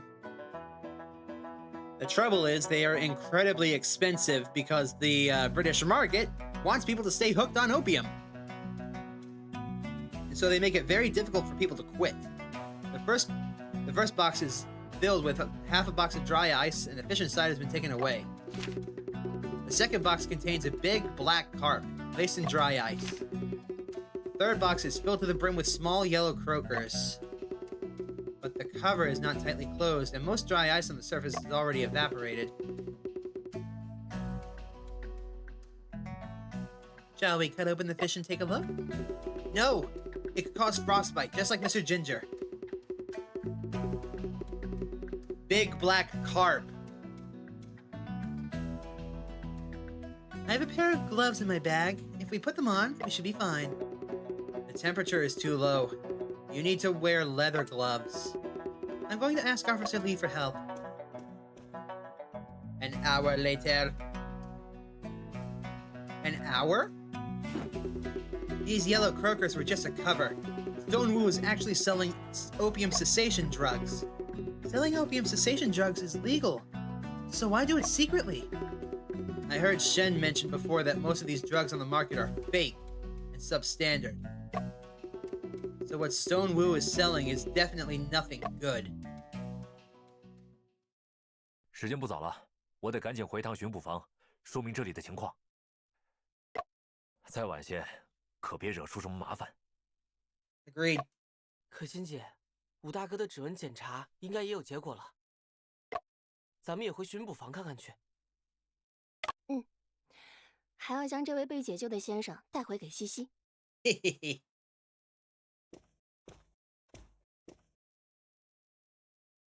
Poor Meow Meow。什么？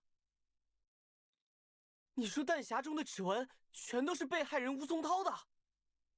我反复比较过了，就是他的。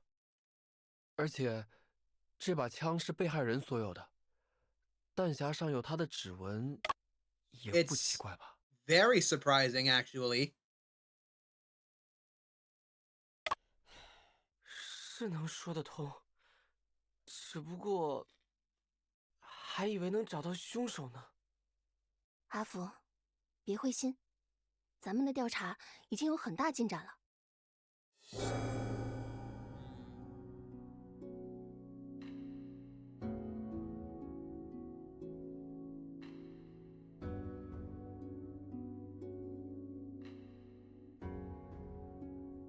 目前能收集到的证据，大概就是这些。除此外，我和可心姐还做了些其他的准备。时间很快就来到了。Wait, we don't get a second day to investigate? Hold on, no. I need to look at the evidence now. The fish scale, the rice grains, indentations, a lost bag of rice. Hmm.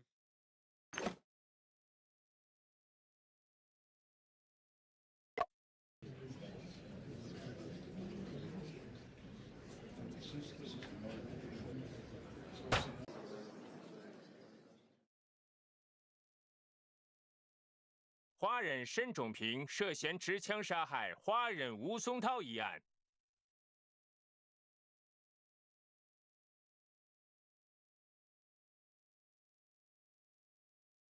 第二次庭审现在开始。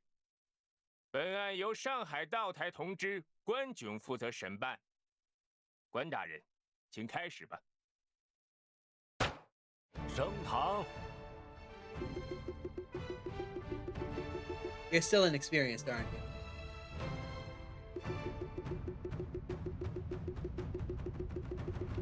Come on, out with it. 关大人，接下来该由检控人进行开场陈述。这个流程莫关忌惮，只不过，总觉得要有人喊威武。 才算开始。威武！辩护人请勿擅自发言。对不起，我还以为关大人要我喊。阿福，你又开始紧张了。我没有。你都变成大舌头了，还说没有？就是脑子。 好像自动暂停了。Yeah, I've been there. 深呼吸，等下适应这个氛围就好了。请便检控人进行陈述吧。All right, let's see what your attack is this time, Joseph. 二位大人，在上一轮庭审中，我们见到了由指纹、枪支、子弹、尸体和现场所组成的证据链条。我们不仅还原了被告的作案过程，还推出了他隐藏枪声的方法。基于这些，已经能够认定被告为凶手。但辩护人对被告的逮捕过程提出了质疑。出于公平正义，检控人认可辩护人提出质疑的出发点。但事实上，巡捕房逮捕被告的过程并不存在瑕疵。接下来，我要请公共租界巡捕房的辛格巡长和武木云巡捕上庭作 Turning 证。 Wu against us. 那就传辛格巡长和武巡捕入堂吧。我郑重、真诚和真实的宣誓和保证，我所做的证言是真实的、完整的，没有任何虚假之处。武巡捕，你不说点什么吗？啊，我同上。阿福，看来有人和你一样，站在法庭上就会紧张呢。我已经没事了。辛格巡长，你是此次逮捕行动的负责人，对吗？是的。武巡捕，你参与了这次逮捕行动，对吗？是的。在逮捕行动中，二位全程都在场，对吗？是的。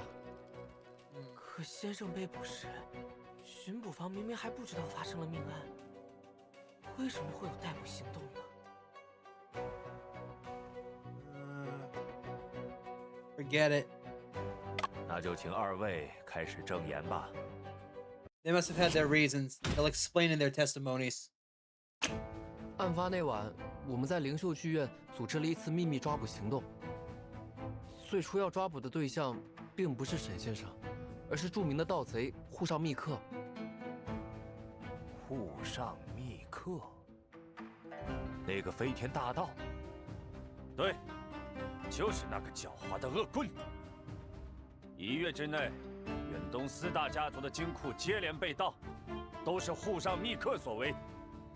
点滴集团和沙勋集团丢失了黄金，扎电家族丢失了一批军火。Ha! Sassoon's got robbed. 沃森家族的损失最大。Watson. 他们被盗的保险柜中藏有畅销寰宇的饮料——医生爱乐水的绝密配方。经过侦查，我们发现户上密克与松涛洋货铺的老板吴松涛往来密切。案件发生那天晚上，我们接到命令，晚上7点15分在灵秀剧院集合。到现场才知道，原来辛格巡长接到了线报，户上密克将在晚上8点30分，利用灵秀剧院的储物柜销赃。当时辛格巡长已经对剧院进行了摸底，并制定了详尽的抓捕计划。 准确地说，抓捕行动是从7点29开始的，我的本上记得清清楚楚。8点26，被告进入了剧院大厅。8点28，他打开了212号储物柜，并且往里面放了一把枪。吴巡捕，是这样吗？是。沈先生这一举动，让我们将他误认作户上密克，所以才逮捕了他。秘密抓捕行动也因此失败了。我说这没什么好惋惜的，神明庇佑。虽然没能抓住那个盗贼，但我们却抓住了一个谋杀犯。二位大人，这就是逮捕过程的始末。正如辛格勋长所说，被告在剧院被捕虽有巧合成分，但并不存在辩护人所主张的栽赃行为。巡捕们之所以注意到被告藏匿枪支，是因为他们一直在监视储物柜。听上去合理。辩护人还有什么问题吗？你们说沈先生是在藏匿枪支，有证据吗？有人向我们提供了一张照片。哦，这张照片拍到了沈先生藏匿凶器的瞬间。照片上的人的确是先生。看，只有凶手才会去藏匿凶器。那可不一定，说不定枪本来就在储物柜里，沈先生只是无意间将它取出来了。其实，行动之前，辛格巡长就检查过那些储物柜了，都是空的。What？ 肃静，肃静！将这张照片作为证据受理。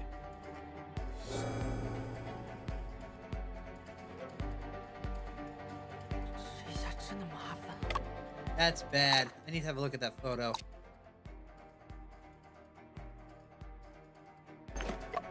辩护人需要质证吗？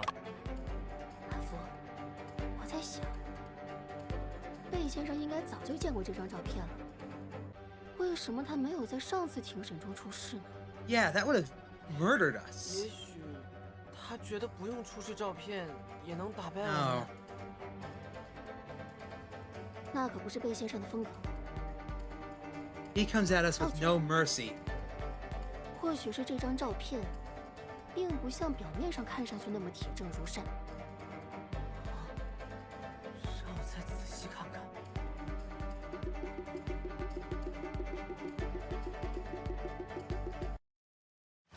可心姐，确实有地方怪怪的。阿福，把你觉得不自然的地方指给他们看。 Come on. 如果先生真的是在藏枪，那这件物品出现的位置就很奇怪了。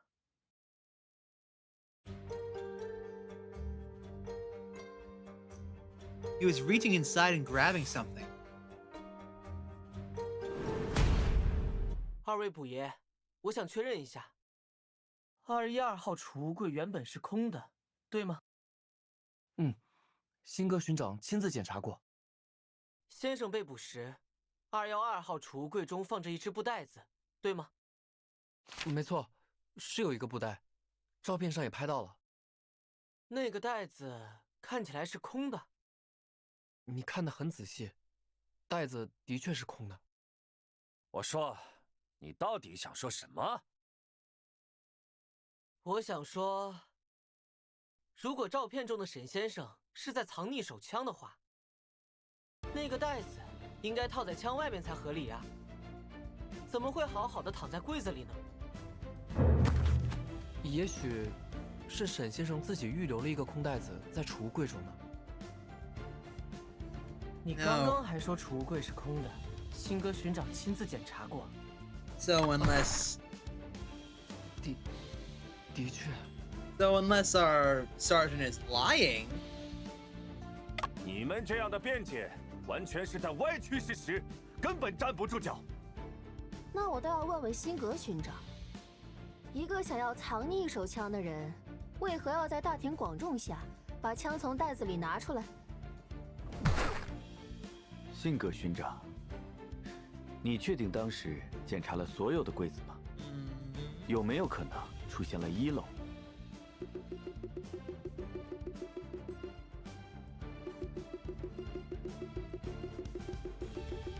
Sergeant. 或许那时候我疏忽了，没有彻底检查每一个柜子，因此没发现212号储物柜中有个空袋子。储物柜里只放一个空袋子，这很不合理。更合理的解释是，袋子里原本装着手枪。照片捕捉到的是沈先生取枪的瞬间，而不是放枪的瞬间。而且，先生是看到写着“灵秀剧院212”的纸条才去打开那个柜子的，这是分明有人在陷害他呀！辩护人忽略了一个最基本的事实 And that fact? 别忘了，吴松涛就是被这把手枪杀害的。的确。我说，真不愧是贝尔检察长。刚才差点被他们绕进去了。枪击事件发生在晚上8点到8点30分之间，当时这把枪还在宋涛洋货铺。而从晚上7点30分开始，212号储物柜就处在巡捕的监视之下了。手枪不可能凭空出现在储物柜里，被告将它从洋货铺带到剧院藏匿，是目前唯一合理的解释。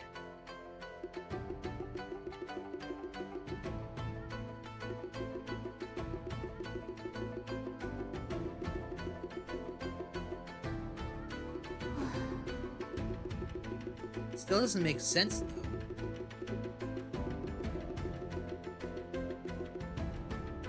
辩护人是已经无言以对了吗？贺大人怎么看？辩护人如果无话可说了，那关大人可以定夺了。那咱们就……关大人，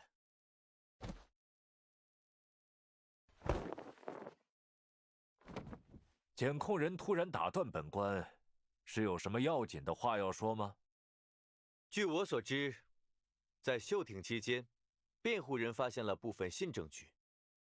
如果他们自己也认为那些新的发现不足以影响法庭对事实的认定，检控人建议就此结束法庭调查。He's giving us a hint. 休庭期间的新证据，柯金姐，贝先生这是在提醒我们吗？看上去，他的确希望案子能被论证得更加充分。He wants a 去 fight. 往下次庭审是一场势均力敌的对决。但愿燕云和官审也有同样的耐心。I gotta give it to Joseph. He's an amazing prosecutor. 休庭期间新的发现，介绍哪个比较好呢？大人，休庭期间，五巡捕在手枪的弹夹中发现了新的指纹。哦，谁的指纹？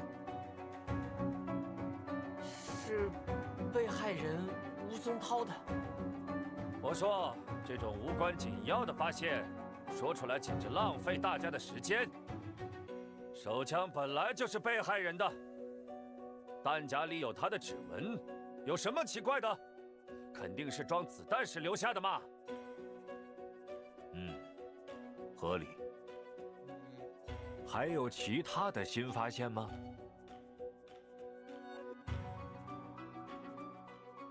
我们在洋货铺发现了一道暗门，暗门下面有一个酒窖。据我们所知，之前的调查中，巡捕房应该完全没有注意到这个地方。我说，你们是借机质疑巡捕房吗 I am. 巡捕房确实没有在第一时间发现那个酒窖，但那个酒窖中没发现任何与枪击案有关的线索。I think there were. Because someone came in 听下 after the 来 fact.，这些发现都不会对审理结果有什么实质性的影响。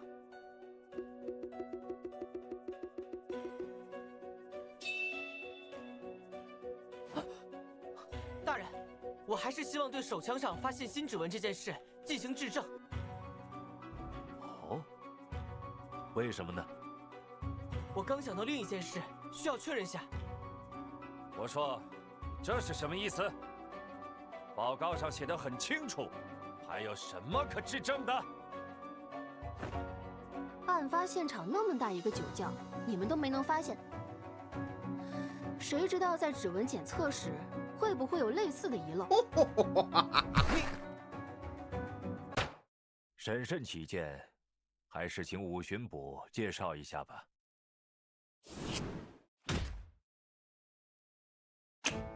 就是我们之前对手枪做指纹检测时，只检测了枪的外壳，后来对弹匣做了补充检测，发现了被害人吴松涛的指纹。指纹分布情况是这样的：弹匣的侧面有一片掌纹，与被害人左手的纹路相符。弹匣一共可以容纳8颗子弹，开过一枪后剩余7颗子弹。这7颗子弹的弹壳侧面，都发现了被害人右手食指和拇指的指纹。情况就是这样。对此，辩护人有什么想说的吗？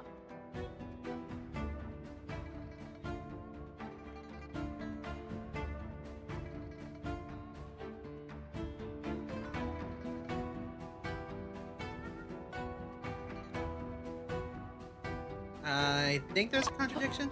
有。辩护人，声音不用那么大，本官听得到。你说说看，有什么问题？大人，有一处明显有矛盾的地方。如果弹匣中的子弹上有被害人的指纹的话，那另一件证据就有问题了。 There's no fingerprints on this shell. Why? 与弹匣有矛盾的证据是这枚弹壳。弹壳？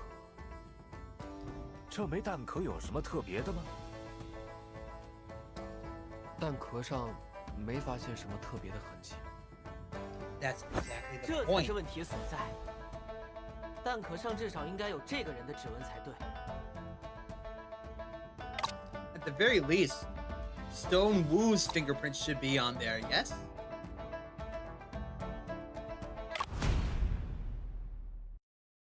你是说，被害人？没错，弹匣中所有子弹的弹壳上都附有他的指纹。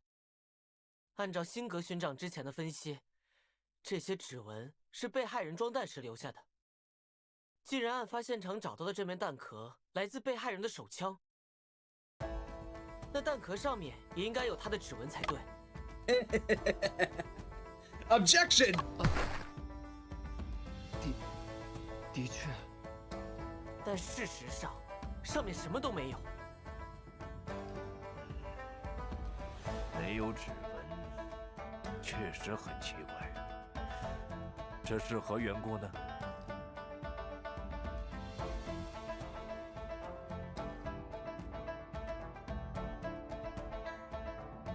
Fingerprints can't have been wiped off the bullet shell. It'd be way too hot. Just picking it up would scald your skin onto it. No. There has to be another bullet. 匪夷所思，但说不定子弹头和子弹壳分属于2枚不同的子弹。什么？哼，你是没学过算术吗？阿福，这把手枪确实只开过1枪。手枪的弹匣里面还剩下7枚子弹，而弹匣的总容量是8枚。那有没有可能，子弹是另一把手枪发射的呢？肃静，肃静。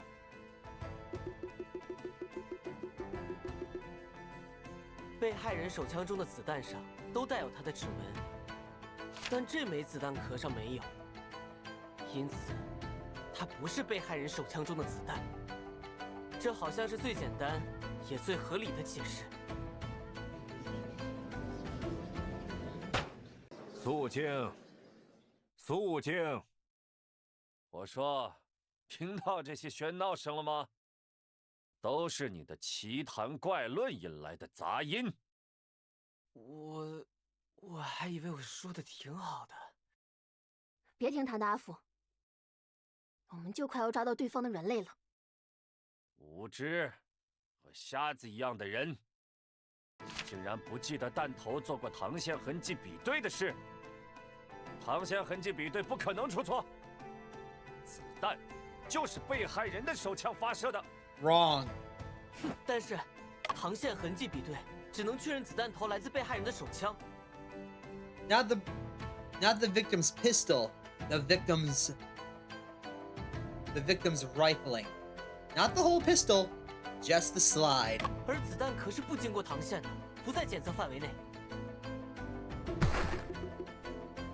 辩护人，你的意思是，子弹头和子弹壳来自2把不同的枪？对于弹壳上没有被害人指纹的问题，我想不到其他更合理的解释。这种问题，不是怎样解释都行吗？也许只是被某个粗心的检测人员不小心擦掉了。应该不会。我说，你最好安静点。如果那样的话，说明巡捕房的检测流程有瑕疵。我们有理由怀疑巡捕房出具的所有证据的可靠性。哦。肃静，肃静！二位，不要吵了。本官已经快被你们绕晕了。检控人对此有何见解吗？如果弹壳和弹头来自不同的手枪，就意味着现场发生过2次枪击。但是，巡捕房只在现场找到了1个弹孔、1个弹壳和1个弹头，弹壳上没有指纹，可能另有原因。听起来，那还是说，现场只发生过1次枪击。因此，辩护人的主张不。等一下，如果辩护人有办法证明发生过2次枪击呢？哦，真如此，那就拿出相关的证据吧。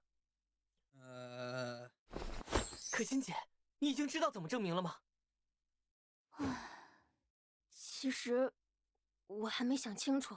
Damn it！ 但过去做新闻调查的直觉告诉我，很可能你推测的情形才是真相。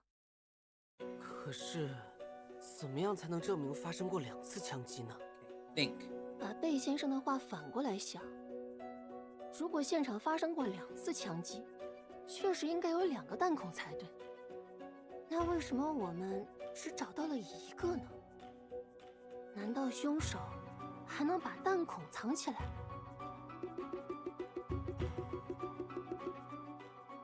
以前先生遇到这种情况，总喜欢念叨一句话：凡有接触，必留痕迹。证据不是不存在，只是未被发现。说不定，凶手真的把弹孔藏起来了，那应该会留下藏的痕迹吧。Give me a hint, game.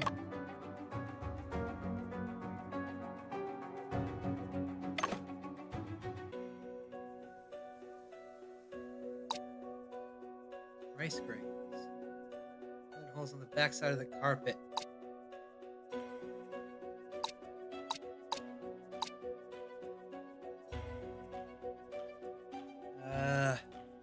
Well, if they moved everything around, they had to do this. 能证明发生过2次枪击的证据，就在案发现场的地毯上。地毯？贝先生说，案发现场只有1个弹孔。事实上，弹孔有2个，一个在地毯上，另一个在地毯下的地板上。但2个弹孔的位置是完全重叠的。Oh, I get it. They wrapped, whoever this person is, wrapped Stone Wu up in the carpet, shot him, then...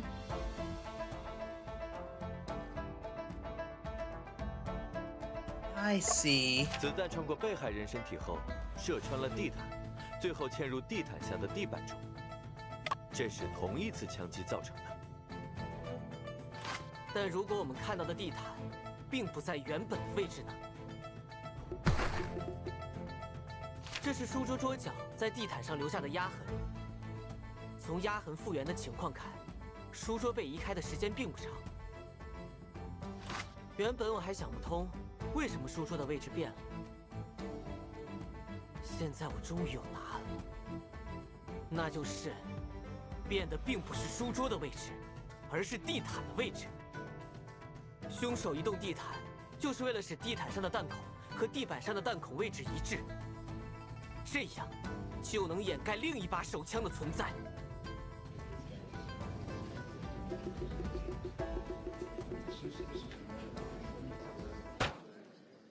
这个说法，道理上是说得通的，但细想下来，还是很奇怪。确实，奇怪在，如果地毯的洞与地板上的洞不是同一枪造成的，那地板上应该能找到对应地毯的另一个弹孔才对。此外，现场的弹头和弹壳数量也应该分别是2枚。辩护人，你是否能解释清楚，他们去哪里了呢？魏先生提的问题很关键，我必须要想出答案。Okay, let's think. 其实只有一种可能性。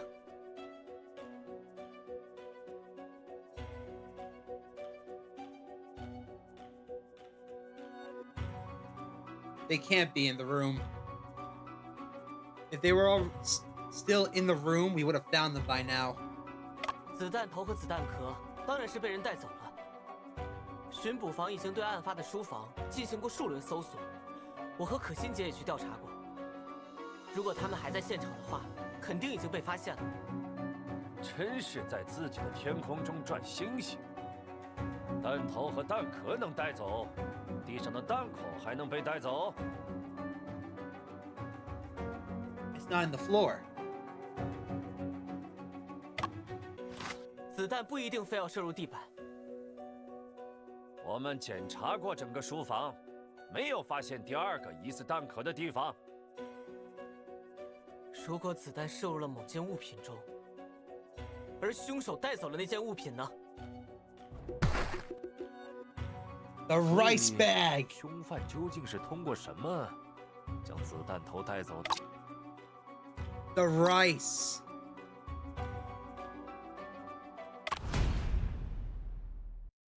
大家有没有注意到，有几粒零散的米粘在地毯背面弹孔的附近？这些米粒也和案件有关吗？当然有关。Oh, I get it now.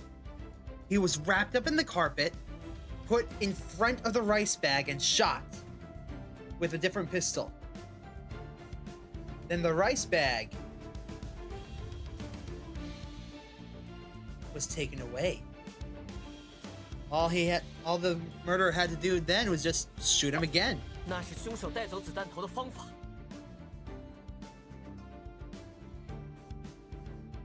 什么意思？用几粒米 Not a few rice grains, a whole bag. 但1袋米却足以截留子弹头。据调查现场的李巡捕说，案发后，洋货铺少了1袋洋米。我想，这袋米应该是凶手拿走的。他先将米袋垫在地毯下方，再开枪。米粒会分散并吸收子弹飞行的能量，将子弹头截留在米袋之中。这个方法听上去还蛮可行的。凶手就是用米袋将子弹头带走的，地毯下的米就是在这个过程中散落的。这就可以解释为什么地板上只有1个弹孔。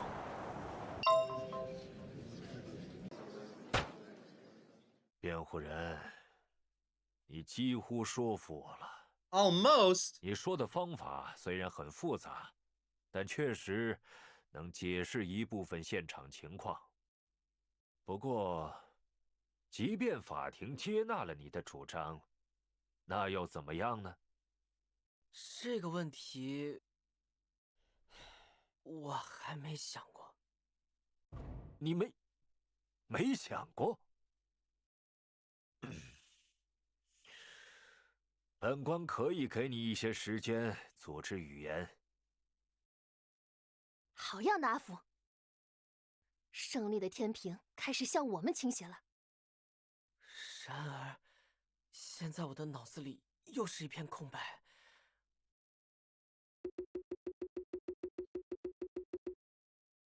辩护人，请听好了。虽然你成功解释了弹壳、弹孔和指纹的问题，但仍然没能撼动一个最基本的事实：杀死被害人的那颗带血的弹头，来自附有被告指纹的手枪。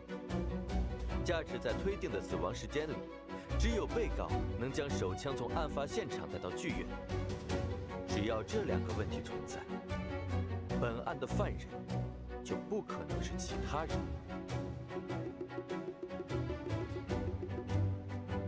你明白了吗？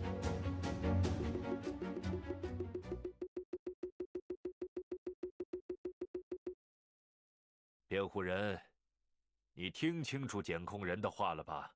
Oh, we heard it. Just thinking.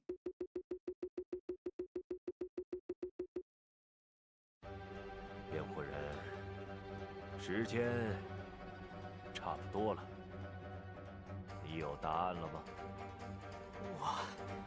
我时间，这个声音是案件的关键是时间。阿福，先生，迄今为止的一切都经过了缜密的设计，各种隐情我也没有完全参透，才不想把你牵扯进来。别说什么牵扯，先生有事，就是我有事。如果你想查明背后的真相，一定要记住，案件的关键是时间。阿福，了解。你可能会经历很迷茫的时刻，当你觉得千头万绪无法理清时，可以尝试进入自己的思维宫殿。哎，我也有思维宫殿。 Everybody does. 我还以为那是先生独有的能力呢。People just haven't figured out how to go inside yet.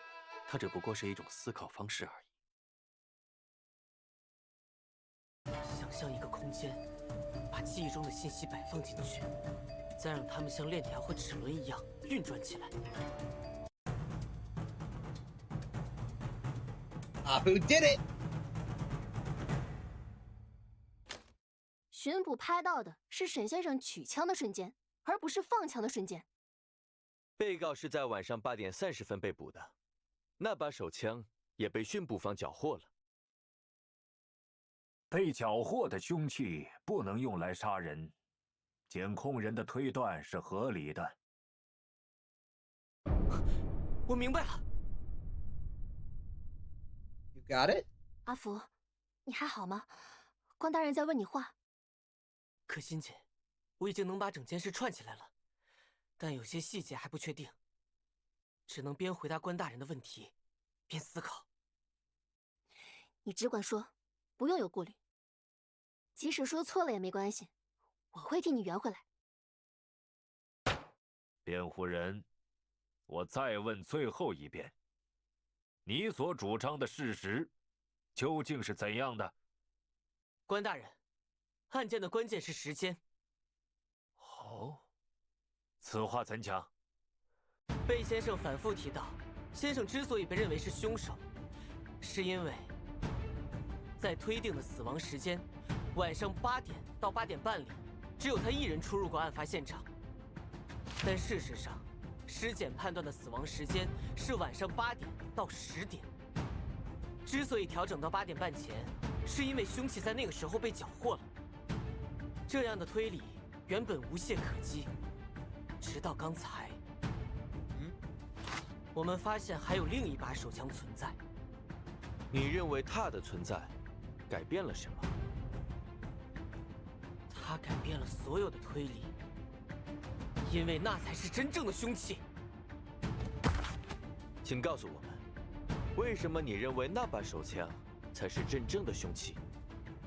因为巡捕房缴获的这把手枪没办法使用，凶手只能用另一把枪。此话怎讲？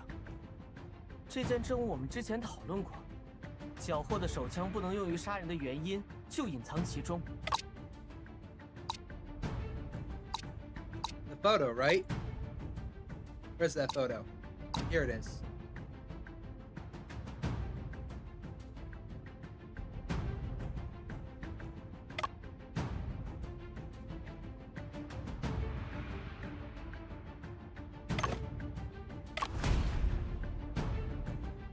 讨论这张照片时，可心姐曾指出，先生被捕时是从储物柜中取枪，而不是放枪。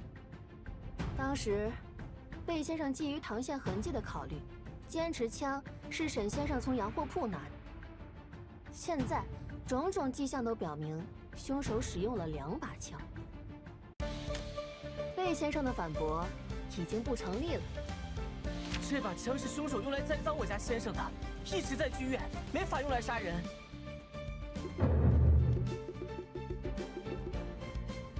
那你如何解释现场的弹头和弹孔？子弹头上的膛线痕迹与缴获的手枪一致，说明确实曾有人用它对案发现场的地板开枪。但这件事发生在先生去洋货铺之前。这不可能吧？弹头上明明沾着血。血也可能是被害人遇难后流进弹孔的。倒也说得通。吴巡捕，也许你更应该跟辩护人交流一下有关弹孔深度的问题。深度的问题？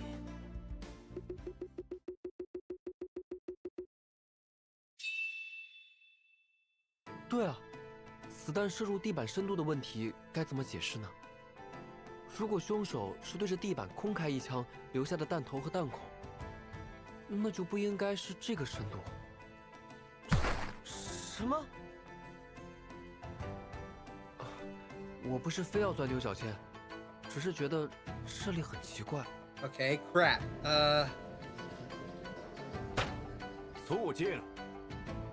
裴先生，能麻烦你再给本官解释一下吗 Yeah, go into detail. 关大人，吴巡捕的意思是，如果子弹不经过人体直接打入地板的话，威力会大很多。他在地板上留下的弹孔深度不应该是现在看到的样子。那这一来岂不是？辩护人的所有推论都基于一个核心主张：弹头和弹孔是在被告进入案发现场之前就留下的，但他们没有考虑到弹孔深度的问题。如果不解决这个问题，那辩护人的推理就完全不成立了。辩护人，弹孔深度的问题， Crap. 你是否有办法解释？对啊，弹孔究竟是怎么回事？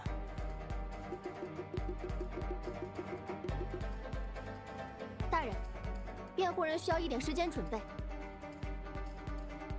柯欣姐，对不起，这个问题完全被我忽略了。都已经走到这一步了，绝不能打退堂鼓。Yeah, no give up. No giving up. Never give up. Never, never, never.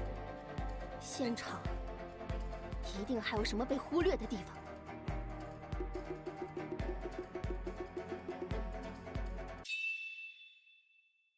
弹孔较浅，是不是因为这个呢？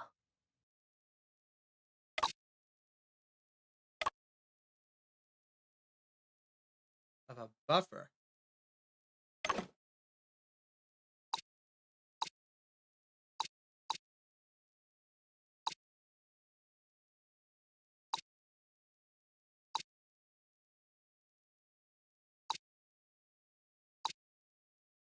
It can't be the bag of rice. That was already used.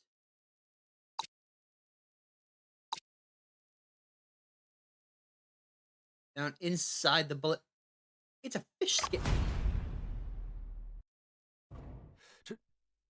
这是地窖之中有一条青鱼被人拿走了。这个亮片正是被子弹击中后变形的青鱼鱼鳞。鱼鳞？难道说？没错，凶手不是直接对着地板开枪，而是将地窖中的一条青鱼搬进了书房，隔着鱼射击地板。隔着鱼？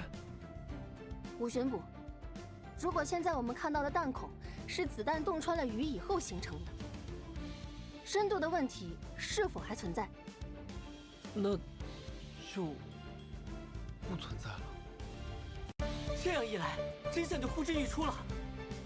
凶手是在先生之前进入现场的，他将被害人击晕后藏入地窖，并拿走了抽屉中的手枪。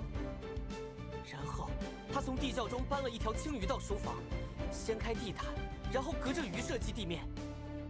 留下子弹头和弹孔后，他将地毯复原，并带走了鱼和子弹壳。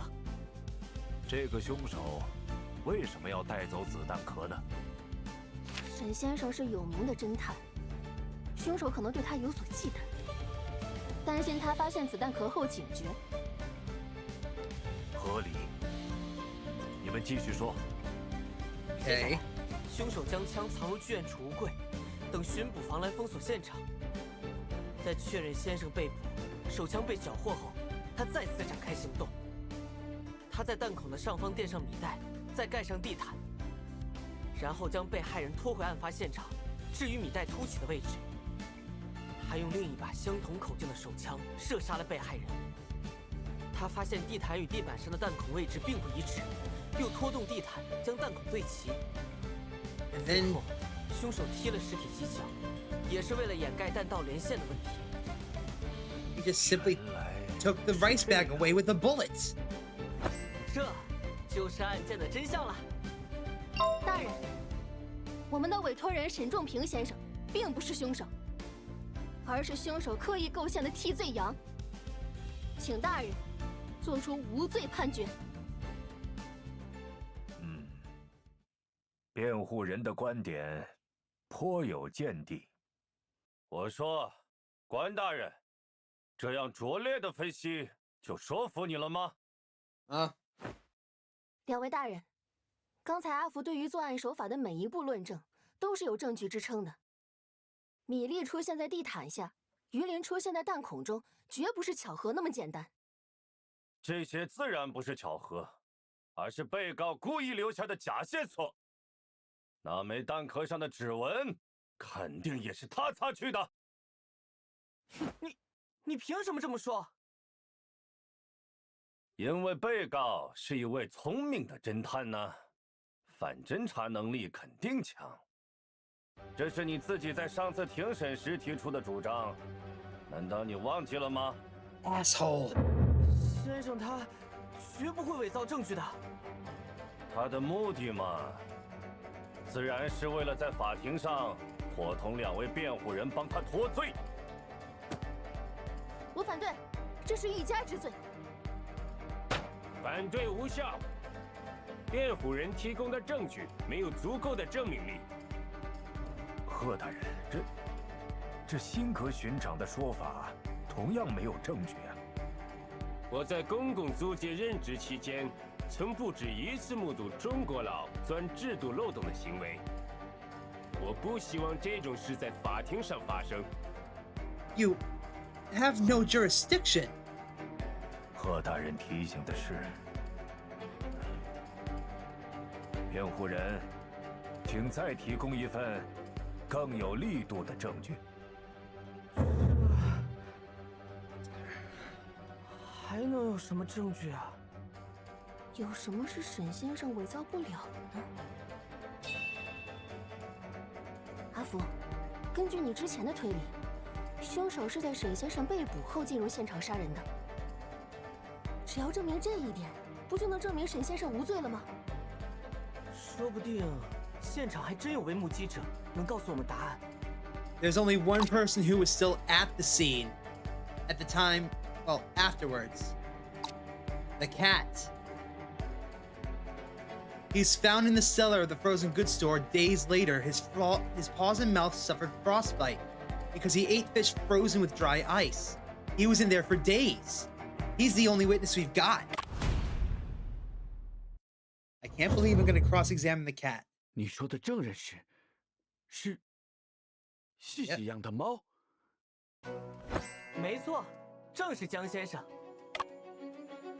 This isn't the same as cross-examining a parrot. It comes close, mind you.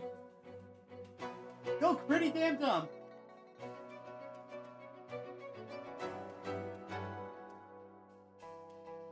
辩护人呐，为何你认为命案发生时，这只江先生就在现场？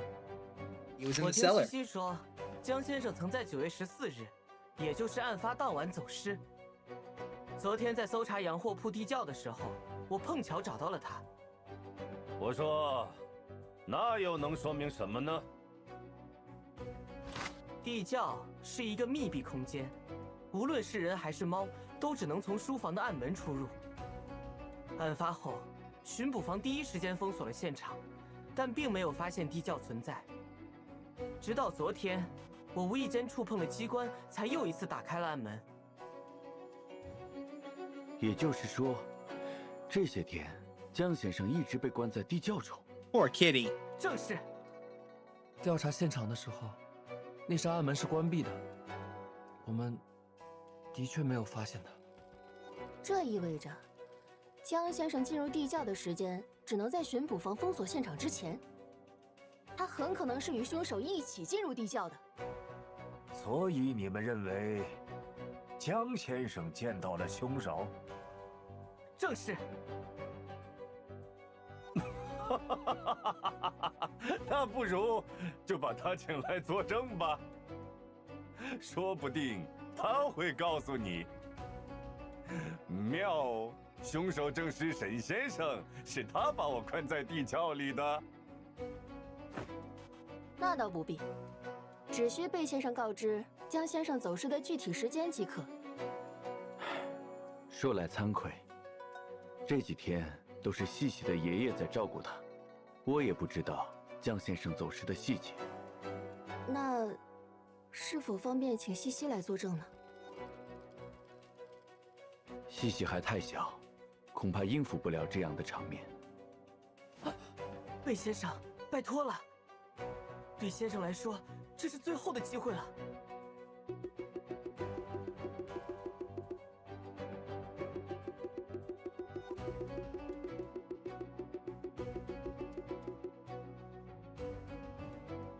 那，好吧。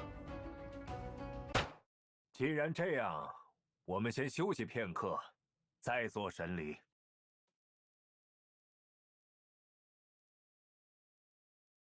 接下来，我们把希望都寄托在西西身上了。 At least we didn't cross-examine the cat. 但愿他的证言不会太出人意料。文大记者也有一筹莫展的时候啊。 What are you doing here? 需不需要我帮忙呀？程守禅，你来做什么？哎，那不是我家先生的手提箱吗？为什么会在你手里？是仲平托我将它交给你的。啊，先生。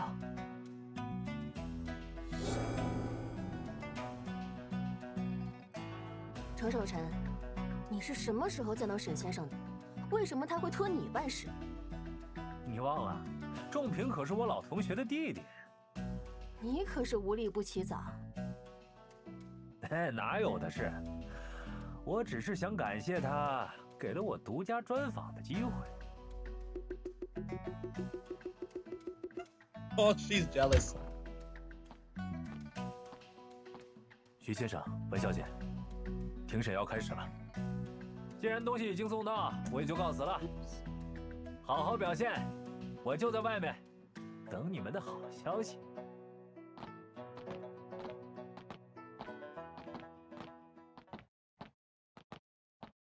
Mr. Tin Woodman, are we gonna see the wizard for real soon? Oh, Lord.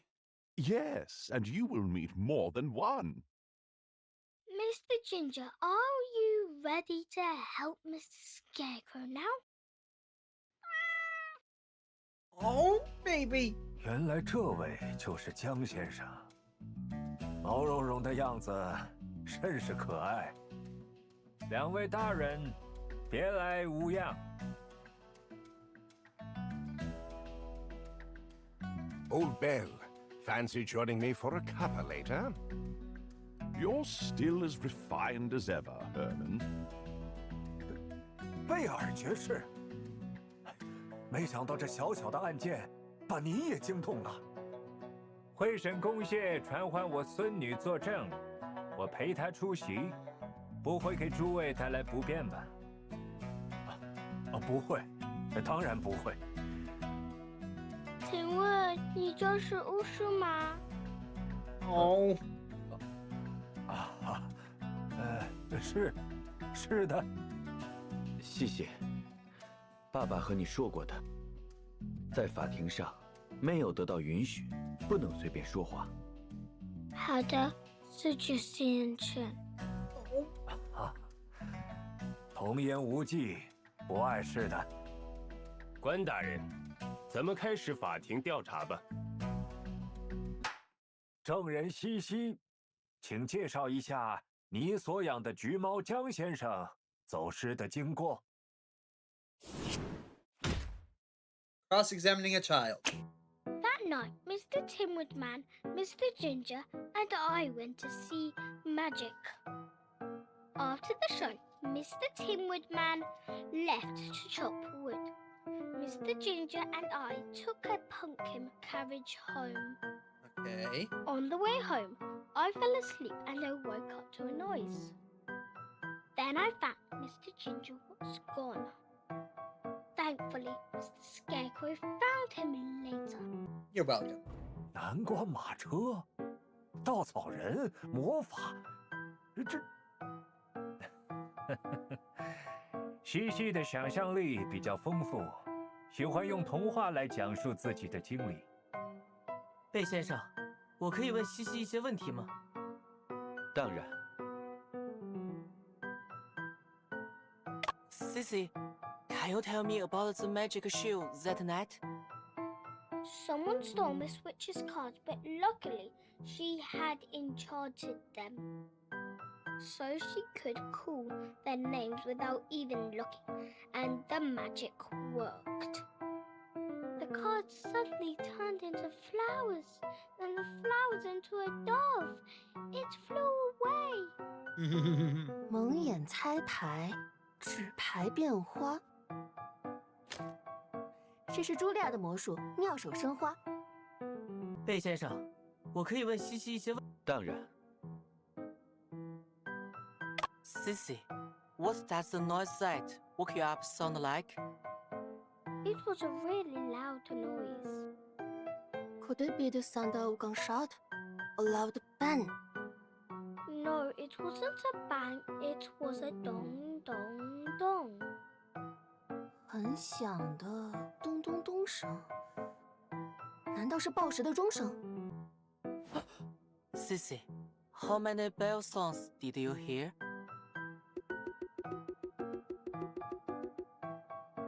Mr. Ginger, do you remember? Crap. Neither Cece nor Mr. Ginger remember. Dang it. 贝先生，我可以问西西一些问题吗？当然。Sissy, can you tell me about Mr. Tin Woodman chopping wood? Mr. Tin Woodman has a sharp axe that can split any wood. After the show, he took his axe to chop wood so Cece could stay warm. Translation, please. 这次完全没听明白。Sissy, can you explain it to Mr. Scarecrow in a simpler way? After all, I haven't got a real brain yet. 我来解释一下西西的话吧。表演结束后，乔夫贝尔有工作要处理，就让司机先送西西回家了。Thank you. 原来是这样。贝先生，我可以问西西一些问题吗？当然。Also, don't think I don't hear the Nutcracker. Can you tell me what is the pumpkin carriage? It's a carriage. A pumpkin carriage is simply that, a pumpkin carriage. Mr. Scarecrow, haven't you tried one? Well, I guess not. Sissy, is the pumpkin carriage pulled by horses? There is no horses. Of course, Mr. Coachman can do magic. He just spins the wheel in his hand and the pumpkin carriage flies. Oh. 我明白了，是汽车。阿福，你对西西的证言怎么看？只要把证言与这份证据结合起来，就能知道江先生走失的大体时间。The only thing that, yeah, right here.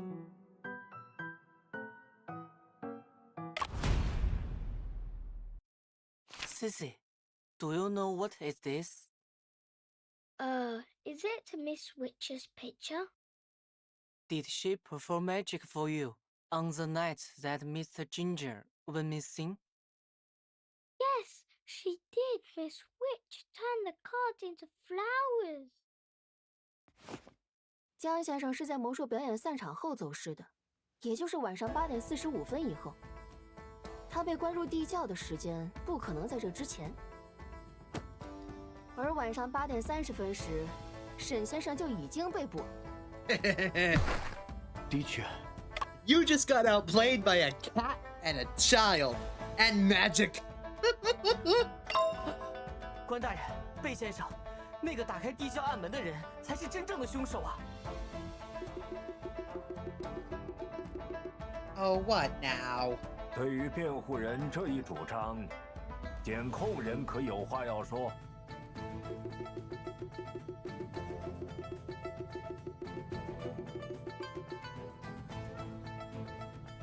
辩护人的质疑是合理的，这次是我输了。贝尔检察长，我可从没见你在法庭上认输啊！江先生这一线索的出现，推翻了我之前的全部逻辑。即使命案发生在晚上8点，进入地窖的人也一定会发现淑芳的尸体，此人却没有任何表示，这不符合常理。约瑟，你以前没在法庭上输过，这次的经历也算是一种收获。贝尔爵士，关大人，既然老贝尔发话了，我们就给案件画上句号，如何？贺大人和莫官想到一块儿去了，那就请被告到公堂前来吧。Not guilty. 虽然本案的真凶尚未归案，但被告身上的嫌疑确已洗清。诸位若无异议，本官就下判决了。You keep your mouth shut. You're cool. You're awesome. Hell yeah. 华人沈仲平涉嫌持枪杀害华人吴松涛一案，本官对被告沈仲平的判决结果为无罪。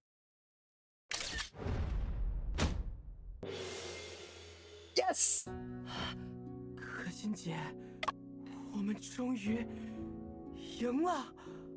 Oh, I'm gonna cry. Also, where's the confetti? 这一仗可真不容易，终于可以松口气了。辛苦诸位了，这次庭审就到。且慢。Shen, what are you doing? 先生，庭审还不能结束，因为本案的真凶就在庭审现场。 沈先生， Shen, 你已经知道真凶了。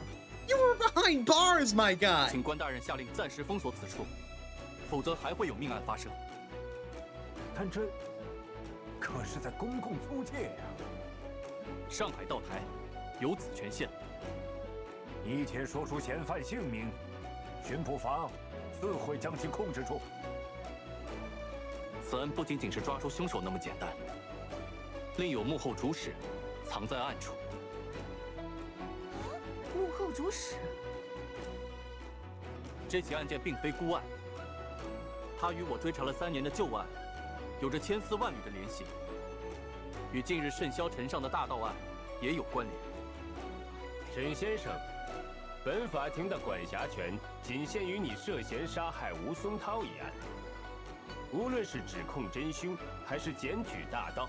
都请移步旁边的巡捕房，经巡捕房查证后，再由检控人提起诉讼。不可！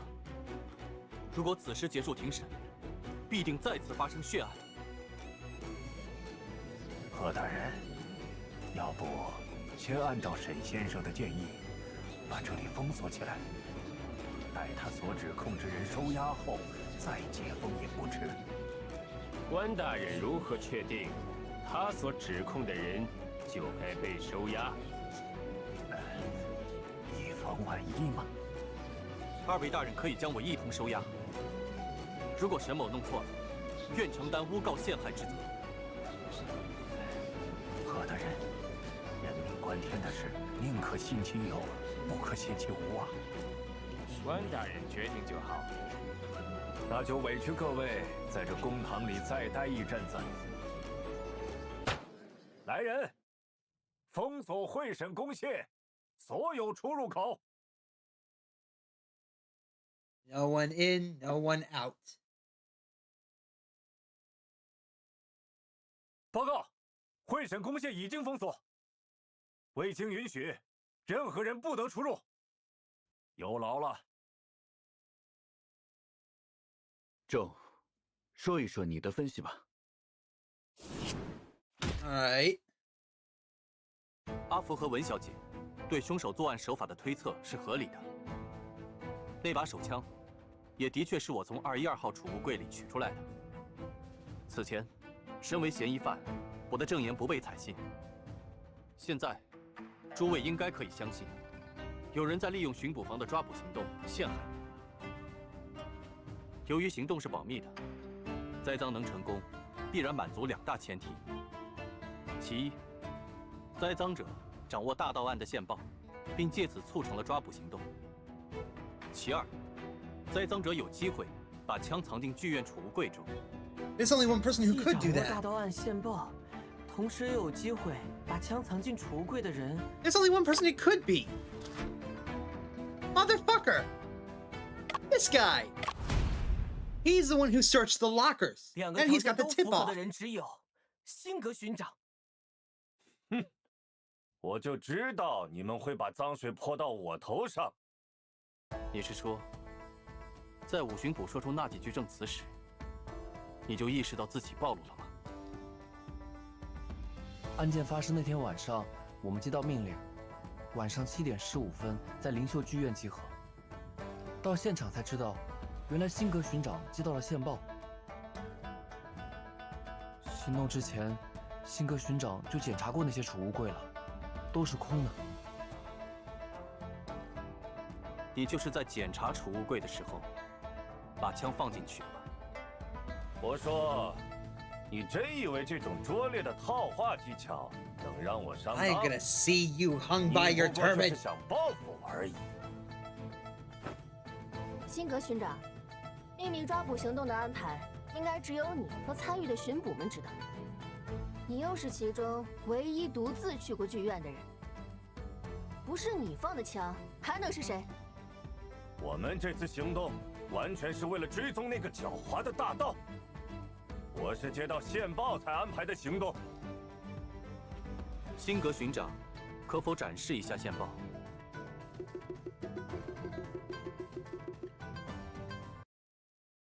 给你看看也无妨。9月14日晚8点半，沪上密客将在灵秀剧院储物柜交接赃物。线报没有署名，上面的字都像是从报纸上剪下来的。这张纸条的样式与先生收到的那2张纸条完全一致。This was a setup. 不知这条线报是从何而得的？那是机密，我凭什么告诉你们？ Don't worry. 提供线报的人很可能就是杀害吴老板、陷害沈先生的凶手。你不想抓住他吗？辛格巡长，请公开线报的来源。作为检察官，我有权了解这一情况。那是悬赏信箱中的一封匿名信，仅此而已。看在天神的份上，我说的是真的。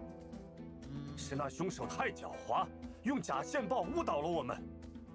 敢问辛格巡长，14日晚上巡捕防控组织了几次抓捕行动？当然只有1次了。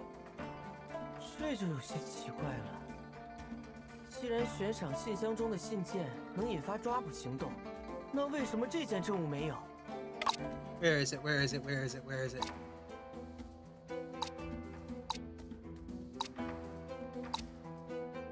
Nope, that's not it. Where is it?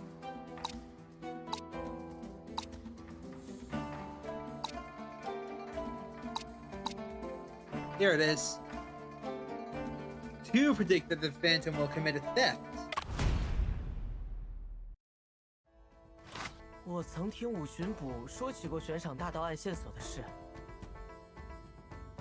悬赏发布后，我们接到了各种各样的举报，但大多都是道听途说、捕风捉影，反而给调查平添了许多困扰。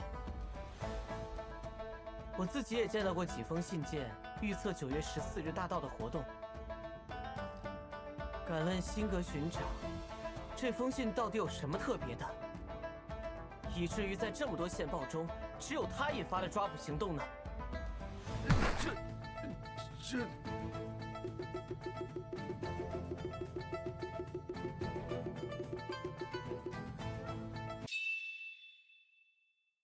哼，我担任巡长多年，自然有自己的判断。辛格巡长具体是如何做出判断的？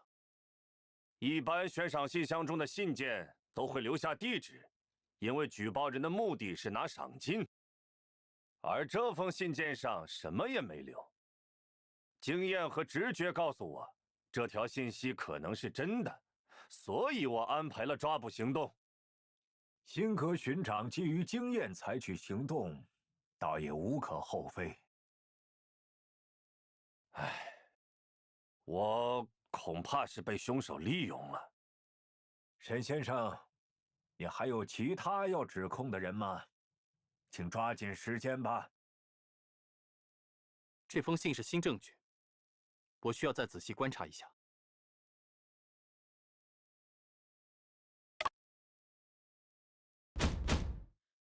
辛格巡长的理由似乎也说得过去。先生还在怀疑他吗 ？Very。 事情没那么简单，看看能否从信上找到些蛛丝马迹。Alright. Shen, this anonymous letter and 2 notes that you received look very similar. The letters on them were all cut from elsewhere and then pasted together. It's highly likely that the work of the same person. Let me smell. Let me smell. This ink is undoubtedly from a newspaper.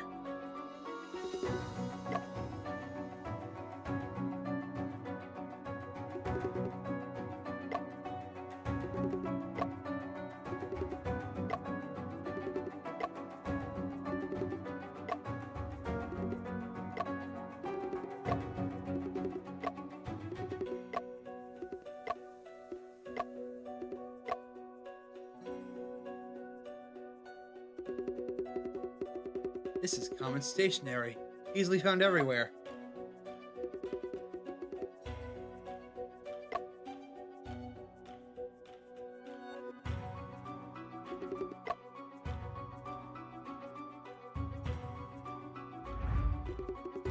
Shen, it seems like there are other words at the back of the letter. But it's not very clear. By holding it up to the light.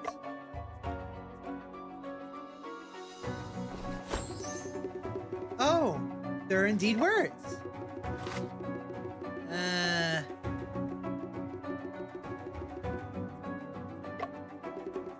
Too messy. It's difficult to distinguish. Can you find a way to remove the paper fragments? I'll try heating it up with fire to melt the adhesive.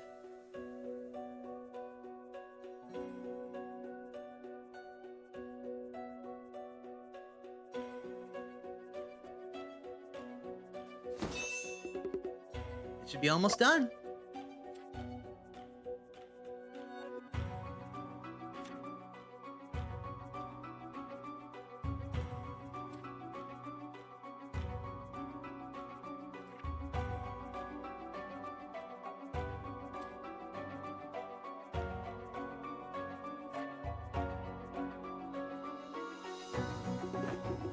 And Yang? Why would Han Yang be mentioned suddenly? this your report, Kosin?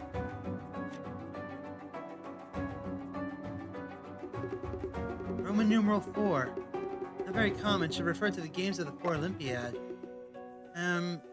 Will we see in the team to participate someday?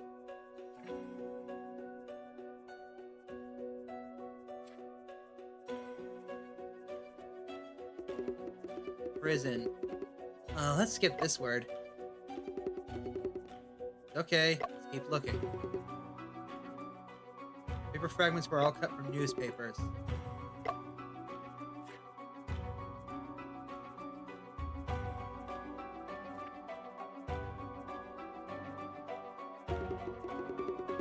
Oh, then I feel like I've seen this somewhere. It should be Olympiad.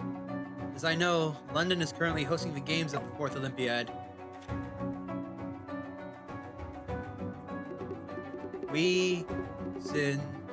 When Kosin, it's you, Kosin. What is about me? Don't speak without thinking.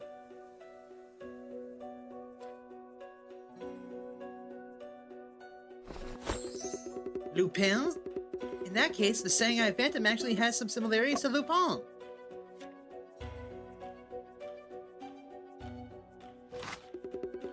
There's a picture of the back of this new paper fragment. It looks like a hat. There are 3 partial words, each only half. It looks like the words holding a gun. This hat, the more I look at it, the more familiar it becomes. 先生，我想到了。 That's an achievement. 灵秀剧院背面的图案是你的帽子啊！的确如此。难道写匿名信的人在暗示什么？这纸片有加工补绘的痕迹吗？没有，都是油墨印的。你记得哪些报纸刊登过我的照片吗？ Where is it? Where is it? Where is it? Where is it? Where is it? Where is it? Where is it?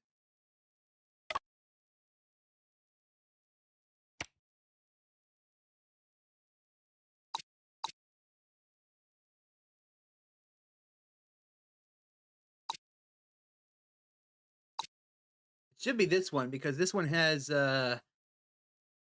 Kosin.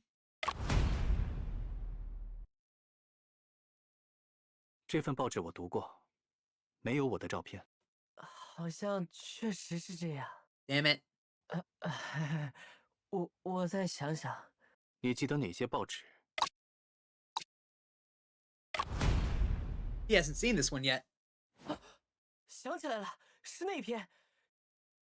侦探沈仲平昨夜遭逮捕，持枪闯剧院，究竟为哪般？那答案就显而易见了。辛格巡长，你出示的匿名信是伪造的。你凭什么这么说？匿名信上的纸片是从报纸上剪下来的。这一张尤为特殊，它的背面画着我先生的帽子，并写有持枪2字。Motherfucker！ 它来源于9月15日《护报》上的一篇报道。侦探沈仲平昨夜遭逮捕，持枪闯剧院，究竟为哪般？匿名信若不是事后伪造的，纸片的背面怎么会有我家先生被捕的新闻 ？You motherfucker！ 报社，写匿名信的人来自报社。护报是日报，当日印刷，当日售卖。即便是报社编辑，也没有办法提前1天拿到报纸。This asshole faked the tip-off to justify his false arrest of us. 信哥，是你杀害了乌松涛吗？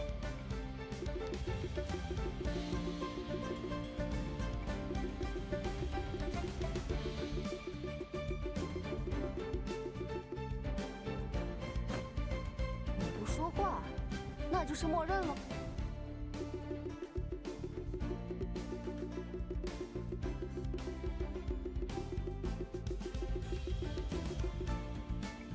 辛格巡长，你我素不相识，只有那日下午在洋货铺中有过一面之缘。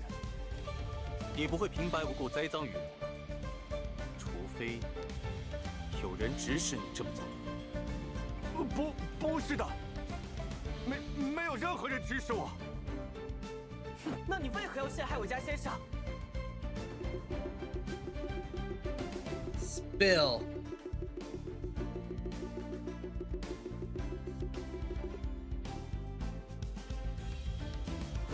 够了，我承认了，是我干的，这一切都是我干的。肃静，辛格巡长，你为何要杀害吴松涛？我有把柄被他捏在手里，他几次三番威胁我，我就杀了他，灭口。那你为何要陷害沈先生呢？因为他是完美的替罪羊，又正好被我遇上了。这倒是能说通。贺大人怎么看？既然辛格巡长已经认罪，就交由巡捕房收押吧。这个案子几经周折，终于要真相大白了。不，那还不是真相。沈先生有什么要补充的吗？辛格巡长只是栽赃陷害我之人，但不是杀害吴松涛的凶手。沈仲平，我已经认罪了，你还想要怎样 ？The truth, moron。按照文小姐和阿福推测的作案手法，辛格巡长有确切的不在场证明，不可能分身去洋货铺杀人。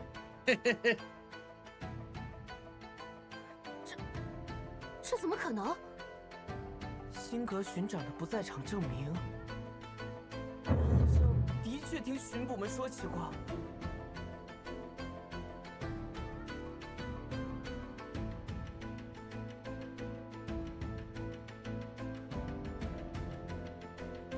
可是，如果辛格巡长不是凶手的话，那凶手又会是谁？凶手熟悉洋货铺，知道地窖的存在，也清楚吴松涛藏手枪的位置。更关键的是，我再次见到此人时，此人身上多了一处痕迹，是在作案过程中产生的。熟悉洋货铺，身上多了特殊的痕迹。难道这个人是？It can't be Brian. It can't be Shen. It can't be Afu. It can't be Joseph. He's just here on business. You're kidding, right? He's dead. He's confirmed not it.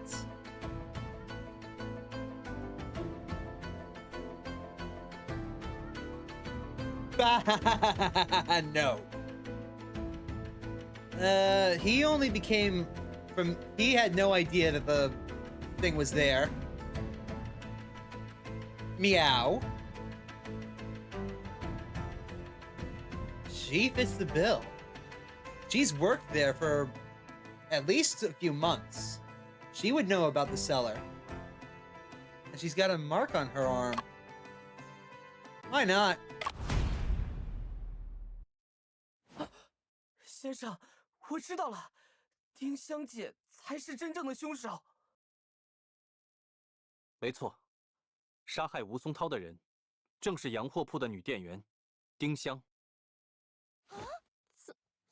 怎么会是她？丁香，请到案前来吧。She's right there. 给大家添麻烦了。我只是好奇庭审是什么样的，才过来旁听的。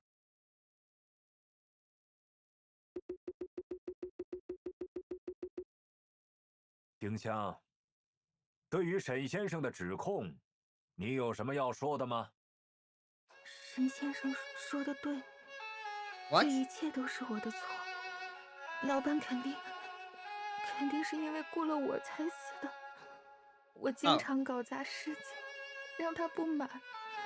我还是个倒霉的人，总是给别人带来厄运，我真的很后悔。如果我没有去洋货铺工作，老板就不会有这样的结局了。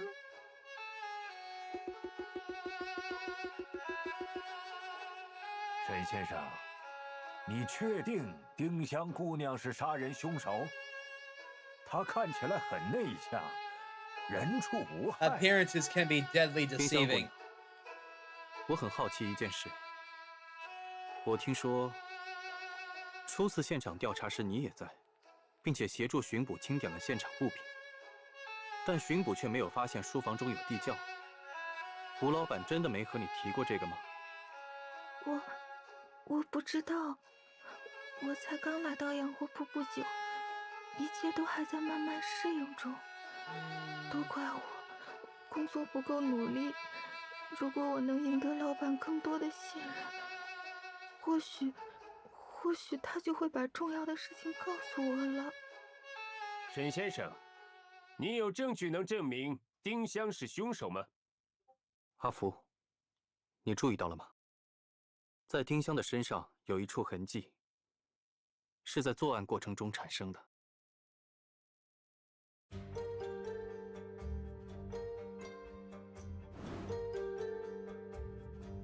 Indicative of early frostbite, you say?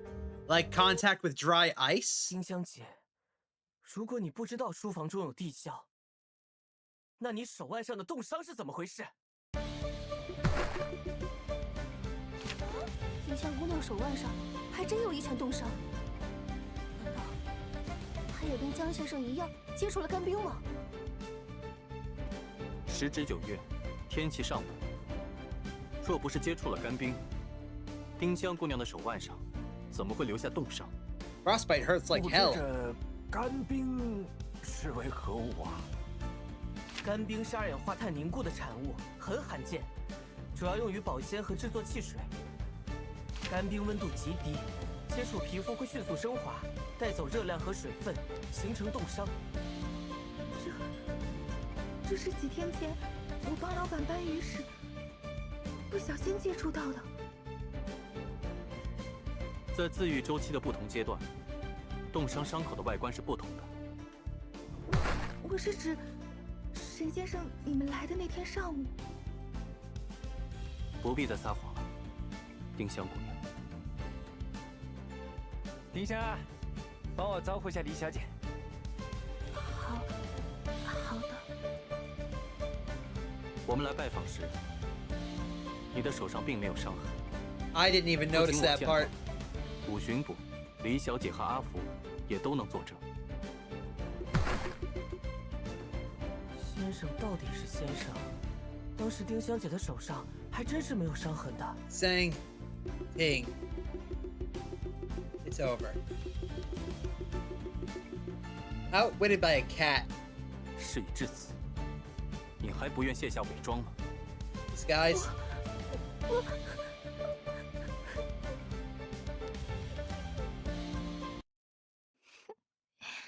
看来这种内向人设，还真是不适合上法庭呢。Yo, what the fuck?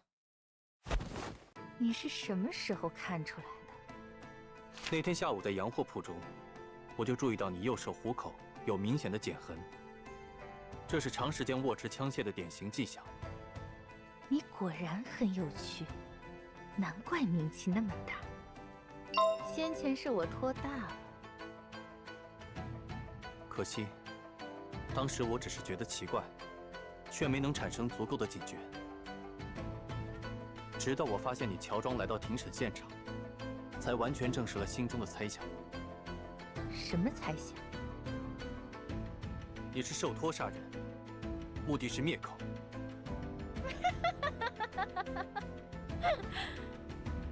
那么，沈先生以为我为何要来这里 ？Finish the job。得手之后，你本可以远走高飞，却反而冒险来观审的理由只有一个：你的任务还没有结束。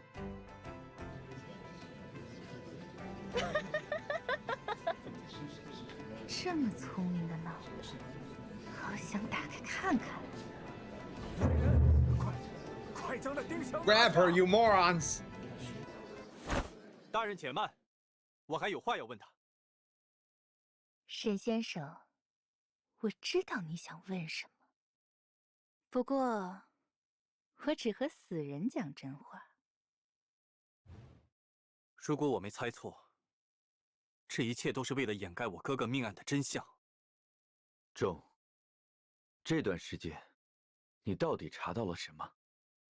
你认为当年案件的真相又是怎样的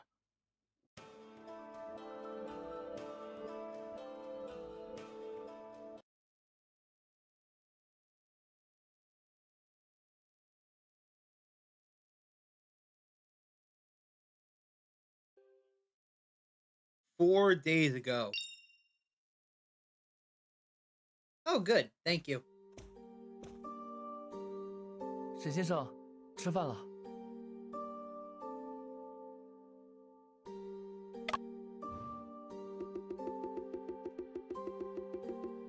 Thanks, Wu. 谢谢吴巡捕，放在地上就好。好，那我晚些再来收。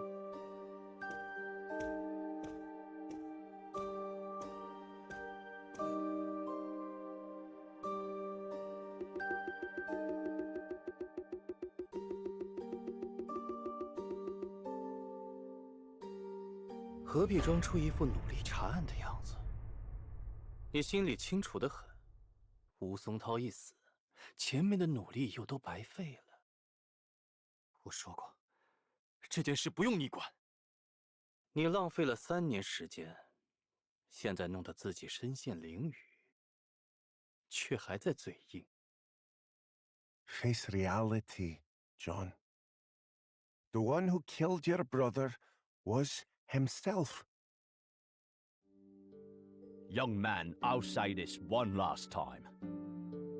Your brother has recent bruising on the fingertips. Similarly, there are fresh scratches on the chair legs where he was sitting. This indicates that he was still conscious shortly before his death. But even with your suggested method, a conscious person awaiting death from a falling dagger should still be considered a suicide. We had the coroner re-examine the body, and there were no signs of localized anesthesia. We speculate your brother held the dagger through his shirt sleeves. No fingerprints were left.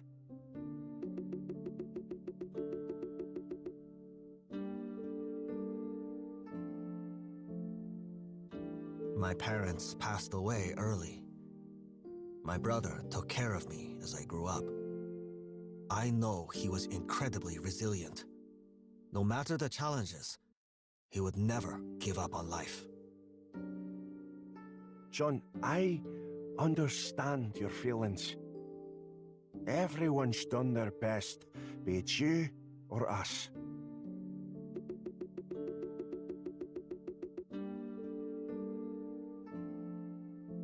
Please sign here.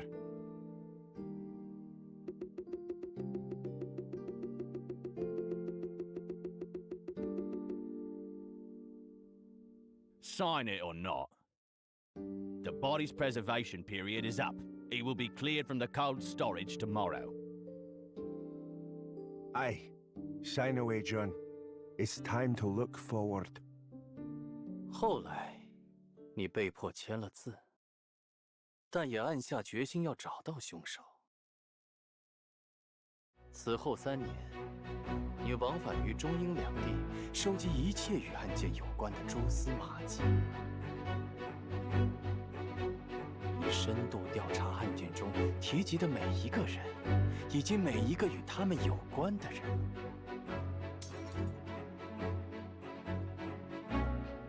你甚至针对每个人都制定了详尽的复仇计划，就仿佛他们都是罪犯。你收集的资料堆满了整个房间，已经无法带在身边。于是，你记住了所有的细节，放在脑海内交叉比对。That's insane. 而这一切已经超过了你的大脑，所能处理的极限。So.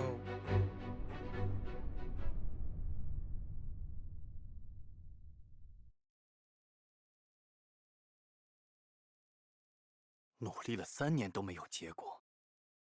你有没有想过，你想要证明的东西，也许根本就是错的？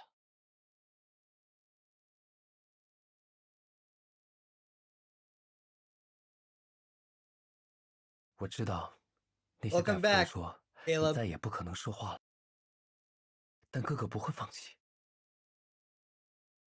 不，是你把问题想得太简单了。We're basically at the ending now. We've proven that Shen is innocent, and that Sergeant fabricated the arrest. We even found the murderer of Stone Wu. But there's still one case left to be solved. 哥哥的命案现场与《凿井之殇》里的描述如出一辙，这绝不是巧合，而是模仿杀人。凶手是知道小说内容的人。哼，真是撞到了南墙也不回头。你连作者勾陈居士是谁都不知道，还想找其他人？ It can't be his mother. His mother has been long dead. And so has his father. 我怎么不知道？勾陈居士就是吴松涛吗？哎呦，侬拿我寻开心呐！我哪里会写不可呀？吴松涛，看上去确实不像会写小说之人。哦，那你觉得勾陈居士是谁？ Can't be us. It can't be Jones.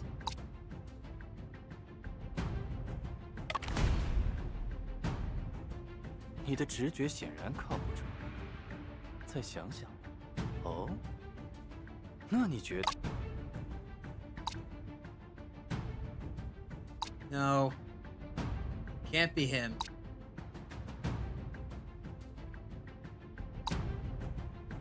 It obviously can't be Chang.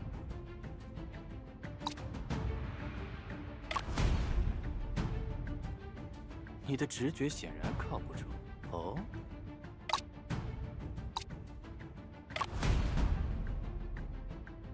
你的直觉，哦，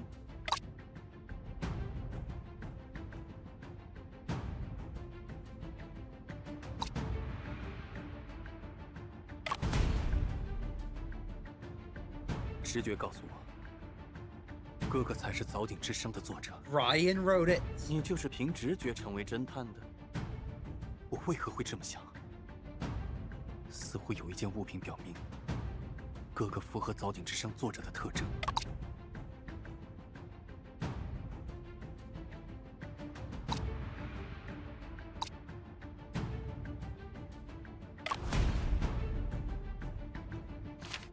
无论是吴松涛说的话，还是这张合影，都表明哥哥去过吴家祠堂。那是我们家的旧祠堂啊，你是怎么晓得的？哦，哎，肯定是伯安同你讲过。而勾陈居士从祠堂的凿井获得灵感，写了《凿井之殇》。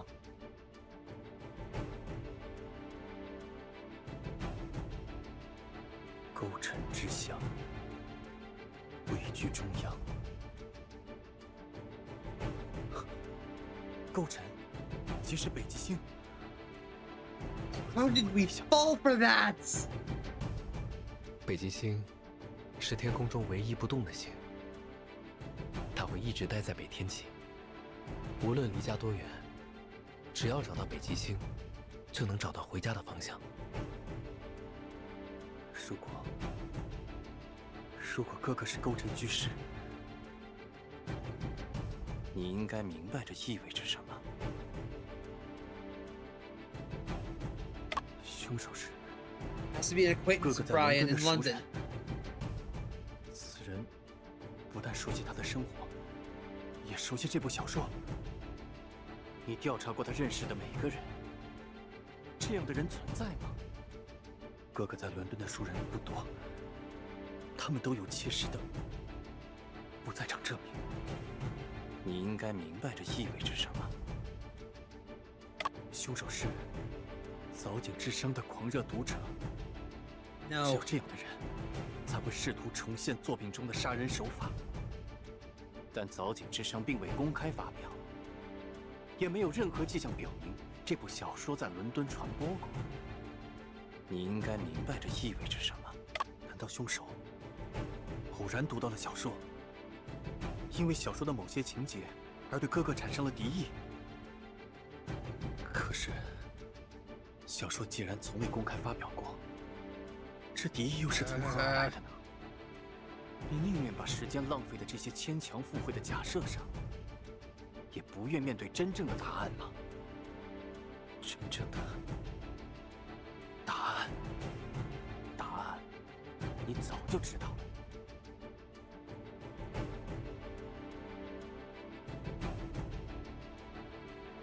Oh my god. They flipped the script. They flipped the trope on its head. This is the best game I played all year.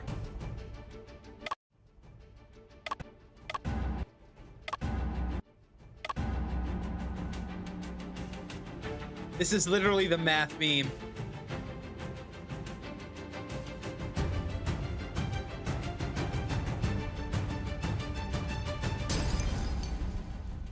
Well, that's a mental breakdown.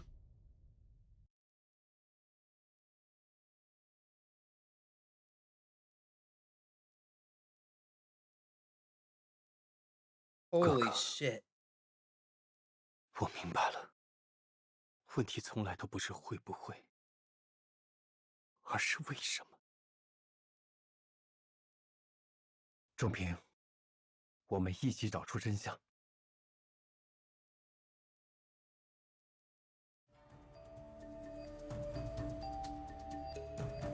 以本物之象，及本事之象，次第安顿于各处所。Oh, this is cool.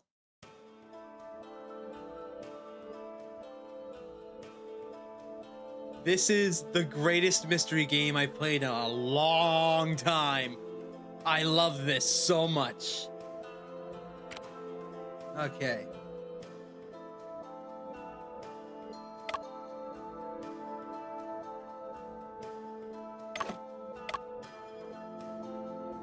If Brian really chose suicide, why did he set up the scene in like the locked room in Death Under the Station? And why mimic the method of killing himself described in the novel? In previous deductions, some clues have not been fully explained. I need to rethink these connections between the clues to find the right answer.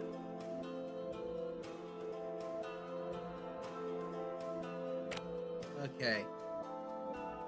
2:05 p.m. On the day of the murder, someone did use the telegraph machine, but not to retrieve the key. Since Brian set up the trap in the room, perhaps he also sent the alarm telegram.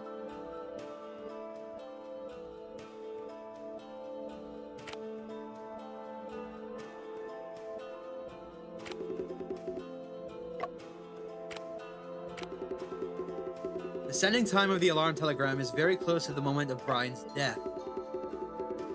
It's as if the person who sent the alarm telegram was at the scene of the murder. From this perspective, it's not someone else who sent the telegram, but Brian.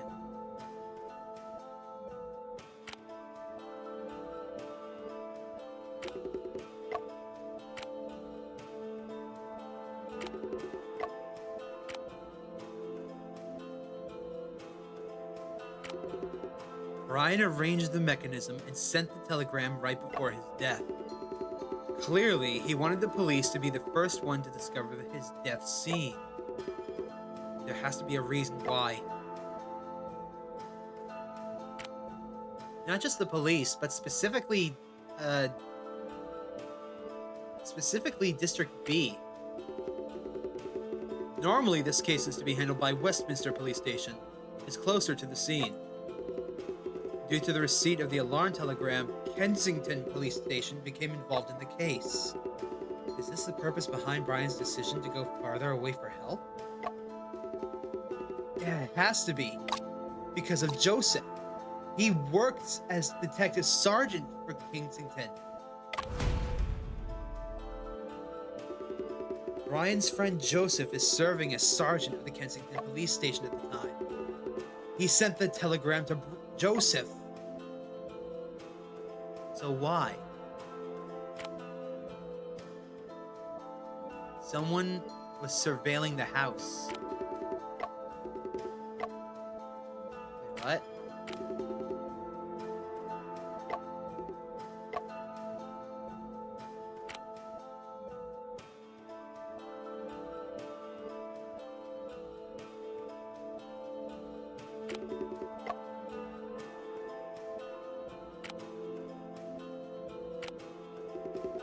This research paper about brucine was found on Stone Wu's desk. The paper mentions a new drug called brucine that can be extracted from the Nux vomica plant. Auntie Vu believed Brian's occurrence of this is due to strychnine poisoning. The toxicological results show that there was no strychnine in Brian's body. The new drug called brucine is likely responsible for causing this in Brian's body. He was poisoned.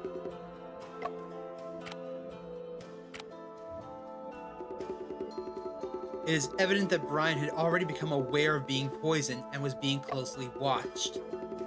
That's what prompted him to choose suicide. He was desperate and needed help. He realized he couldn't escape the fate of death, so he left some clues at the scene for Joseph. This must have been very desperate at that moment.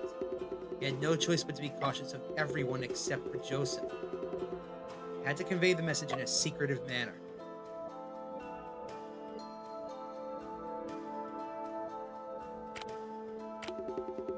Brian wouldn't do anything meaningless before his death. His suicide by imitating the methods and the death under the Saison must be related to this purpose. Very likely his means of conveying his message. Why was he so certain that Joseph would be able to understand it? Brian, welcome back to the Conan Doyle Book Club. Enjoy The Return. Joseph. They're both members of the Conan Doyle Book Club. It's possible that Brian showed Joseph Death Under the Saison before. That book. 那本消失的书，很可能是早鼎智商的手稿，他被约瑟带走了。 Joseph has the book. 里面有哥哥留下的死亡遗言。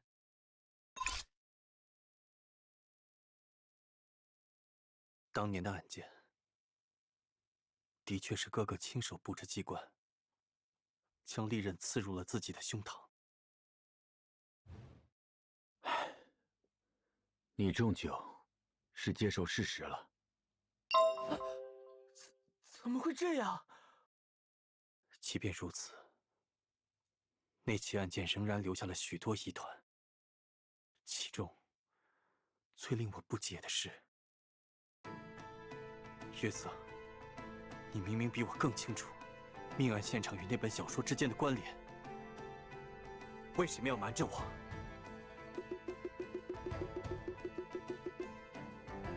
你从现场带走的那本书中，有哥哥留给你的东西吧？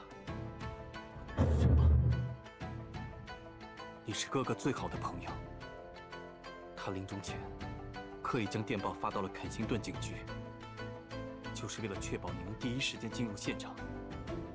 约瑟，你还打算继续隐瞒吗？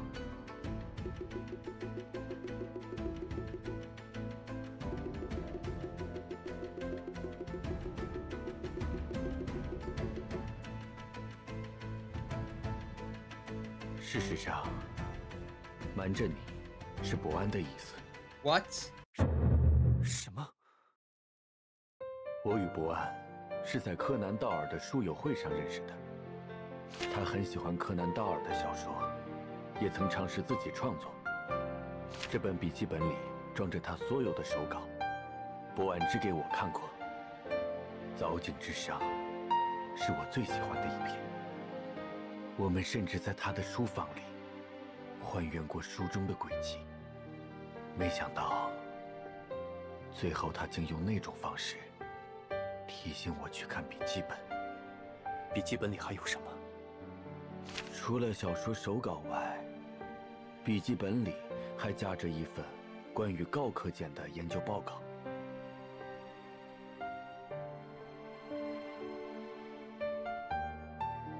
先生，高科这个名字，我好像听你提起过。那是一种植物。哥哥在弗洛伊德的一篇文章中了解到高科，并研究了许多年。You gotta be kidding me, right? Cocaine? Really? 从研究报告看，他成功从植物高科中发现了一种新药——高科碱。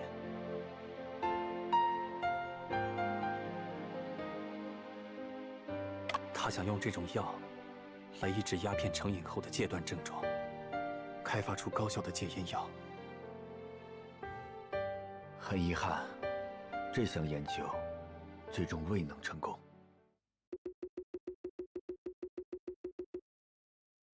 是因为新药不能有效抑制烟瘾吗？恰恰相反，患者在使用新药后，很快就摆脱了对鸦片的依赖。Then why did it 但他们 fail? 无一例外的对新药产生了强烈渴求。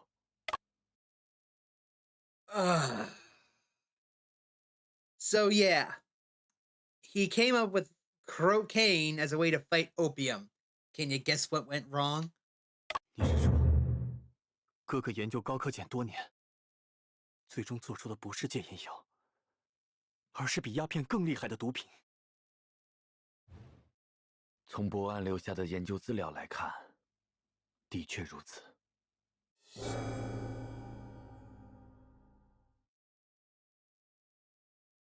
所以，哥哥所做的一切，都是为了把这些资料托付给你。我想，是的。我越听越糊涂了。如果伯安先生只是想把资料交给贝先生的话，为什么会自尽呢？ He was dying. 他这么做是为了……约瑟，这件事就由我来说明吧。Watson， 老贝尔，你知道当年的事？伯安的研究项目是我资助的。3年前的悲剧，我一直惋惜至今。来人，快给贝尔爵士搬一把椅子。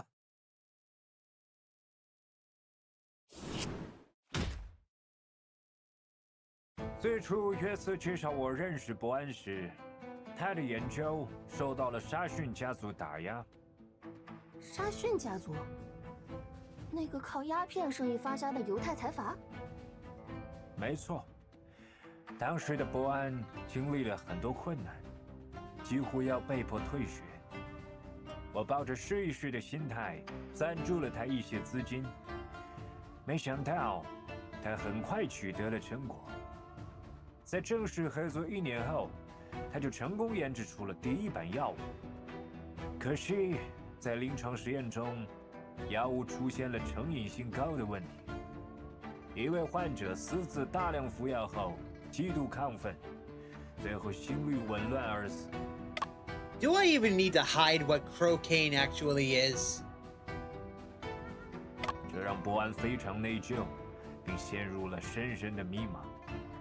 在后续的研究中，伯安不断尝试减少高科碱在药物中的比例，确实配置出了弗洛伊德书中所说的能够消除疲劳、提高情绪的试剂。然而，在长期观察下，受药者还是表现出了药物滥用和成瘾的倾向。不久后，悲剧再次发生。另一位患者偷服药物，产生了强烈幻觉，点燃了所在医院。那场大火成了压垮伯安精神的最后一根稻草。伯安之所以用极端的方式将资料交给约瑟，是想让约瑟阻止戒烟药的研发工作继续下去。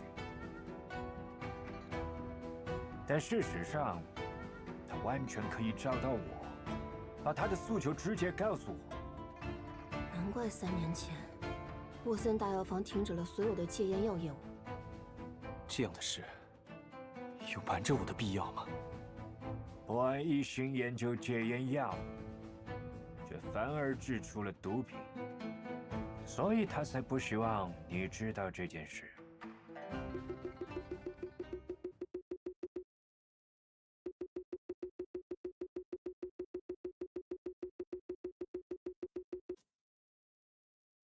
我们已经在沈先生的私事上浪费了太多时间。现在既然事实已经明了，应该将关注点移回当下的案子。沈先生，你还打算继续追究你哥哥的案件吗？ Another secret ending. But we gotta get to the bottom of things, now don't we? 不，我不认为那是真相。哥哥引咎自尽，并不能解释这一事实的存在。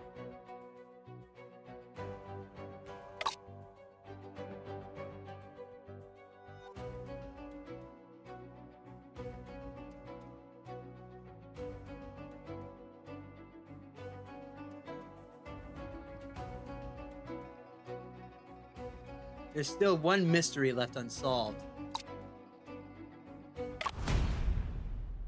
How was he paralyzed? 引咎自尽，解释不了哥哥尸体的脚弓反张现象。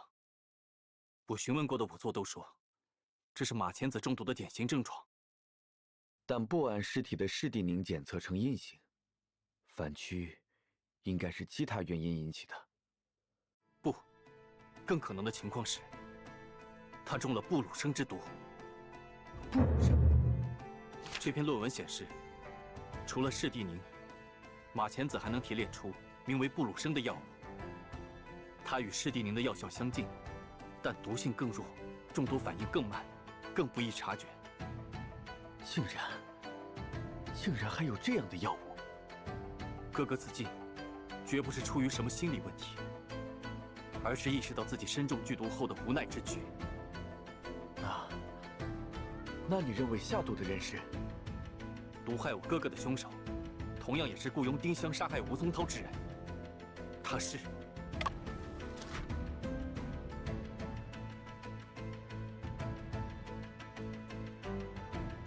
Let's think logically.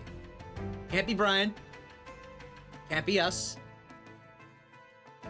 That leaves these individuals. Let me think. You? Give me a hint.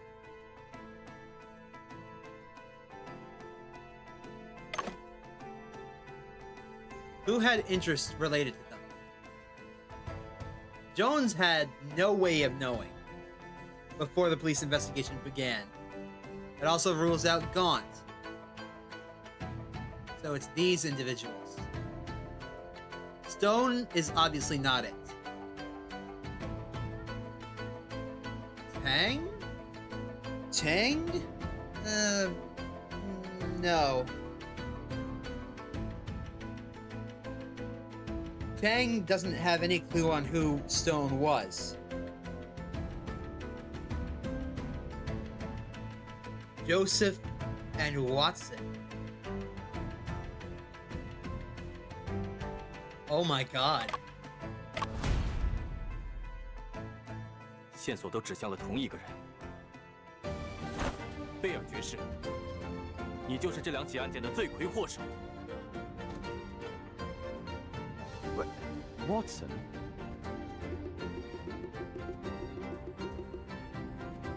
沈先生，你现在是要指控贝尔爵士杀人吗？正是。John，是什么让你对我产生了误会？这不是误会。吴松涛离开伦敦前，曾将一项专利高价卖给沃森集团。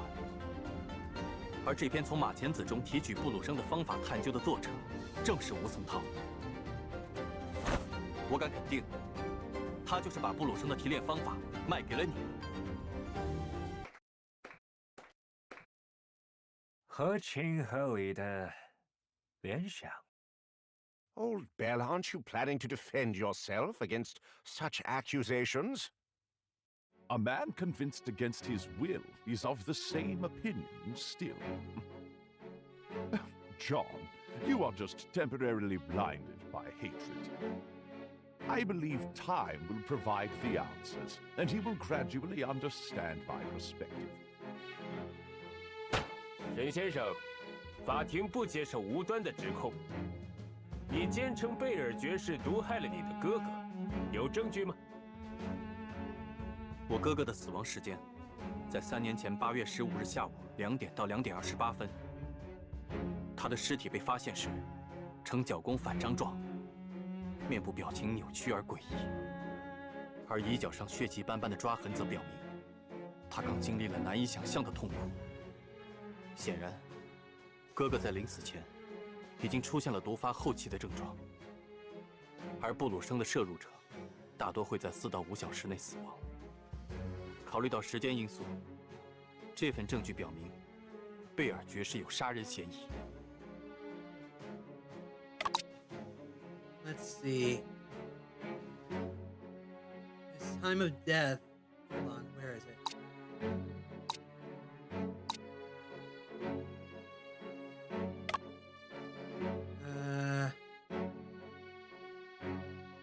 Between 2 and 3 p.m. in the afternoon. So, with Brucine having a 4 to 5 hour delay,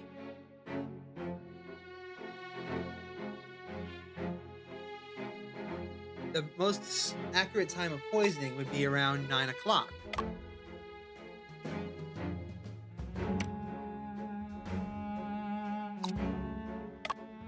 Where is it?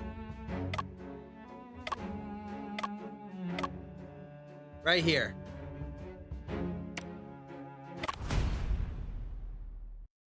这些电报就是证据。”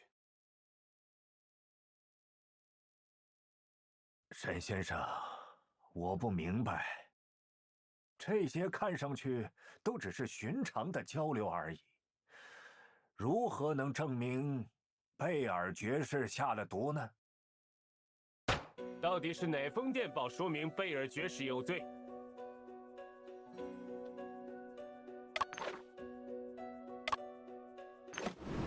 Must we spell it out for you, old boy? 正如贝尔爵士自己所言，时间会给出答案。8月15日上午9点，哥哥去了贝尔爵士的办公室。下午2点前后，他出现了脚弓反张的症状，两者的间隔正好是5个小时。In the eyes of a bigot, my guilt is presumed, innocence a mere shadow. Joseph, why don't you try talking to John and persuading him?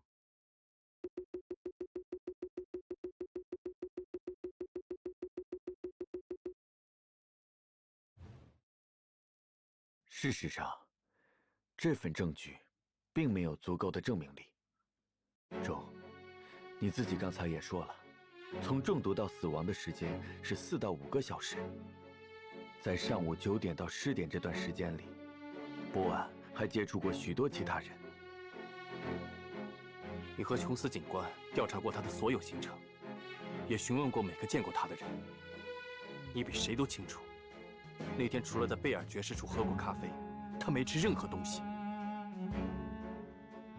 At 9 a.m. that morning, I had arranged to meet Brian for coffee to talk his recent conditions. 很遗憾，已知的目击证人无法覆盖整段时间，我们也很难确认波安是否曾在家中摄入过食物或水。哼，还真是个好托词。即便食物或水里真的被人下了药，现在也不好查证了。 此案甚是复杂，还需深入查证。贝尔爵士，事后烦请您屈尊去巡捕房说明一下情况，不知是否方便？约瑟已经提出了一个合理怀疑，在这个疑问解开之前，我不认为有必要给贝尔爵士添麻烦。贺大人提醒的是。 沈先生，你还有证据能回应贝尔检察长的质疑吗？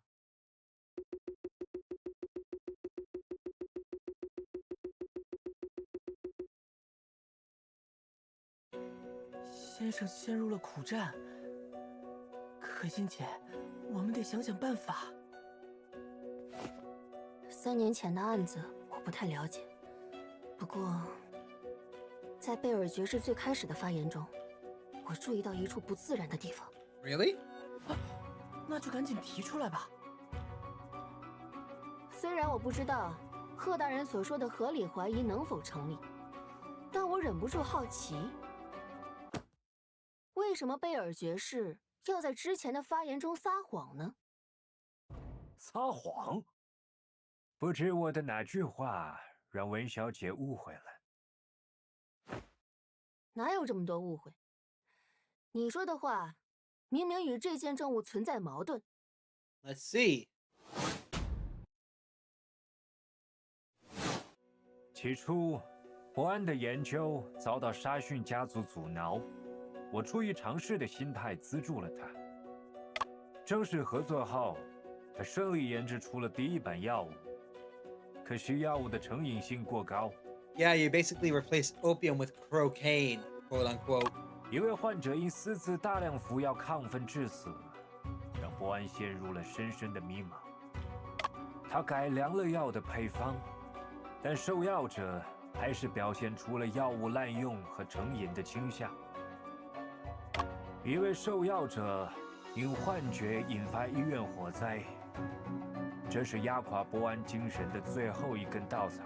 Just a quick word to the devs of this game. I love everything you've done, but I've noticed that for like the past 4 or 5 times that we've done an inquiry, it's always been the 4th one that's off.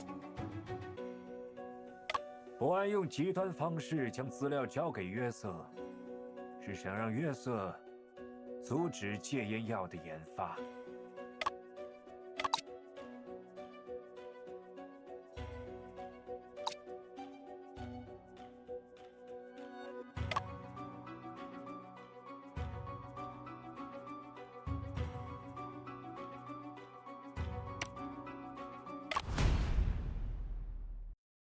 贝尔爵士，之前你提到的火灾是发生在圣玛丽医院吗？我想，是的。这就怪了。火灾明明发生在8月15日晚上，也就是伯安先生去世后，为何你却说他压垮了伯安先生的精神呢？还是说，伯安先生其实从没想过放弃生命，而所谓的自杀倾向，根本就是你编造的谎话？看来，随着岁月的流逝，连记忆都开始与我捉迷藏了。贝尔爵士只是记错了时间，不构成不实陈述。文小姐的观点与议题无关，驳回。贺大人，事关沈仲平兄长自尽的原因，怎会？一个人记错了时间，就等同于他下毒了吗？这……沈先生，关于下毒之指控 ，You gotta be kidding me！ 是否还有其他的证据？暂时没有。既然没有，我只能驳回你的请求。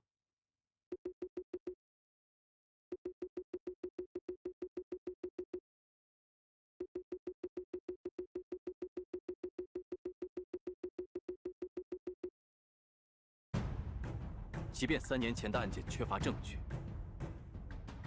还有证据表明，贝尔爵士与吴松涛一案有关。什么？这倒让我很意外。阿福，我确信，贝尔爵士不仅毒害了我哥哥，也是谋杀吴松涛的幕后黑手。这2起案件之间存在更深的关联。你对吴松涛案更熟，帮我一起找线索吧。Right. 包在我身上。Let's have a look. 请出示表明贝尔爵士与吴松涛一案有。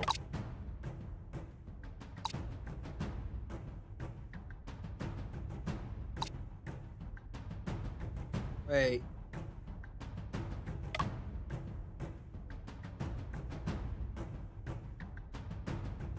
1,000 grams of water, 200 grams of sugar, 100 grams of dry ice, 4.8 grams of citric acid. No. C17H21NO4. Mother.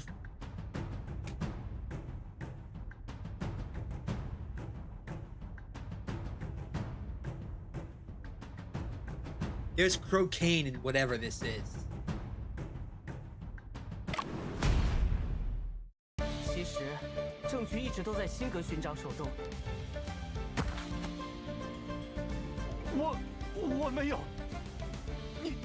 你不要害我！巡捕房收缴的证物中，有一张合影是先生从吴松涛书房里带走的。我在机缘巧合下发现，他的相框中还夹着一张纸条：1000克水，200克蔗糖，100克干冰，4.8克柠檬酸，1.3克肉桂。我没猜错的话，这张纸条便是沃森集团遗失的快乐水配方，也是你一直在奉命寻找的东西。That's cola water? You've been selling people cocaine through soda? Are you high on your own supply? 怎么会这样？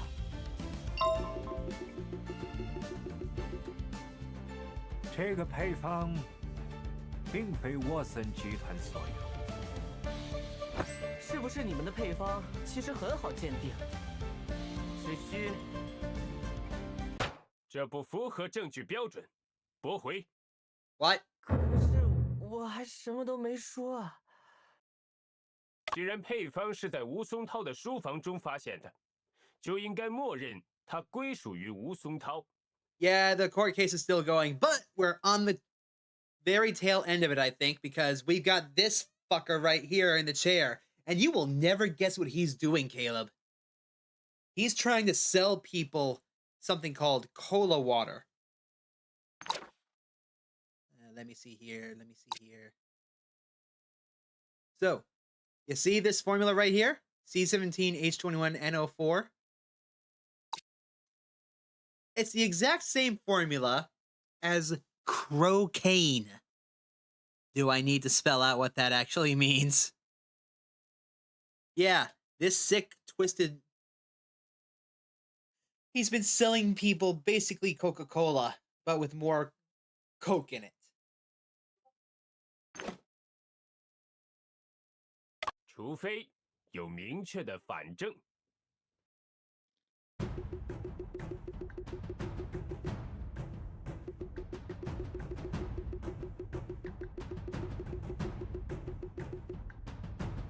应该有证据能证明，这个配方与贝尔爵士有关。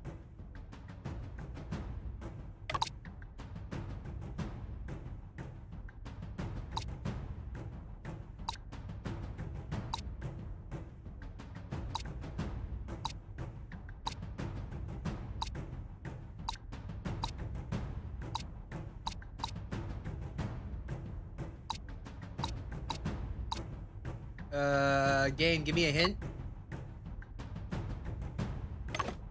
Right. Only Belle and a couple of other people know about cocaine. 只要仔细看配方的内容，就会发现，汽水的成分中含有高科碱。高科碱是伯安先生研发的一种新药，只在他的笔记中提到过。可以说，这种药物的化学结构是几乎无人知晓的，只有全程参与药物研发的贝尔爵士和持有笔记的贝先生除外，而他们都与沃森集团有关。我哥哥的笔记中明确提到，高科碱具有极强的成瘾性。You've been selling people addiction. You've been performing the opium scam all over again. 即使剂量再小也不例外。这才是沃森牌快乐水成功的真相，也是贝尔爵士杀人灭口的根本动机。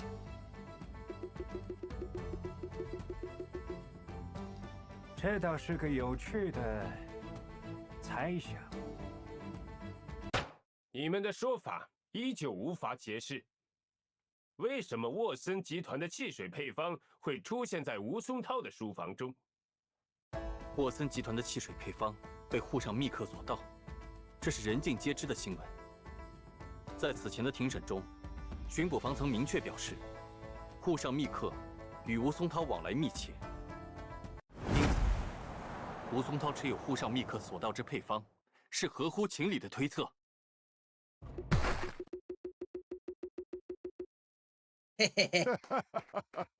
Why is he laughing? I'm afraid now. Herman, it's the first time I've seen someone leave you speechless. Thanks to you, as always. 看来我还是有必要说明一下，配方不可能属于沃森集团的理由。Please do. 这也是快乐水真正的秘密。What? 不过，我需要一个更私密的环境。出于保护沃森集团商业秘密的必要性，本案转为非公开审理。Is that allowed? This is a murder 到 trial. 法庭外的大厅等候。贝尔爵士，请说明配方不可能属于沃森集团的理由。快乐水真正的秘密是，根本就不存在什么秘密配方。What? 那只是一种营销策略而已。营销策略？你们真以为一个产品能取得如此巨大的 What kind of Krabby Patty bullshit is this? 仅仅是配方吗？不，靠的是品牌和叙事。神奇饮料的绝密配方，藏在价值连城的保险柜中。多么令人着迷的故事！谁能按耐住一探究竟的心情，不去尝上一口以满足自己的好奇心呢？不对，不该是这样。沈先生，这件事你的直觉是什么？ Lying, obviously. 直觉告诉我，如果绝密配方只是个营销噱头，就绝无对外承认配方被盗的必要，那会将产品拉下神坛。我也这么认为。据我所知，沃森集团曾在巡捕房设立高额奖金，寻找沪上密克的线索。他们应该是真的在找配方。我这就向两位大人说明情况。不急，这个主张虽然足以说服关大人，但贺大人依旧会用各种理由驳回。Because he's trying to protect Bell. 更麻烦的是，我们手头并不掌握贝尔爵士买凶杀人的确凿证据。这贺大人满嘴程序正义，实际上只挑选对贝尔爵士有利的规则。指望他做出公正裁决是不可能的，除非贝尔爵士自己承认。We could do that. 也许，这就是眼下最好的办法。你是说，让他自己承认 ？I've got an idea. 贝尔爵士显然很重视这份配方，不然也不会为了他杀人。一个人在意的东西，往往会成为他的软肋。沈先生似乎变得有些不一样了。贝尔爵士，我再确认一下，所谓沃森集团被盗走的秘密配方其实并不存在，对吗？的确是这样。二位大人，看来是我弄错了。既然相框中的这份配方与沃森集团无关，那想必是我哥哥的遗物了。何以见得？高科检的化学结构没有公开过，吴松涛不可能知道呀。再借用一下刚才贺大人的逻辑，配方是在伯安先生的照片中发现的，就应该默认它属于伯安先生。Yep. 这么理解没问题吧？你们想拿配方做什么？配方是沈先生哥哥的遗物，沈先生有处置权，想怎么用是他的自由。贝尔爵士为何如此关心呢？其实告诉贝尔爵士也无妨。我打算 Useless. You would lose our leverage. Can you imagine the firestorm behind this option? The chaos as people find out that they've been drinking addictive substances. Oh, it would ruin him.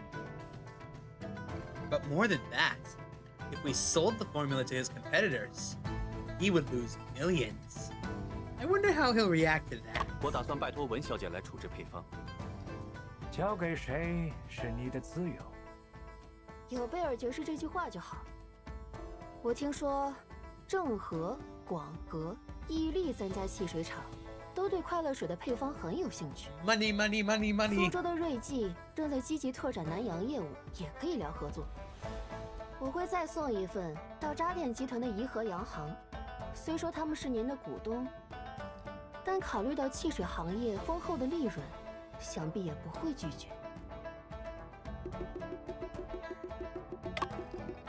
Shen would be set for life. 对了，我还打算在护报上发2篇文章，标题都想好了。侦探追查沪上密客时发现快乐水配方，沃森集团极力否认快乐水中还有新型鸦片。你们可要想好，污蔑的后果，你们承担得起吗？ We've done worse. 配方是我家先生的，他想给谁就给谁，怎么了？ Old Bell, how about you double-check one more time? If the formula belongs to the Watson Group, I'll order them not to disclose it.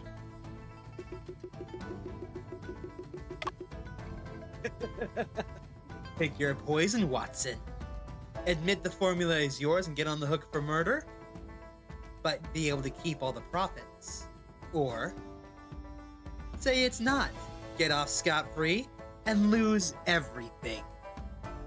Make your choice. 承认配方是沃森集团的，就意味着你在2起命案中都有重大嫌疑。如果否认，我们便有权公开配方。You get off 这2杯 scot-free. 毒酒，你终归要喝一杯下去。更何况，你根本没法解释，为什么只有你知道的高科碱会出现在这个配方里。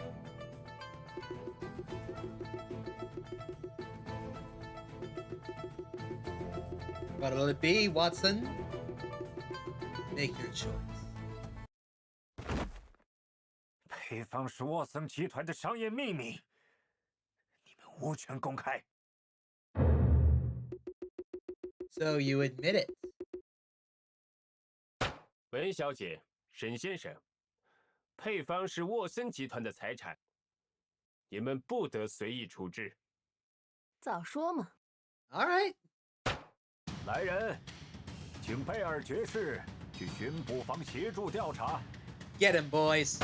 贝尔爵士不是罪犯，他哪里都不用去。从目前的情况看，吴松涛之死多半与那快乐水配方有关。贝尔爵士虽然尚未被定罪，但的确有重大嫌疑在身。协助调查乃必要流程，望贺大人配合。 贵国之司法流程野蛮粗暴，漠视人权。贝尔爵士作为大英帝国公民，他的尊严必须要得到保障。 And there it is, the inherent problem with this mixed court. 在没有确凿证据的情况下，我认为他没必要接受任何调查。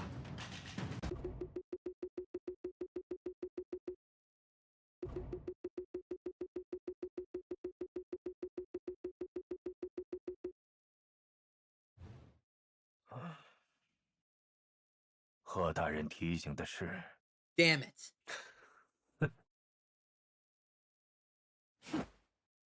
先生，这也太过分了！我们没有能一锤定音的证据，他会这么说，不算意外。这就是个死结啊！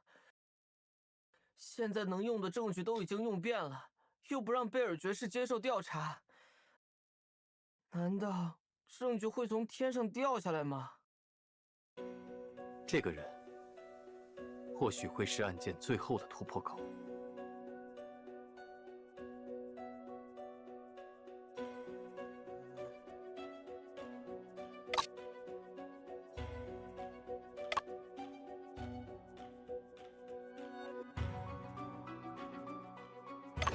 Right, there's still something that Joseph hasn't told us. 贝先生已经很久没说话了，他的情绪看起来也很糟糕。约瑟，我可以问你一件事吗？ It's only natural that his moods turn sour.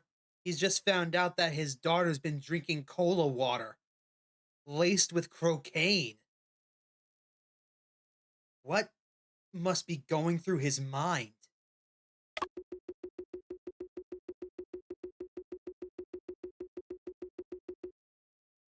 什么事？这份报告和笔记，就是你从现场拿走的所有东西吗？但是，无论是报告还是笔记中，都没有提到我。你想说什么？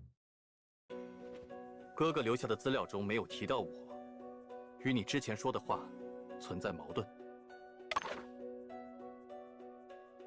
I stand corrected. Thank you, Devs. Right here.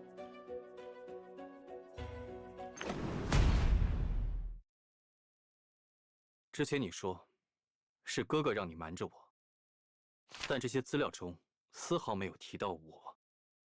我想，他应该还给你留下了别的东西。他。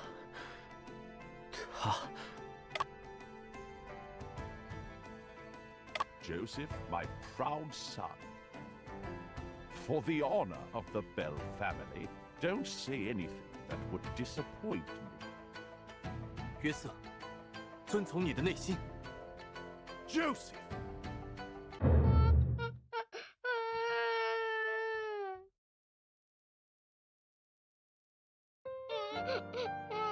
Daddy won't get Cece the cola water. Cece doesn't want to drink tea, just wants the cola water.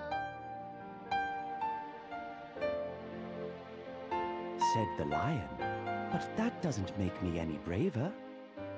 And as long as I know myself to be a coward, I shall be unhappy. Cece, why don't you go play with Uncle Wu outside the courtroom? Daddy will join you after work. 吴巡部，麻烦了。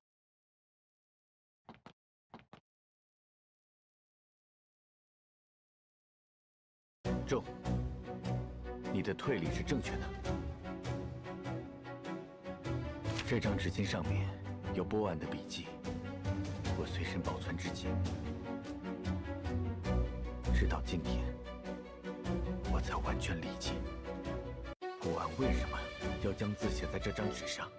See it。以及他写下这些字的时候，正在经历怎样的痛苦。 Promise me, you will stop the release of the opium cessation drugs. Take good care of John. Keep him away from all these. Sorry, Brian. 哥哥，纸巾是从沃森的办公室拿的，上面有贝尔公馆的标识。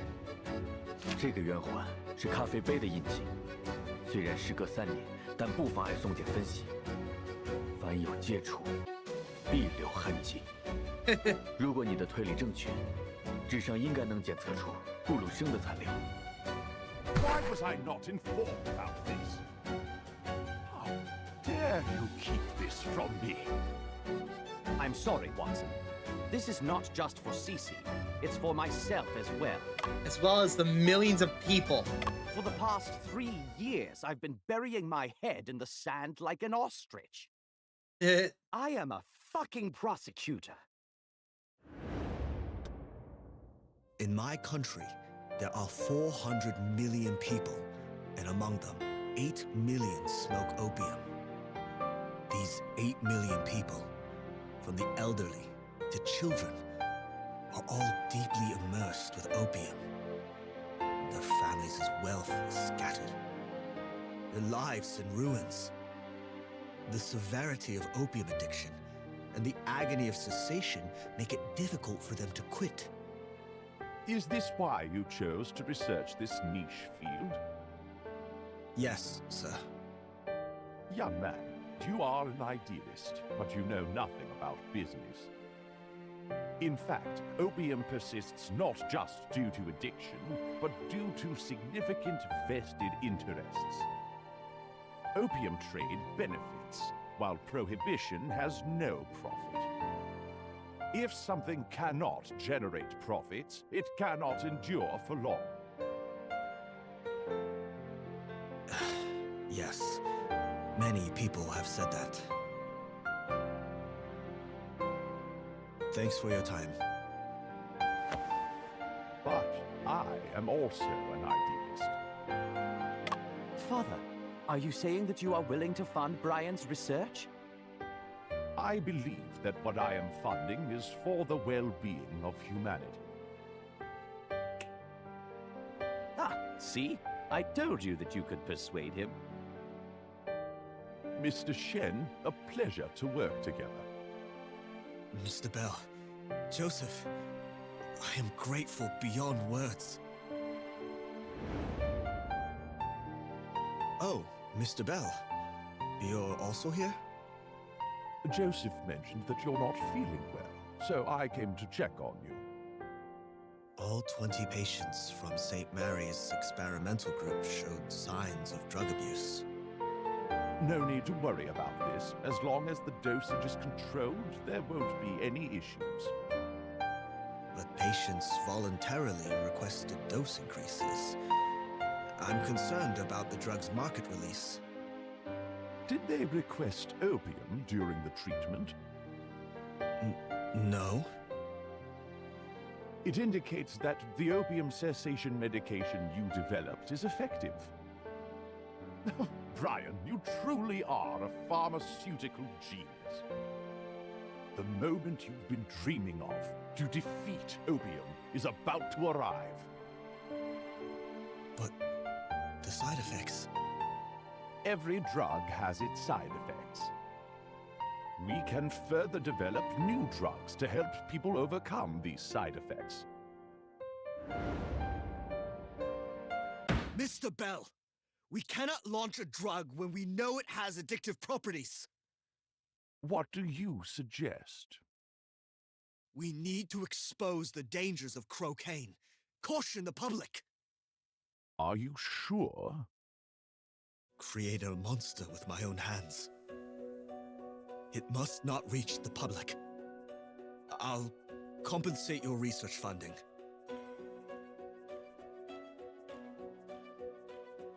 There it is. You are always an idealist, Brian. So far, nobody knows cocaine. Once it is made public... Aren't you worried that the Sassoon family will turn around and develop an alternative?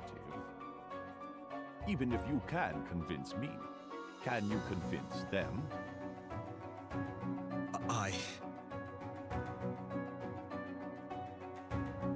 Come, have a cup of coffee to calm down.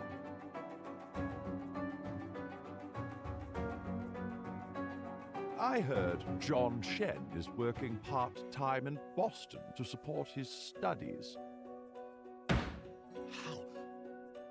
How do you know my brother is in Boston? He is your brother. Of course, I have to take extra care of him. You threatened us? Mr. Bell, are you threatening me? I am planning a future for you and your brother. Do you want shares in Watson Group? It can make you both live a life of prosperity and wealth forever. I develop opium cessation drugs to prevent tragedies, not for wealth. In that case, I respect your decision. Keep a close eye on him. Make sure he gets home and never steps out again.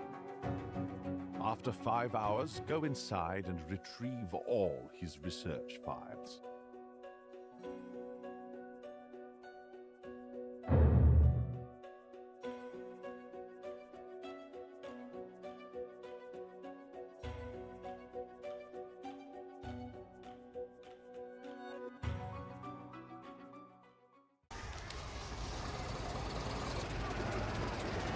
Why is there so much noise outside?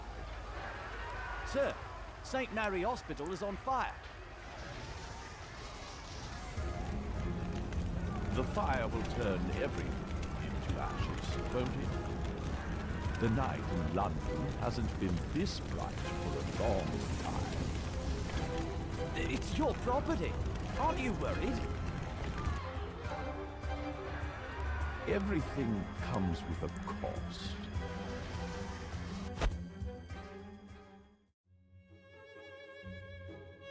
Grandpa, when can we go home? Darling, we've got to stay here for a bit. Why?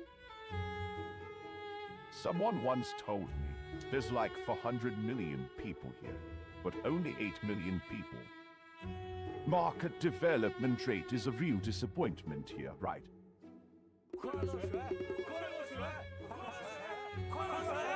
He also wants the cold water. No, darling, you can't drink the cola. How about Chinese tea? Can I chuck in a bit of fruit juice in the tea? Of course. And you know what? You've given me a bit of inspiration. Maybe I should chuck in some fruity flavors that kids fancy into the cola water.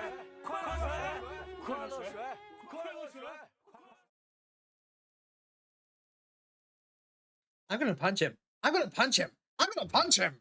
对不起，郑，我一度以为波婉是想用自己的牺牲来阻止戒烟药的上市。约瑟，这不是你的错，但贝尔先生和沃森集团必须受到相应的惩罚。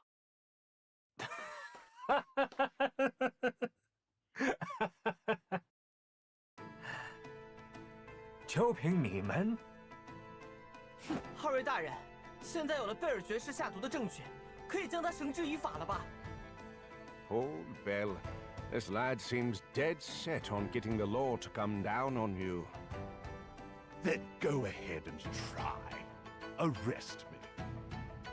为什么他们听上去那么有恃无恐 ？What are we forgetting?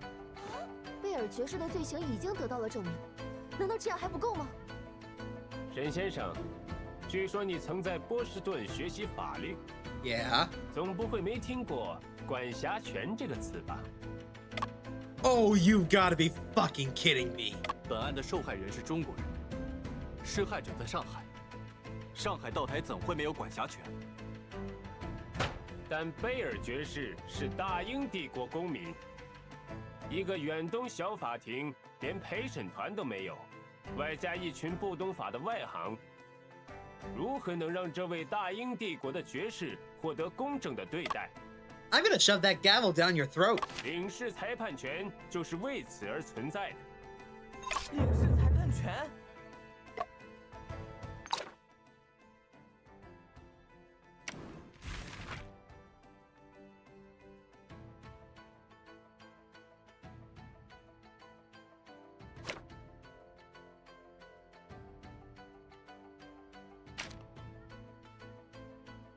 Consular jurisdiction refers to the authority granted to a consul to adjudicate civil and criminal cases involving citizens of their country residing abroad, in accordance with their own national laws. The establishment of consular jurisdiction in modern China dates back to the 1842 regulations for the conduct of affairs in the Jingnan area and expanded over time to include the rights to observe trials, as well as the establishment of administrative and judicial bodies, independent of the Chinese legal system. This led to difficulties in judicial jurisdiction, and infringed upon China's sovereignty. So even though he murdered a Chinese person on Chinese soil, simply because he's a British citizen, he's gonna get away with it. You think the same would be true in reverse? 根据两国间的协定，英人之犯罪，只能由英国领事来裁决。但他们明显是穿一条裤子的呀！真不甘心就这样让他逃脱罪责，我们还能做些什么吗？这是时事，非你我能够改变。That's a bunch of bull. 关大人，能看清时事，是你最大的优点。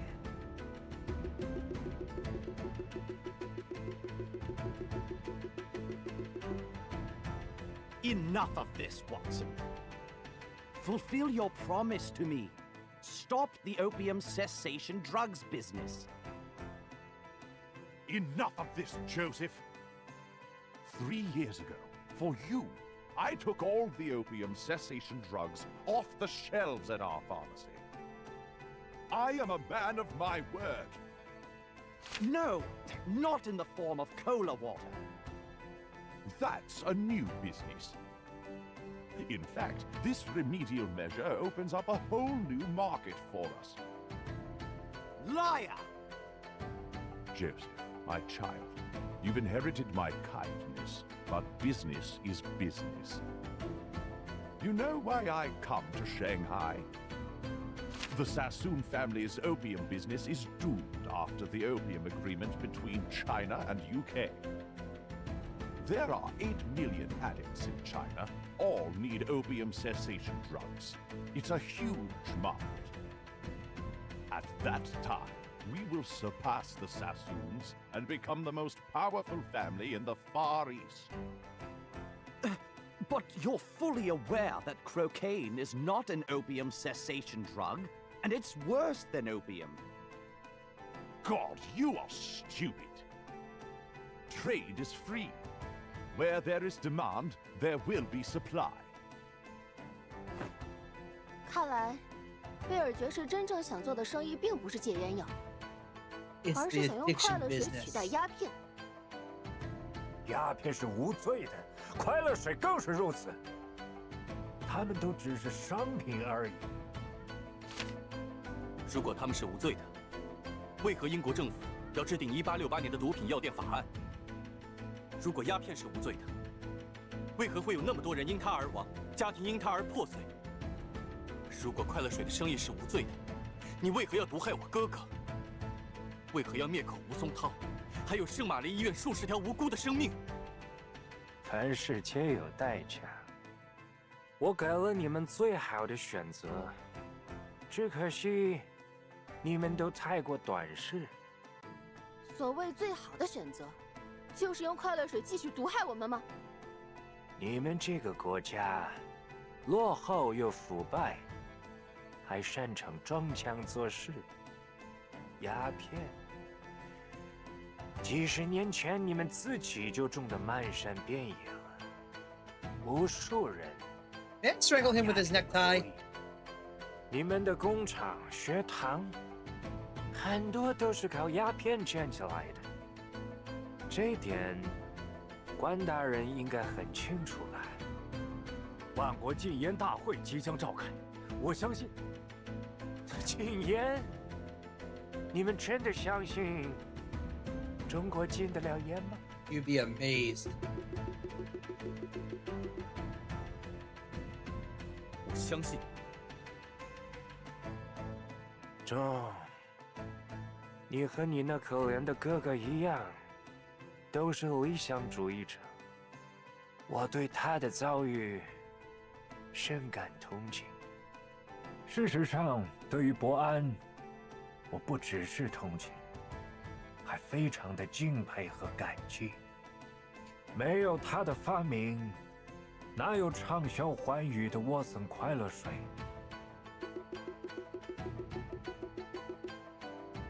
但你要知道。人的苦难是自己选择的结果。那些吸大烟的人，都是有自由意志的。难道有人逼他们吗？不，是他们自己要谁的。你的烟鬼父亲也一样。而你那自视清高的哥哥，如果当初没有拒绝我给的股权，又怎会落得这样一个下场？ Asshole, you poisoned him before you offered the shares. But that doesn't matter. 鱼儿抓口时，不着急提干，耐心等一等。大鱼上钩时，会有明显的异常。就是现在。事实上，你做不到嘴上说的那样心安理得。你在笑什么？如果你的心中没有恐惧，就不会为了隐瞒真相而杀人灭口。而我要出示的最后一件物品，就是为你的恐惧而准备的。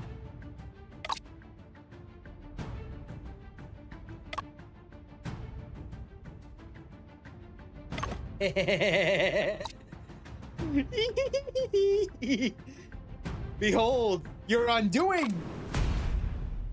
It's over. 沃森，我为你准备了2件礼物。这3年，我深度调查过我哥哥案件的所有嫌疑人，尤其是你。这个手提箱中装着与沃森集团有关的各种犯罪记录，不只是上海，还包括香港、伦敦开设沃森大药房的所有其他城市。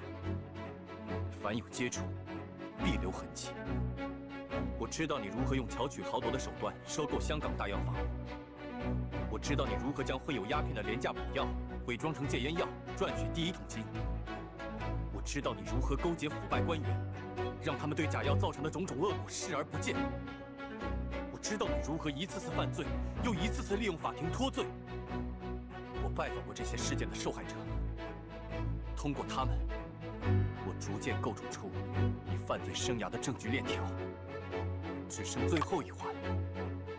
So that's why he went back and forth between China and London so many times. 刚才，约瑟提供了最关键的证物，所有人都听到了你亲口认罪。既然这样，不妨带上那些受害者，找个有管辖权的法庭起诉吧。我敢保证，你所谓的证据和证言都不会被接受。 所以，我还准备了另一件物品。另一件物品是我发明的留声广播机。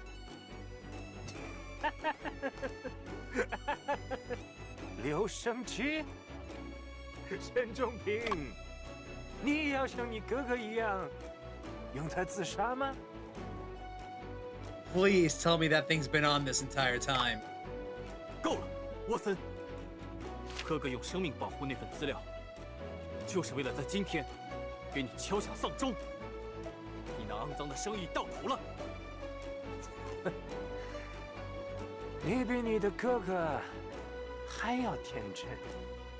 大烟与戒烟药的生意已经延续了半个世纪，你们早已是东亚病夫了。你真以为？ 一个人 again 就能改变时代吗 ？Is it any reason they hate us？ 不，我绝不是一个人。我曾见过一位修撰，为思想解放和文学创新而奔波于田野乡间。我曾见过一位将领，为突破炼钢技术桎梏而废寝忘食、呕心沥血。我还知道一位官员，即便没有图纸，硬是靠锤子 敲出第1艘火轮船。除他们外，还有千千万万中国人，虽身处逆境，仍在努力改变时代。而鸦片，是我们国家必须面对的最紧急的问题之一。我们必须努力，禁烟禁毒，以挽救自己。先生说的对，我举双手支持。 There is a tribute there. Let's hold on. Let's see this.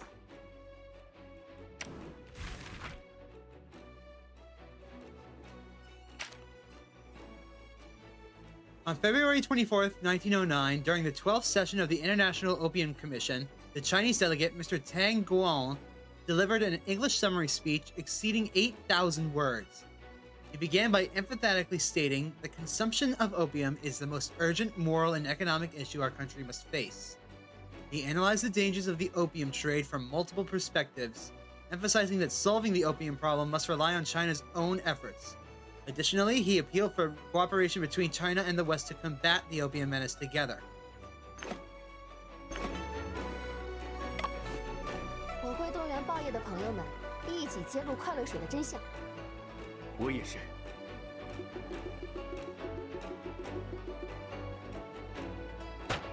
本官也会尽无所能，推动禁烟禁毒之大计。还有我呢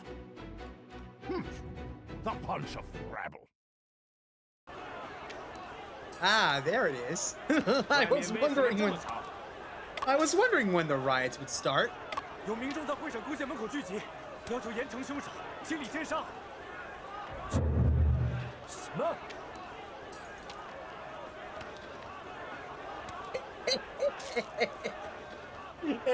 Hey, look who that is. Look who it is. Riot. 是怎么回事？留声广播机，顾名思义，可以把声音录下来，同时再广播出去哦。现在不仅我们能听到你说话，会审公廨外面的人也都能听到。And they're rioting. 接下来几天的报纸头条肯定也是这件事了。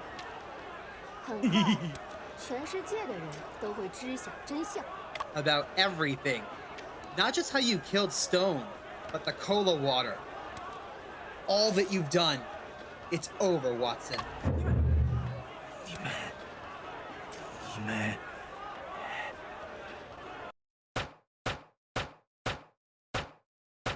这明明是非公开审理，你们竟然偷偷对外广播！中国人就是这样亵渎规则的吗？ Uh-oh. 规则？到底是谁在亵渎规则？你怎么敢用这种眼神看我？你们的规则从来都有2套标准，一套给自己，一套给别人。而在我这里，只有1条规则。如果你选择作恶，就必须付出代价。 They even did the overdramatic point. I love it. 大人，愤怒的民众想往里冲，巡捕们快拦不住了！保护我！贺大人贵为英国领事，下官自会拼命护您周全。 You know what? No, fuck that. 但是，如果您不能以公正执法来平息民怒，执意袒护贝尔爵士，谁也不敢保证3年前黎皇室案的惨剧不会重演。关大人决定就好。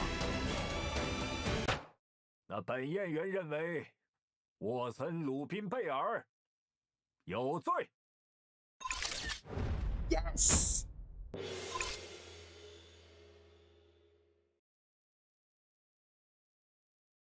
Hallelujah.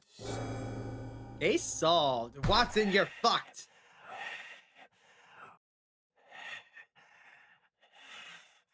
不，一切还没有结束。既然这样。 不介意。 He's got the gun. 再制造一起惨案。马牌撸子，先生小心！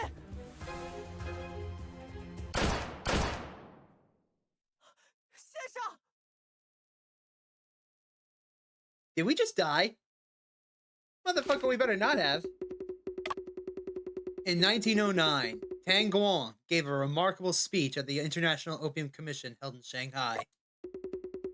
The meeting led to the first International Drug Control Treaty, the Hague Opium Convention in 1912. In 1928, the Republic of China attempted to abolish all consular jurisdiction in China. However, due to resistance from foreign countries, its goal was not achieved.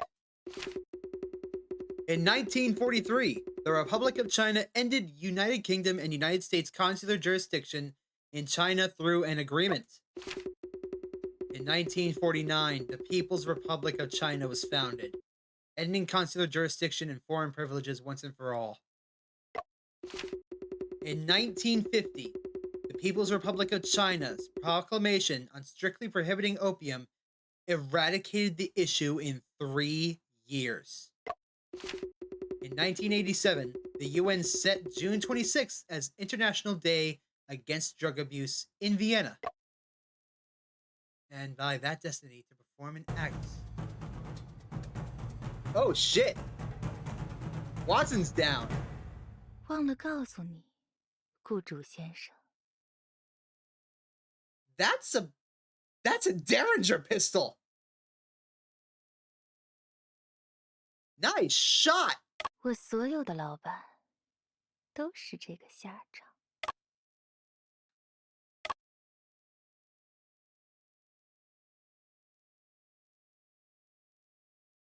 Credits time. 热售！3位侦探公堂大显身手，揭露沃森集团 I 惊 loved 天阴 this 谋。 game. 我买一份报纸。这报我不卖。 Please, everyone, go and play it yourself. Find all the secret endings and 送 stuff. 给您了。您可是智斗洋人的高手。那我就不客气了。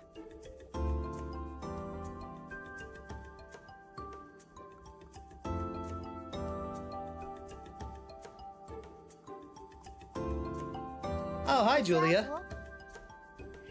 你们在会审公廨的表演真是精彩，这次不仅救出了先生，还一起抓住了幕后真凶。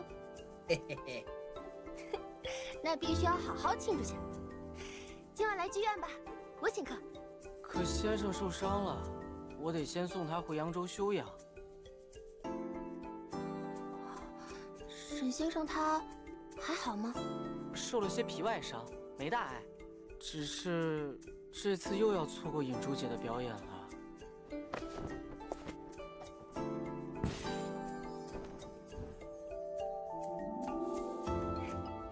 祝你们一路平安。That's witchcraft.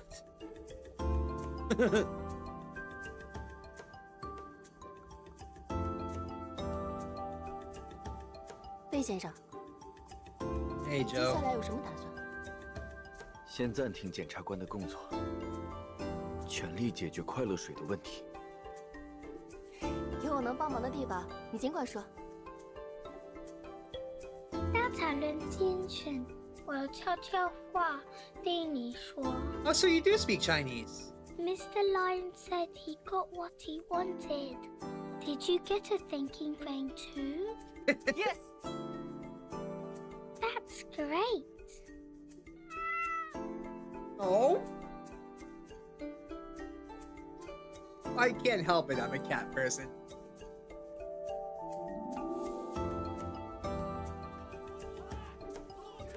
关大人，您怎么在这里？查封沃森大药房是大事，本官得亲自盯着，避免再生变故。不知丁香姐怎么样了？丁香在会审攻陷女押所，听候处断。 你们能网开一面吗？那天在法庭上，要不是丁香姐，丁香为民除害，我本人十分佩服。但除了这个案子以外，他还身负多条人命。放心吧，关大人会让他获得公正的审判。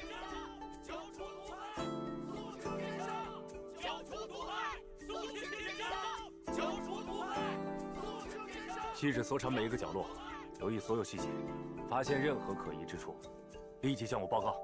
是，学长。 Oh, you got promoted. 现在要叫李巡长了。文小姐见笑了。李巡长，发生什么了？怎么又在调查洋货铺？沃森虽已伏法，但大盗仍在逍遥法外。嘿，本巡长上任，必将他缉拿归案。 All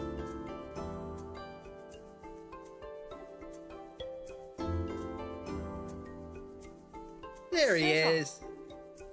你怎么自己就下来了？还有，你的手受伤了，不能拎箱子。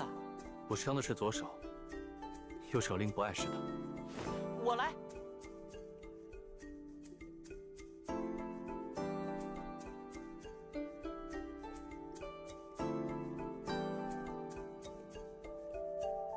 Joseph,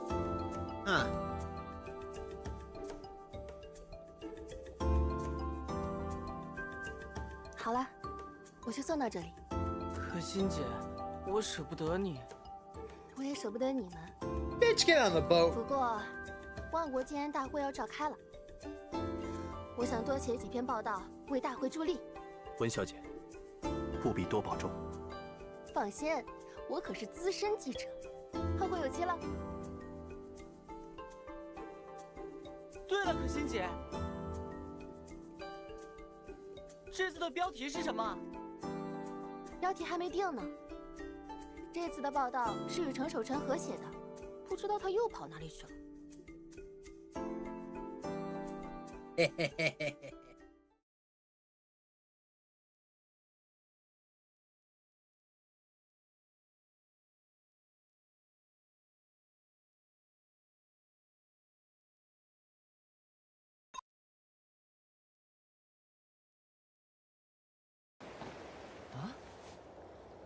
程记者，你怎么在这里？哦，当然是来还机器的呀。Yeah, thanks for holding on to that thing, by the way. 我的留声广播机。不过，如果它对程记者的工作有帮助的话，我可以把它送给你。你还是留着再改良改良吧。这次多亏有守臣兄帮忙，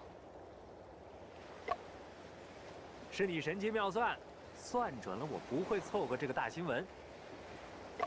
不，在这个事件中，你所做的贡献，远比表面上看起来的要多。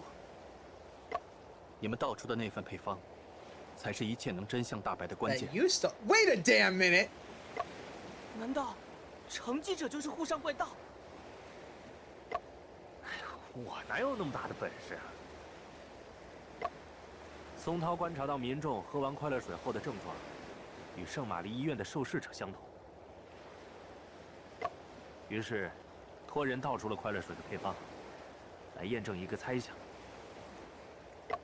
只是还没等我见到配方，松涛就遭了毒手，配方也不知所踪。我几次想进入现场寻找，却始终没机会。没想到，松涛将配方放在了你哥哥的照片后面。现在想想，这也的确是最合适的地方。哦，对了，差点忘了正事儿。Purpose? What purpose? 先生，看来我错怪吴老板了。此话怎讲？之前调查洋货铺地窖的时候，我还以为他是个卖戒烟药的奸商。不过 Most of the drugs he had were legitimate. 当年参与过研究项目的不是程记者吗？怎么会是吴老板知道受试者的症状呢？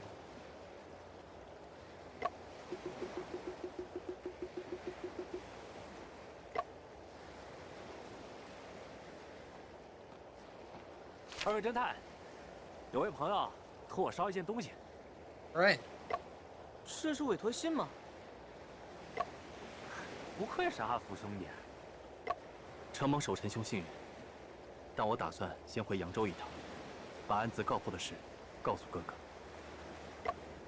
这个案子，我相信沈先生不会拒绝。You? What are you doing here?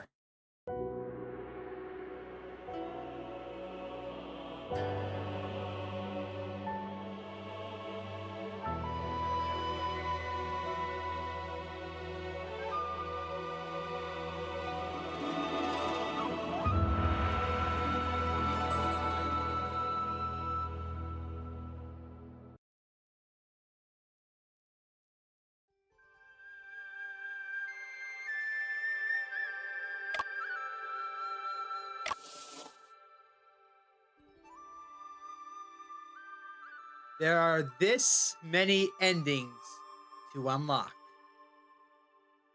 Good luck. Go get the game yourself.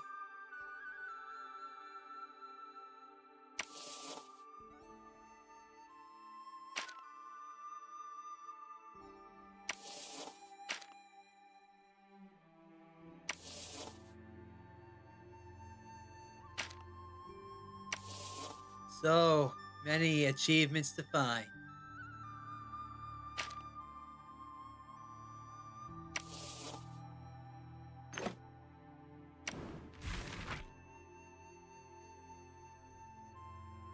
So many facts to go through, huh? And I didn't get everything. Oh well. Let's get started from the top. Work our way down, then I can say goodbye. The Chinese word for detective appeared in the Song Dynasty, 960 to 1279 at the latest. Originally used as a verb meaning to inspect and acquire, the word was later developed to also be used as a noun. For example, the arms mentioned in the memorandum for the reappraisal of matters in Jitown, written during the Ming Dynasty, included detective, which is equivalent to scouts in modern times. By the end of the Qing Dynasty and the beginning of the Republic of China, by the way, that's Qing Dynasty, my apologies, with the emergence of large quantities of detective fiction, such as Detective World and stories of Sherlock Holmes, the term detective had evolved to refer specifically to investigators working on a case.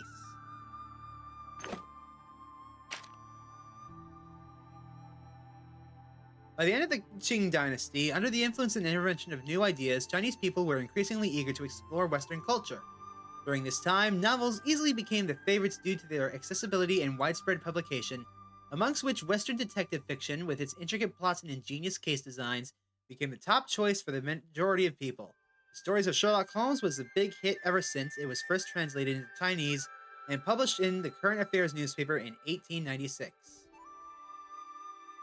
Also, there should be a space here, developers. Tales of the Moon Colony. It can be rated as ancestor of Chinese science fiction written by Huangjing Daizhou. It was serialized in illustrated fiction between 1904 to 1905 with a total of 35 chapters, but no ending. The subject of the novel is a peculiar balloon in which the main character travels across the sea in search of his wife and children, whilst encountering aliens from the moon. This novel combines the vernacular style of traditional novels with the essence of science fiction, creating a work of high artistic value in the late Qing Dynasty.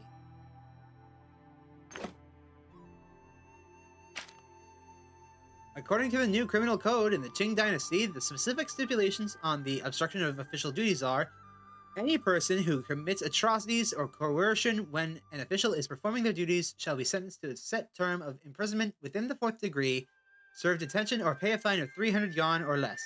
Same applies to those who commit atrocities or coercion or use deception to influence officials to impose or remove certain sanctions or to resign.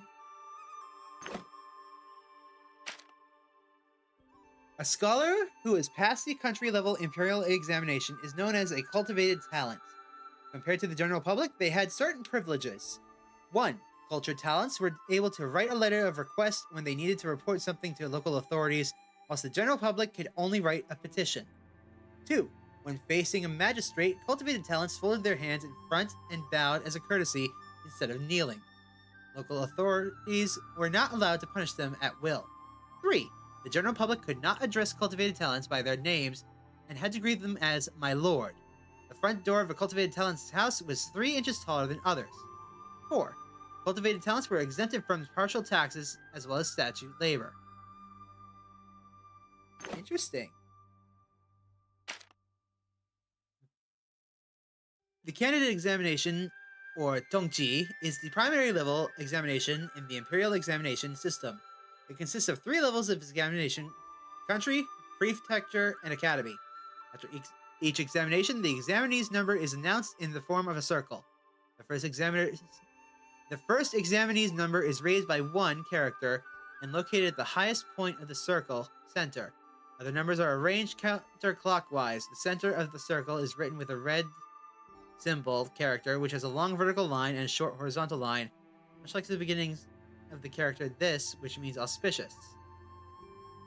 I don't really understand it.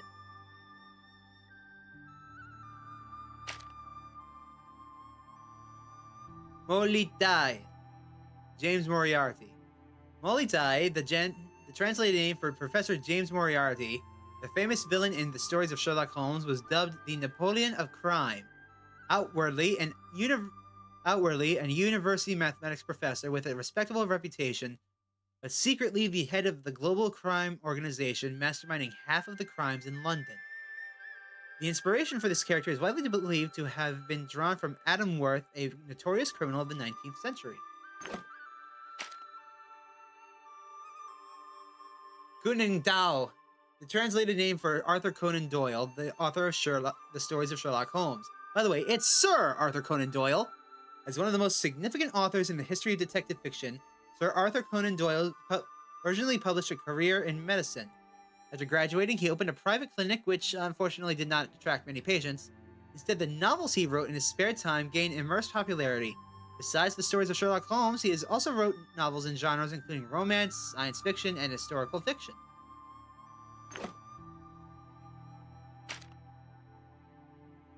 Jiansheng literally means the one who is born first in Chinese. It is extended to become a respectful term for a knowledgeable person regardless of gender.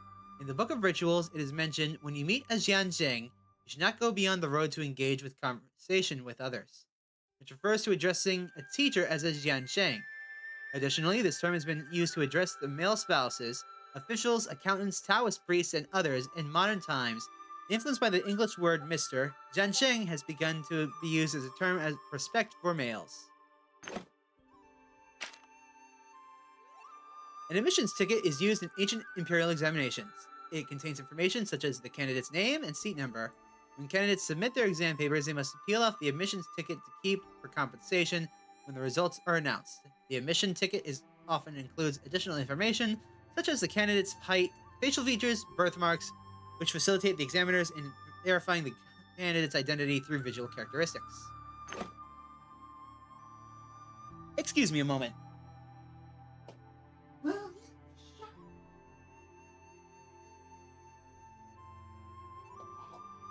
Sorry about that. I had to go smack my laptop. Oy vey. Oh, so many to do. So little time. The 4 books annotations. This book is a unique cheating tool for the imperial examination in the Qing dynasty, which was only 1/14 the size of a traditional bound book. However, it contained the complete text of the Great Learning, the Doctrine of the Mean, and the Analects of Confucius, as well as detailed annotations by the prominent scholars from the Song dynasty. The characters were extremely small, resembling the size of a mosquito head, yet the strokes were remarkably clear. It has been recognized by the Guinness Book of World Records as the ancient book with the smallest size and text among over 100,000 kinds of ancient books existing in China. So this has been the world's smallest book for a long time. The Hall Drum. A drum placed at the entrance of a county government office in ancient times. Often painted red with white skins, served 3 purposes. First, if the common people had grievances, they could state their complaints by beating the drum. Second, the county official would beat the drum to gather the crowd and assemble the staff when entering the court. Third, the drum was beaten to announce the country's magistrates' return from official duties outside, serving as a reminder for subordinates to report their work in a timely manner. Only in cases of significant or urgent matters could the common people beat the hall drum. Previously causing a disturbance over trivial issues not only resulted in the refusal of the case, but also led to physical punishment. Ouch! The oxtail sword is a standard weapon issued to officials and constables during the late Qing dynasty. It was named for its resemblance to an oxtail when the blade was pointed upwards. The sword featured a thin blade and was light to handle and easy to carry, making it suitable for official duties. The water fire rod is a stick-shaped weapon used by government officials in ancient times as a warning and punishment tool. It is about 160 centimeters long and half black and half red. Black represents the color of the water in 5 elements, often used to symbolize the justice of the law. Red represents the color of the fire in the 5 elements, service symbolizing the punishment as severe as fire. So they just got smacked by the stick. The case of Yangtze Wu and Zhou Baikai. One of the four major extraordinary cases in the late Qing dynasty.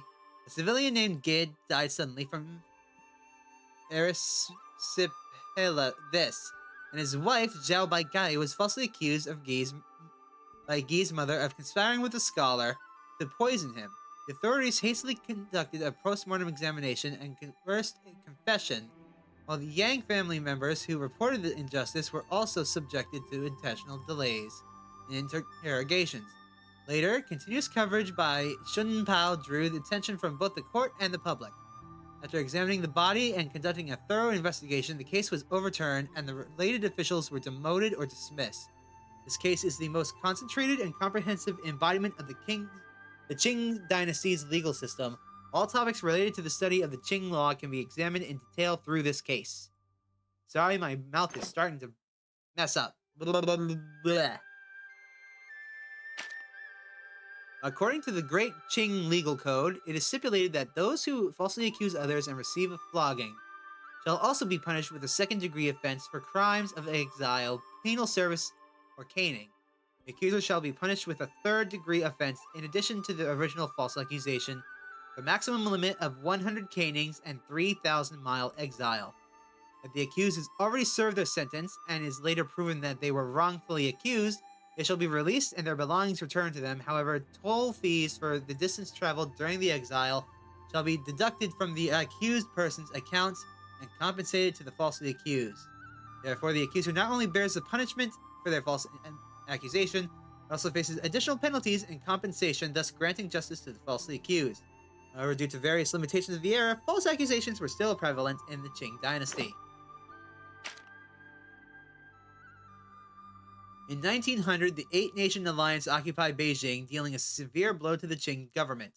To salvage the situation, Empress Dowager Cixi announced the implementation on reforms the following year, including reforms to the imperial examination system. These reforms abolished the eight-legged essay, focused on current affairs and practical matters, and transformed old academies into modern schools. The transition was originally planned to take place gradually over 10 years, but opposition from conservatives grew increasingly strong. In 1905, Zhang Zhidong and others petitioned for the immediate abolition of the imperial examination system. Shortly thereafter, the Empress issued an edict formally ending the 1,000-year-old imperial examination system. Wait, what is the eight-legged essay? In Scotland Yard. In 1829, British Parliament passed the Modern Professional Police Act for the first time, establishing the Metropolitan Police Service, with its headquarters located at 4 Whitehall Square. But because the public entrance faces the Great Scotland Yard Street, the public just gradually referred to the London Police as Scotland Yard. Its jurisdiction covers 32 boroughs such as Westminster and Camden. Fun fact, for the longest time, London Police didn't exist. People hated the idea for the longest time. Alright.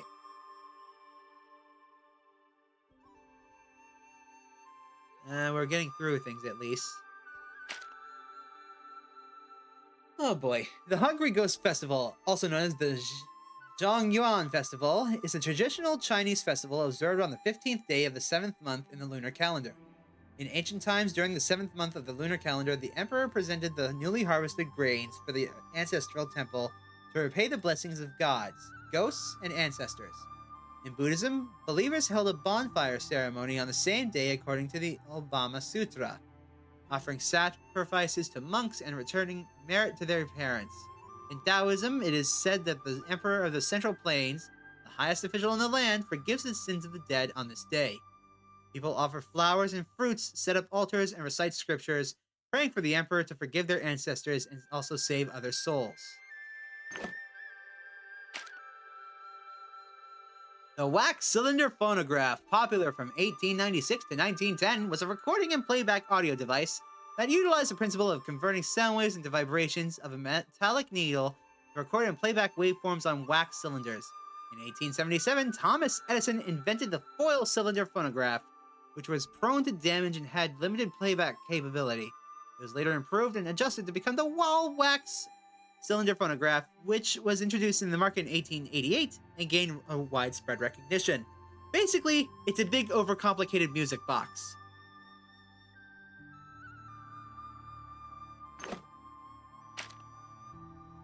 A traditional Peking opera play known as the Kongming Begs for longevity, adapted from the novel Romance of the Three Kingdoms. It tells the story of Zhuge Liang, a prominent Chinese military strategist who suffered from severe vomiting and blood loss. He performed a ritual that used 7 lamps to prolong his life. However, the ritual was interrupted and Zhuge Liang died with premonition of his future. Ah, Morse code. Morse code is an encoding method invented by the British inventor Samuel Morse. It encodes English letters and Arabic numerals using a combination of dots, dashes, and spaces to facilitate the efficient transmission of information. The Morse code telegraph machine operates on the principle of controlling the opening and closing of an electromagnet with electric currents. It prints the transmitted or received information on a roll of paper strip, thus carrying out the work of information transmission. Yes, kids, this is what a telephone used to look like. In the newly established government offices or representative organizations at the end of the Qing dynasty, the deputy administrator refers to the assistant director of the organization and is an official title. The executive director is usually called the administrator or general manager. For example, when preparations for the construction of Hanyang Ironworks began, Kai Ji-yong was appointed as the administrator, and Zhao Wei-qing, along with Zhu Zhanyin, were appointed as deputy administrators. They were in charge of the machinery purchases, site selection, iron mining, coal mining, and other affairs in the ironworks. I cannot speak Chinese names. I apologize deeply. Song Ji was a government official and forensic medical scientist from the southern Song dynasty. He dedicated his life to working in criminal court and accumulated a remarkable amount of experience in forensic identification. In his later years, he wrote the book Collected Cases of Injustice Rectified, the oldest known monumental work on forensic science more than 300 years earlier than when the relevant works began to appear in Europe.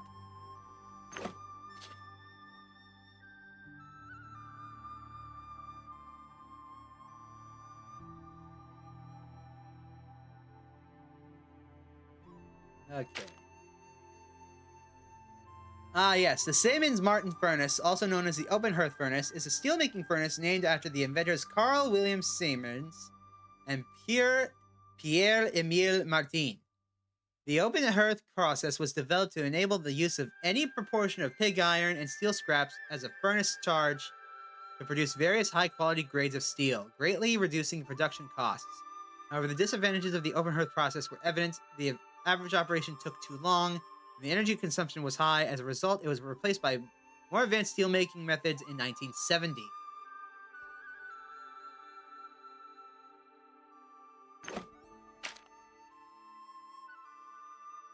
Gang Jiang and Mo Ye were a famous swordsmith couple from the spring and autumn period, known for forging 2 sharp swords named after themselves. Over 1,000 years, many legends have evolved around them.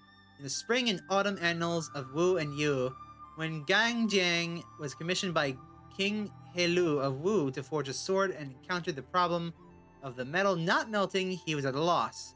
Mo Ye mentioned, for divine objects to transform, they require human involvement.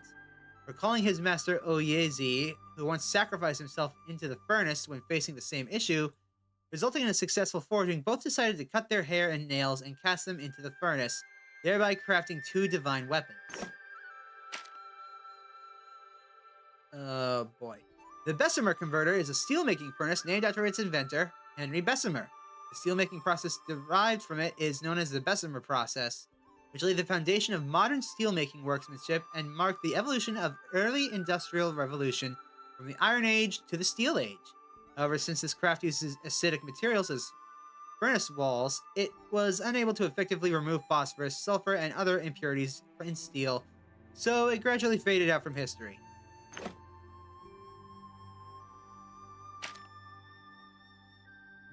Gezhi, or the investigation of things to extend knowledge, originates from the phrase, the great learning. To extend knowledge to the utmost, one must investigate the principles of things.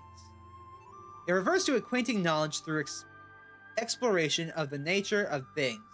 In the late Qing dynasty, Yangtze studies broadly encompassed disciplines such as mathematics, physics, chemistry, and biology, and in 1875, Shanghai Polytechnic Institution, an early institution for cultivating scientific talent in China, was established. The following year, British scholar John Fryer and Chinese scientist Zhu Shou founded the Chinese Scientific Journal, the Chinese Scientific Magazine, facilitating the spread of scientific knowledge in China. We're almost there. Almost there. By the end of the Qing dynasty, the Qing government gradually came to accept the railways despite them being from a foreign product. The Canton-Hankow Railway, stretching for more than 1,000 kilometers and taking 36 years to construct, was one of the longest railways that took the most time to establish. The Yangtze Railway in game, also known as the Shitai Railway, refers to the railway line from that to Taiyuan, most of which was designed and built by the Chinese themselves. It's worth mentioning that the railways constructed in the late Qing dynasty formed the basic framework for China's railways. Ooh. In June 1894, the Hanyang Iron Works was officially put into operation, and a monument was constructed for the commemoration. Many skilled workers from overseas were introduced at the beginning of the establishment of the ironworks. To thank them for their remarkable contributions, the upper hall of the monument was engraved with Hanyang in Pinyin and June in French. The pointed hammer and flat hammer at the center of the emblem of the Hanyang Ironworks, the lower half of the monument was engraved with an olive branch symbolizing peace and friendship. Unfortunately, destroyed by the flames of war, this monument is now lost. Oh.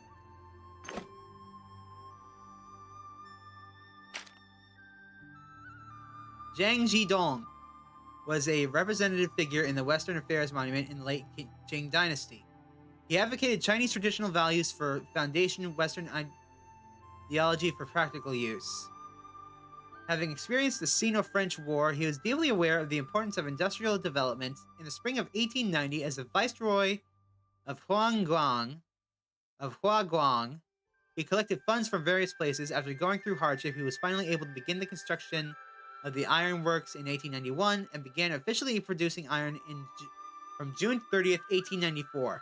With the most advanced technology in the world at the time, he produced the first furnace of molten steel in China. Hold on, I need to get this out of them.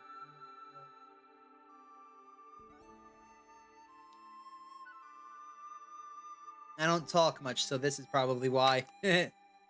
During the mid-19th century, the increasingly close cultural exchanges between China and foreign countries, as well as the influx of Western missionaries, brought on modern scientific and technological knowledge into China. Natural philosophy, compiled by Englishman Benjamin Hobson, was regarded as an enlightening read for the Chinese people on Western science and technology. Divided into 3 collections, natural philosophy touched upon physics, chemistry, and astronomy, zoology, and other knowledges. Ideologist Wang Tao evaluated this composition, saying that a scholar who studies the phenomena of nature to acquire knowledge must start from here and set this as their standard. We've already seen Quan.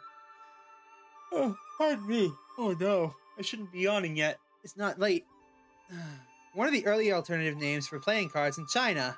The early 20th century, when Western playing cards were introduced in Shanghai, the popular game was 21. So people at that time referred to Western playing cards as Quan De Wen, which is a transliteration of 21 in Chinese.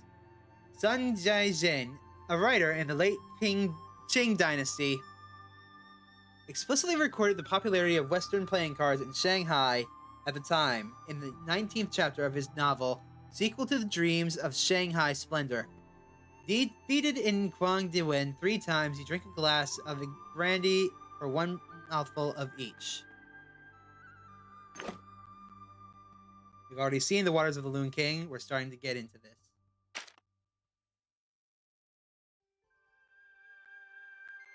Mahjong cards are the predecessor of modern Mahjong, which were popular during the mid and late Ming dynasty until the end of the Qing dynasty. Mahjong cards had two patterns, coins and the characters from the novel Water Margin.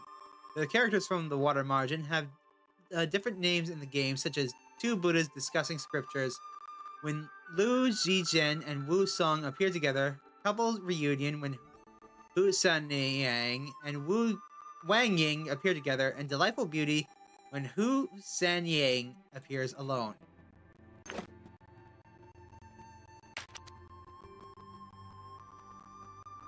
The Huizhou merchants refers to the collective names of merchants from the old Huizhou prefecture, one of the 5 major merchant groups in Chinese history.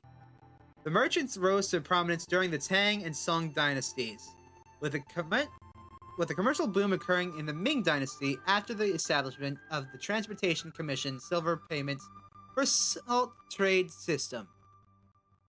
Centered around the salt trade, they also achieved remarkable success in the tea, timber, and pawnbroking industries, with their business operations spreading nationwide by the late Ming and early Qing dynasties. The merchants revered the Neo-Confucian teachings. Pardon me. Of Zhuji, emphasizing the culture and educational upbringing of the clan's youth. This fostered the spirit of Confucian merchants, endowing them with significant advantages in both the political and commercial arenas. Blah, blah, blah, blah. I cannot speak.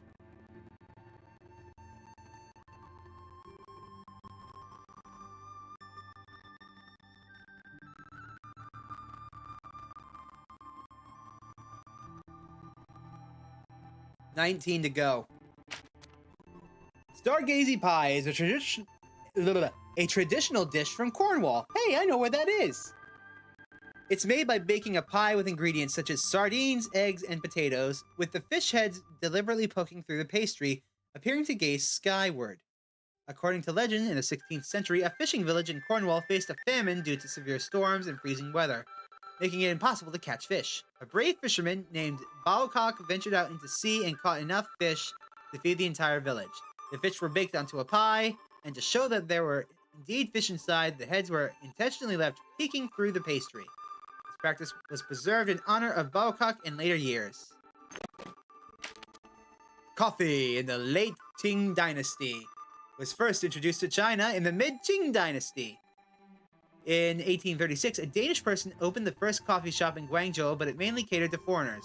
After the Opium War, Shanghai established concessions, and Chinese compradors imitated the lifestyle of Western merchants, becoming the first group of Chinese people to drink coffee. In 1866, the book Foreign Cookery in Chinese was written to train Chinese chefs in Western cuisine. There is a passage specifically mentioning roast and grind kefir vigorously and constantly stir. Here, kefir is the transliteration of coffee. Guanghu was the name for the first steamboat developed in China. It was ordered and named by Zheng Guofan and built by Zhu Shou and Zhu Jinyin and Hua Hengfeng. It was successfully tested in Nanjing in 1865. The Huanghu steamboat had a load capacity of 25 tons and a length of 55 feet. It had a higher pressure steam engine and could reach speeds of 32 miles per hour downstream and 18 per upstream.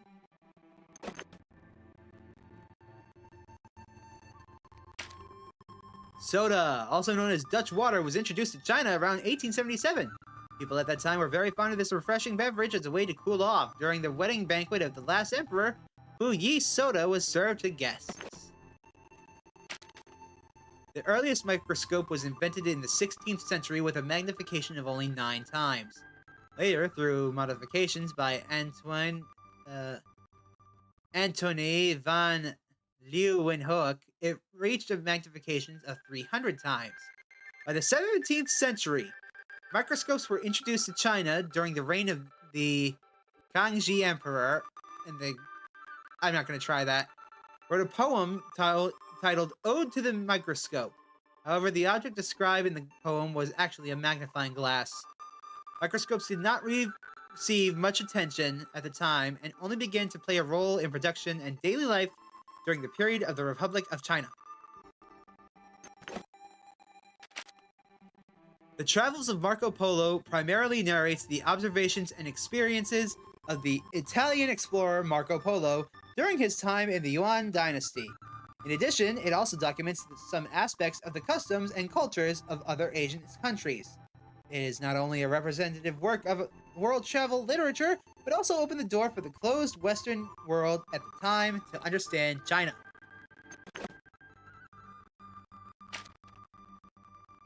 The vernier caliper is a commonly used measuring instrument in industry which can be used to measure the width, depth, and other things of workpieces.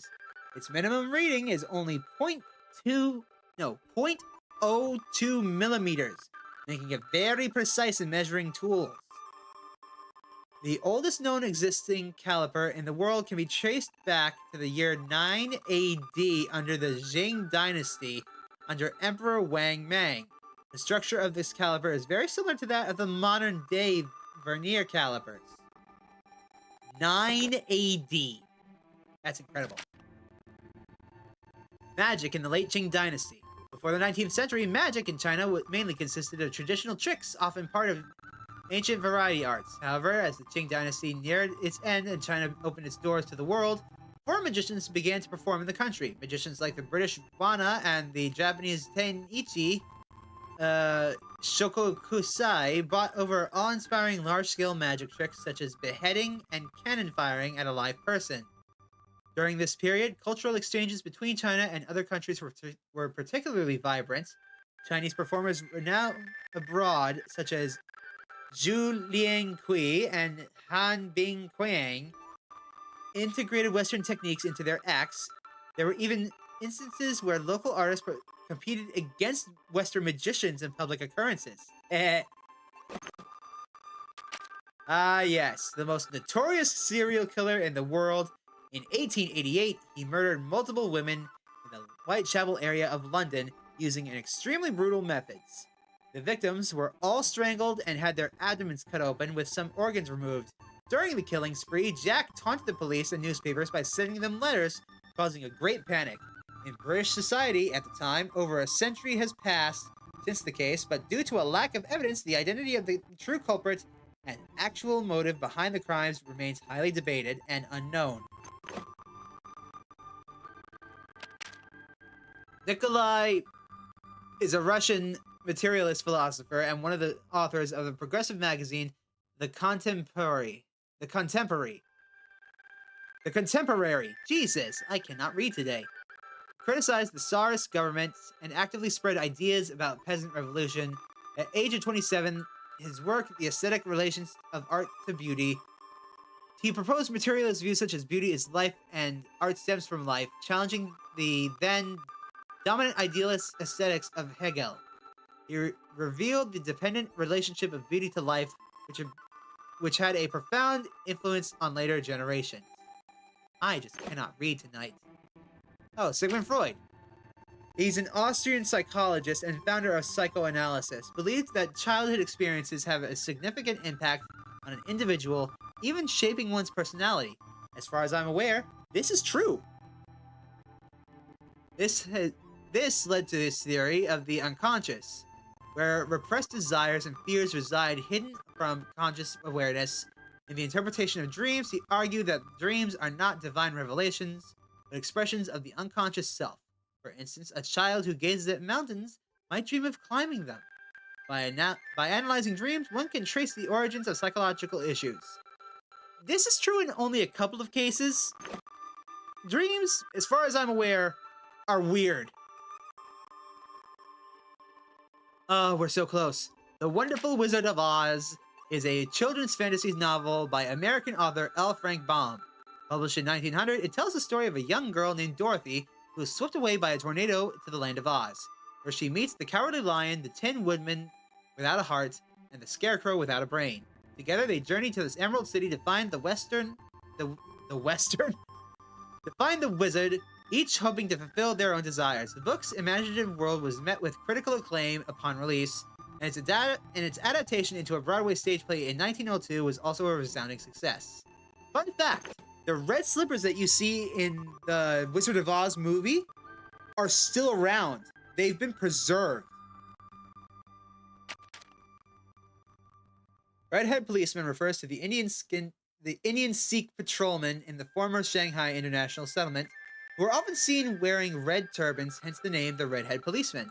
Sikhs are generally tall and have dark skin. They were introduced into the Hong Kong police force in the mid-19th century to combat crimes. After the outbreak of the Sino-French War, the relationship between the Shanghai Municipal Council, the ruling agency in the Shanghai International Settlement, and the local Chinese became more delicate. In order to appease the concerns of overseas Chinese while controlling costs, redhead policemen began to appear in the streets and alleys of Shanghai. Ugh. Hold on, I'm trying to twist my tongue to get all the mistakes out of there. Cosmetics in the late Qing Dynasty. Foreign cosmetics were initially sold and distributed by foreign trading companies in China. In the 1860s, perfumes like Florida water from the American company Landman and Kemp became popular. In the 1880s, foreign goods shops and foreign-owned pharmacies also began selling cosmetics. Products such as tooth powder and vanishing cream gained popularity. In the early 20th century, modern cosmetics like lipstick and eyebrow pencils entered the market. Foreign companies also started incorporating the image of classical Oriental women into their advertisements to showcase the effects of their products. 5 more. Distilled water in the late Qing Dynasty. During the dynasty, distilled water was a luxury primarily enjoyed by the royal families due to its high production costs. For instance, when the Emperor Kangji brewed tea, he resorted to using distilled water if high-quality spring water was not available. This was because the groundwater in Beijing, the capital at the time, was severely polluted. In 1903, Watson's introduced bottled distilled water. Initially, it was not available to the public, but was supplied directly to official residences, high-end restaurants, and other elite establishments, becoming the preferred choice of water among the Manchu nobility, seen as befitting their status. The Dang Dang tram, also known as the tram car, is named after the ringing bells hanging on the front of the vehicle, making a dang dang sound to alert pedestrians to give way. It was introduced to Beijing by Siemens, the same guys who made the boiler? In 1899. In 1906, the Round City route line was completed in Tianjin. In 1908, the first tram line in Shanghai officially started operation, running from Jing'an Temple to the Bund. With its advantages of speed and high passenger capacity, trams rapidly developed and marked the beginning of mechanization in urban transportation in China. So we know for a fact that the game takes place around 1908.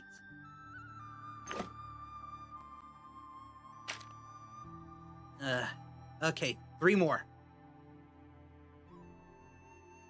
The International Opium Commission convened in Shanghai in February 1909 and was a pivotal international assembly aimed at addressing the prohibition of opium. This conference was called into action following the interim achievements of Emperor Guangxu's anti-opium edicts, urged by the advocacy of the Bishop of the Philippines, Brent, who wrote to Roosevelt highlighting the urgency of the opium issue in the Far East. The United States, under the counsel of the Secretary of State Root, spearheaded this initiative. The gathering saw the participation of more than 10 countries, including China, the United States, Britain, France, Germany, and many others. It resulted in the unanimous passage of 9 resolutions aimed at curbing opium trade, marking a significant moment in the global anti-drug movement. This took place in 1909. 1909, just before World War I.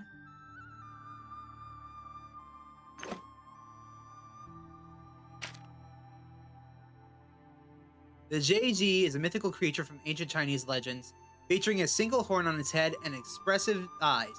It possesses the ability to discern the right from wrong. Oh, that's the thing that was behind Shen during his epic moment. It has the ability to discern right from wrong and loyalty from treachery, symbolizing judicial fairness. Historically, the character for Law was written as that, incorporating this, which represents the JG. Since the time of King Wen of Chu, the JG cap served as an adornment for law enforcement officials, reminding them to distinguish clearly between truth and falsehood. This tradition has been accepted and recognized throughout successive dynasties. Even today, statues of the Zheji are commonly placed at entrances of many courthouses, signifying the continuation and promotion of legal, traditional culture. The last one. The Li Huang case. In 1905, Mrs. God damn it. Mrs. Li Huang, a widow of a Cantonese official, along with 15 maidservants, were accused of human trafficking while passing through Shanghai on her way back to her hometown. During the trial, the British Deputy Counsel overstepped his bounds by interfering in a case involving only Chinese nationals. Despite the lack of sufficient evidence, he openly assaulted Chinese officials and forcibly detained the accused, sparking collective protests from the Chinese. The situation escalated when the public, dissatisfied with the municipal council's protection of the British deputy consul, surrounded the police station in a demonstration leading to a conflict that resulted in nearly 100 casualties. What? I gotta look that up later. Alright. Since I haven't found all of these, I don't think I should read them all. But, in any case, you probably know what most of these are.